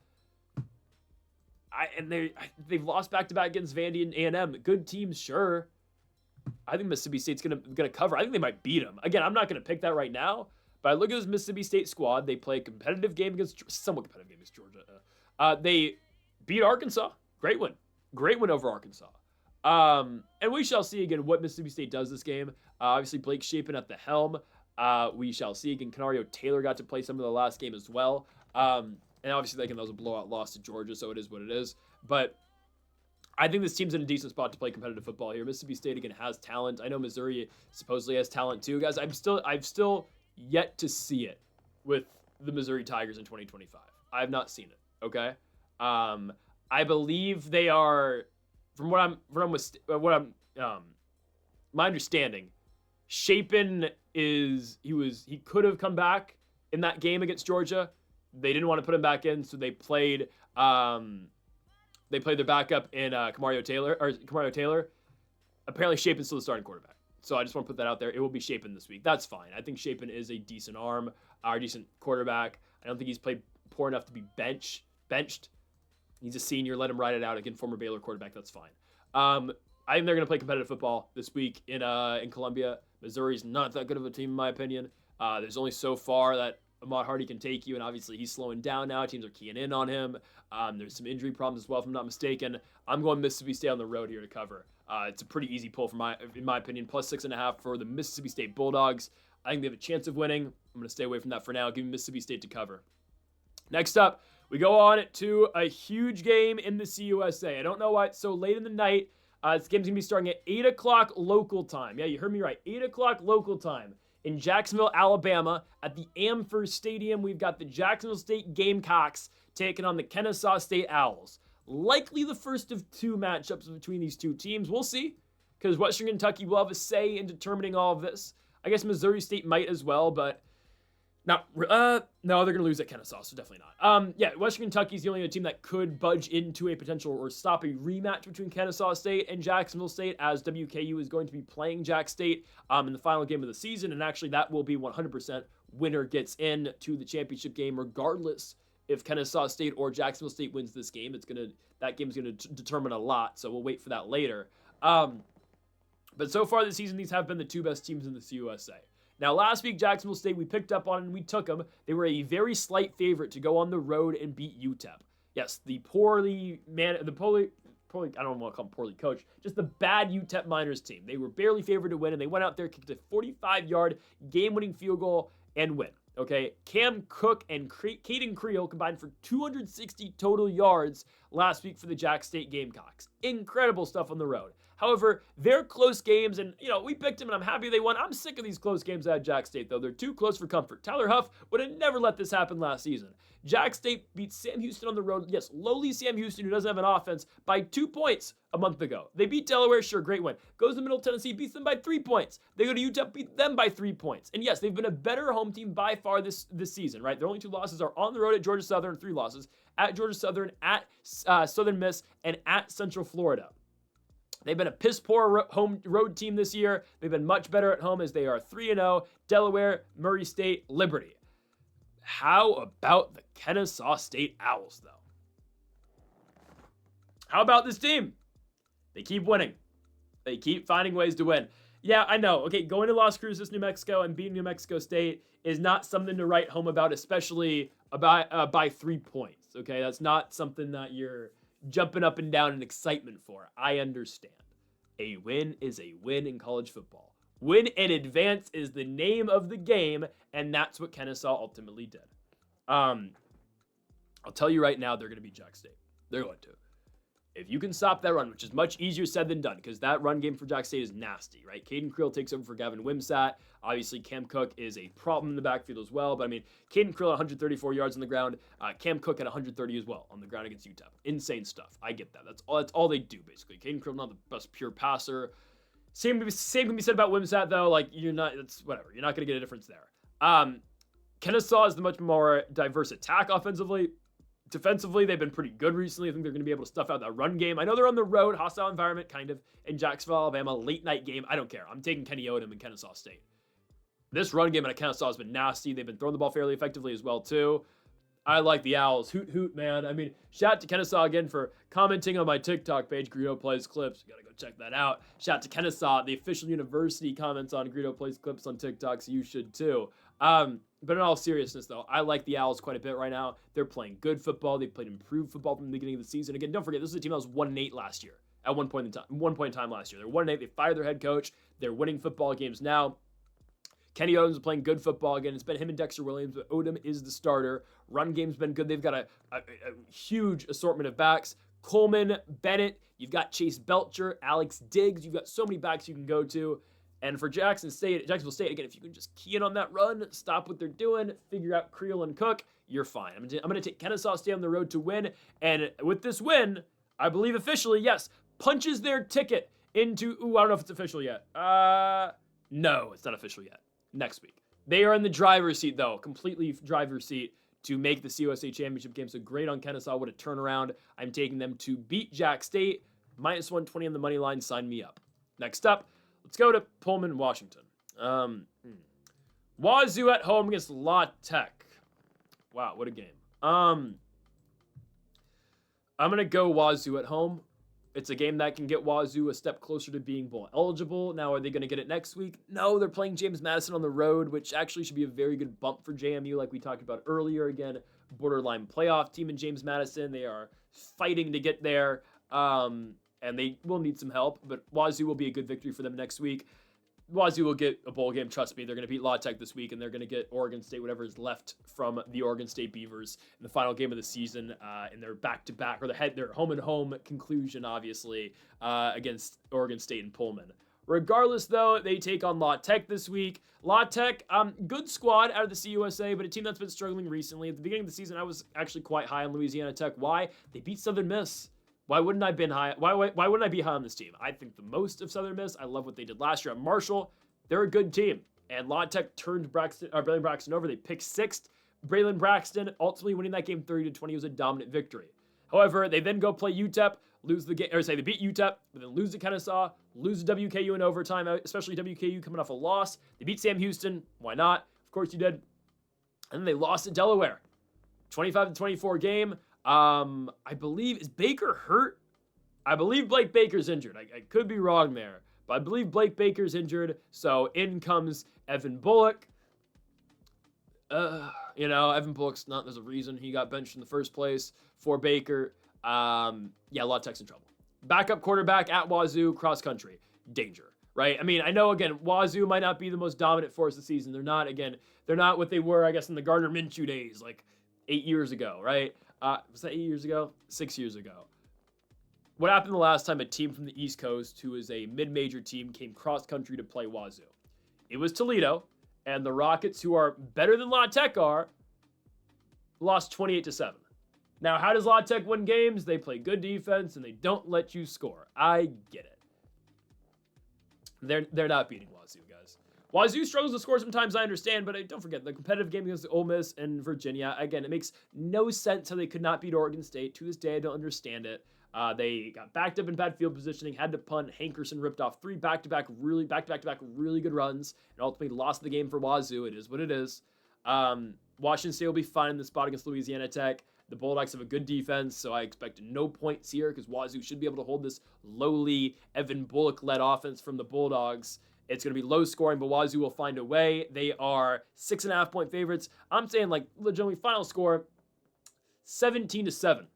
That sounds like a final score for this football game. Maybe Wazoo gets a little bit more. That's kind of what I'm thinking here. It's going to be Washington State at home to beat La Tech with Zevi Ekus and the guys, again, from the Washington State Cougars. Next up, the biggest remaining game of the day, I guess, of the week. There's one coming up in the Mountain West in just a few moments. Brigham Young at home against Texas Christian. TCU goes on the road to take on BYU after a disastrous loss last week. Iowa State had not won a football game in 6 weeks or something like that, 4 weeks, 5 weeks. And they walk into Fort Worth, Texas, and they beat Texas Christian. Are we dead ass?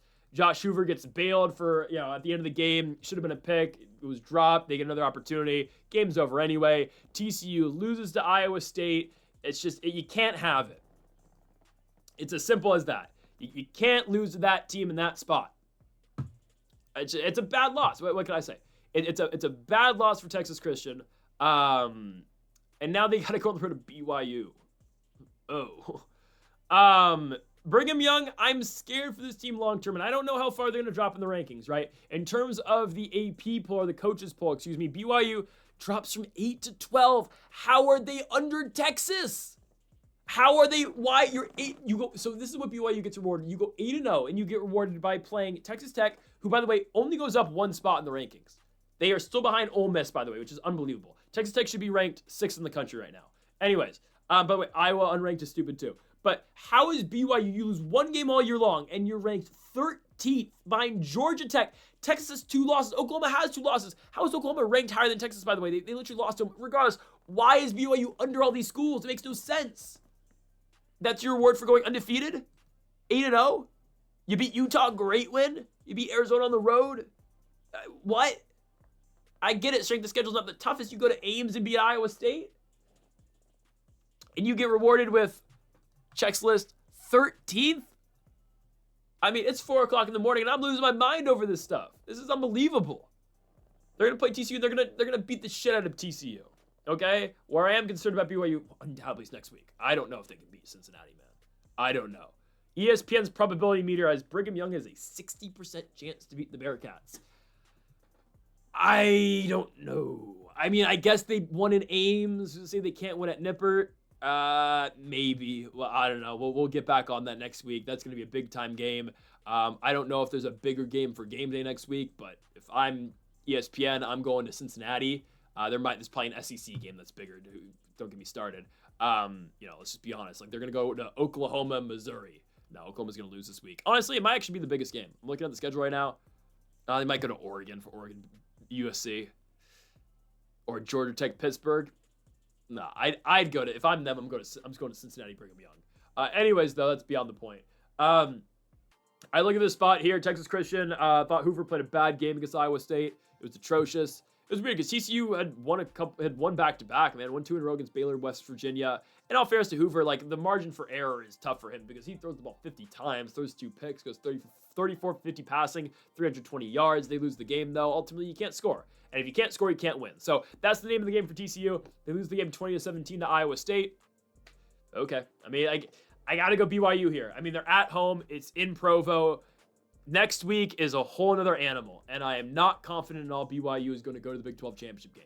I'm not confident. I think Cincinnati might get them next week. That's besides the point. That's for next week. For now, yes, I'm taking Brigham Young to beat Texas Christian. Bear Bachmeier, again, you don't need to understand it. You just need to watch him do his thing. Okay, they did not play well last week at all against Texas Tech. It should show you how good Tech is. Home field advantage was pretty big for Tech as well. If they get him again in the Big 12 title game, they kind of go to Dallas and play them. Great. Bachmeier couldn't pull his magic, and Tech really contained Bachmeier. I mean, 12 total rushing yards for Bear Bachmeier is insane. That's this whole game. That's how BYU's built around, is Bachmeier running, and Tech found a way to stop that. So we'll see what they do this week. I don't think they're going to have those problems against Texas Christian. Next week against the Bearcats, watch out. But we Brigham Young for now at home. They will win and cover 5.5 points against the TCU Horned Frogs. On to our next game. Let's go to San Diego, California. Talking about blowing it. Oh my goodness. SDSU. Oh. I mean, I thought Hawaii was going to cover. I didn't think they were going to win. That game wasn't close. It was not a competitive game. 38-6 for Micah Alihado and the Hawaii Rainbow Warriors, who are now 7-3 and are going to get a pretty good bowl game. They might get the Las Vegas Bowl. No, they won't get that. They might get the Los Angeles Bowl. Legitimately, that might be Hawaii's bowl game this year. So good on them. They probably can't make the Mountain West Championship game. Actually, wait. Hawaii's in the driver's seat to make the Mountain West title game. Hold on. They actually are. Oh my goodness. Wait. No, Hawaii's going to get in. No shot. They are. If Boise wins, Hawaii's in the Mountain West title game. And Hawaii's going to get to go to Boise for the Mountain West title. Wow. Wait, but no. Is that Fresno, though? No, Boise's got 1 loss. Yeah. Wow. That's crazy. Alijado's going to get a chance in the... That's... Man. Wow. Odds-wise, Hawaii is 5th. How? Because they have the tiebreaker. Oh, but there's a bunch of 2-loss teams. That's why. I don't know. Odds-wise, it's SDSU, Boise, UNLV, New Mexico, Hawaii, Fresno. Okay. Regardless of that. That doesn't matter right now. I'm taking Boise to beat San Diego State. What a blown game, by the way, again, last week for San Diego State, right?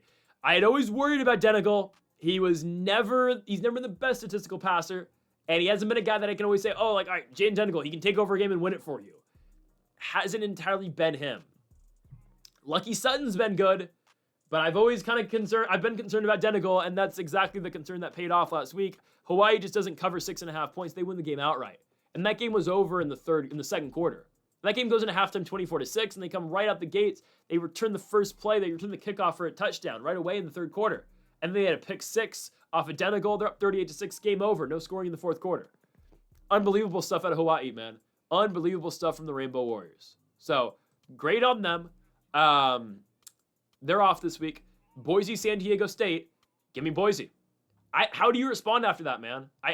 I don't know how you come back from that. I'm so serious. Like, that is such a horrible L to take. You have to fly across the Pacific Ocean. What is that flight back like?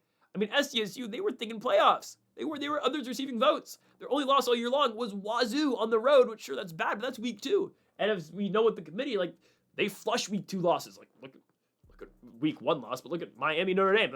We forget about that game now, right? If you lose in week 1 or week 2, it just doesn't matter anymore. So San Diego State was thinking playoffs, and they get blown out on the islands. You return home to take on Boise, but Boise, they lost 2, though. That's the thing, lost to Fresno. I think Boise's better than SDSU, though. I really think they are. Maddox Madsen, again, has the experience. We'll see if Madsen plays. Had to exit the Fresno game, right?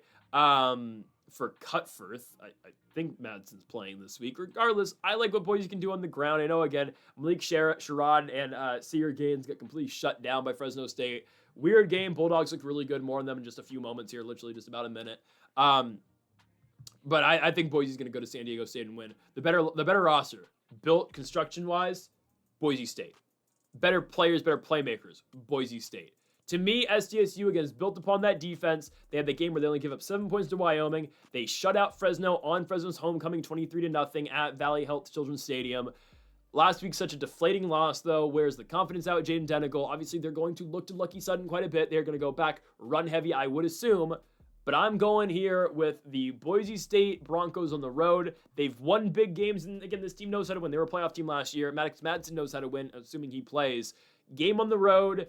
This is for a berth in the Mountain West Championship game. Essentially, this is what this is. Because Boise's got 2 more games. I mean, they could lose to Utah State, but they're not losing to Colorado State. So this is a game to get in the Mountain West title game. Boise's going to find a way to execute. They will beat San Diego State. Boise State on the road, money line, plus 120 for the Broncos. To our final game of the week, let's go to the Valley. Fresno State at home against the Wyoming Cowboys. Wyoming can give you trouble, man. Wyoming can, right? I mean, they lost their last game on the road at Snapdragon to San Diego State 24-7.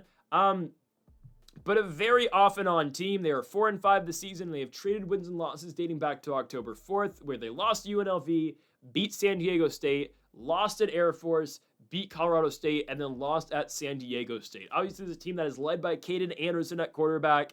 Anderson's not going to do anything that's going to be a decision maker in the final outcome of the game, I'll say that. But he does enough, and he's a facilitator. He's a game manager. Same thing about Fresno's quarterback right now, Carson Conklin.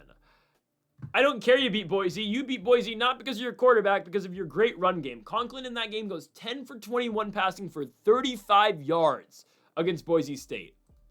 I mean, one would think EJ Warner has to start this week because you won without a quarterback, but you remain adamant on not playing Warner, who you paid a bunch of money to in the portal.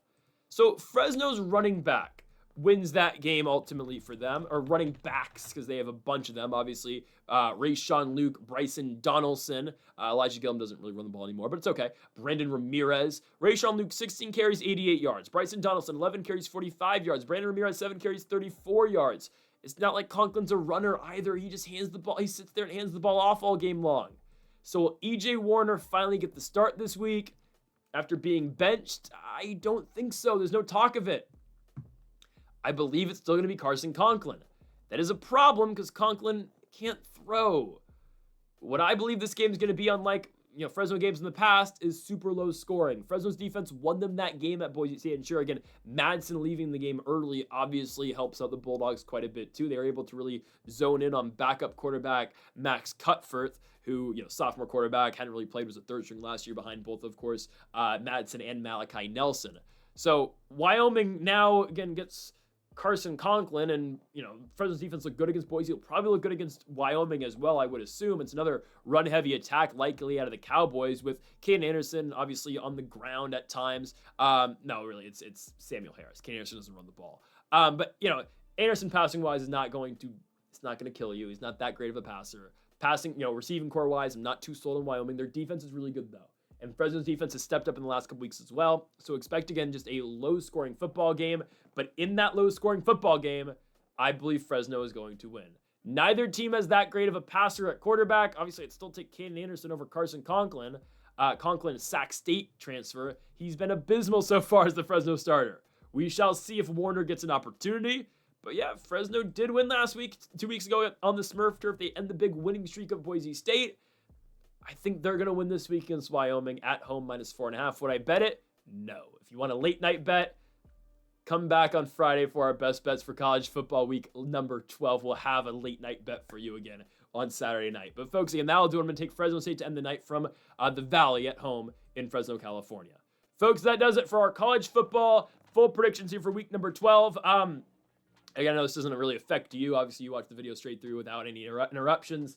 This is the longest I have gone consecutively talking in my life. I'm so serious. I've never talked for 4 hours and 21 minutes straight, but I have accomplished exactly that today. 0 cuts in this video. I did this straight through. Yeah, it's a process, but I enjoy doing it. So I'm glad you guys, again, enjoy watching. If you did enjoy the video, again, all I ask you guys do, hit that subscribe button down below for more. Leave a like. It helps the channel greatly. Again, I mean, I don't really pay attention to other, videos on YouTube. I don't know how many people are doing 4 hours and 21 minutes straight of college football predictions with every single game, G5 included. So again, if you do enjoy it, hit that subscribe button down below for more. We only have 2 more of these for the rest of the season before, again, we get into conference championship games and bowl season, but obviously that's not as long as this is. So folks, thank y'all for watching. Make sure to hit that subscribe button down below for more. Make sure you like if you enjoy the video. Make sure to comment if you do disagree with any of the picks. Folks, thank y'all for watching, and Mamba forever.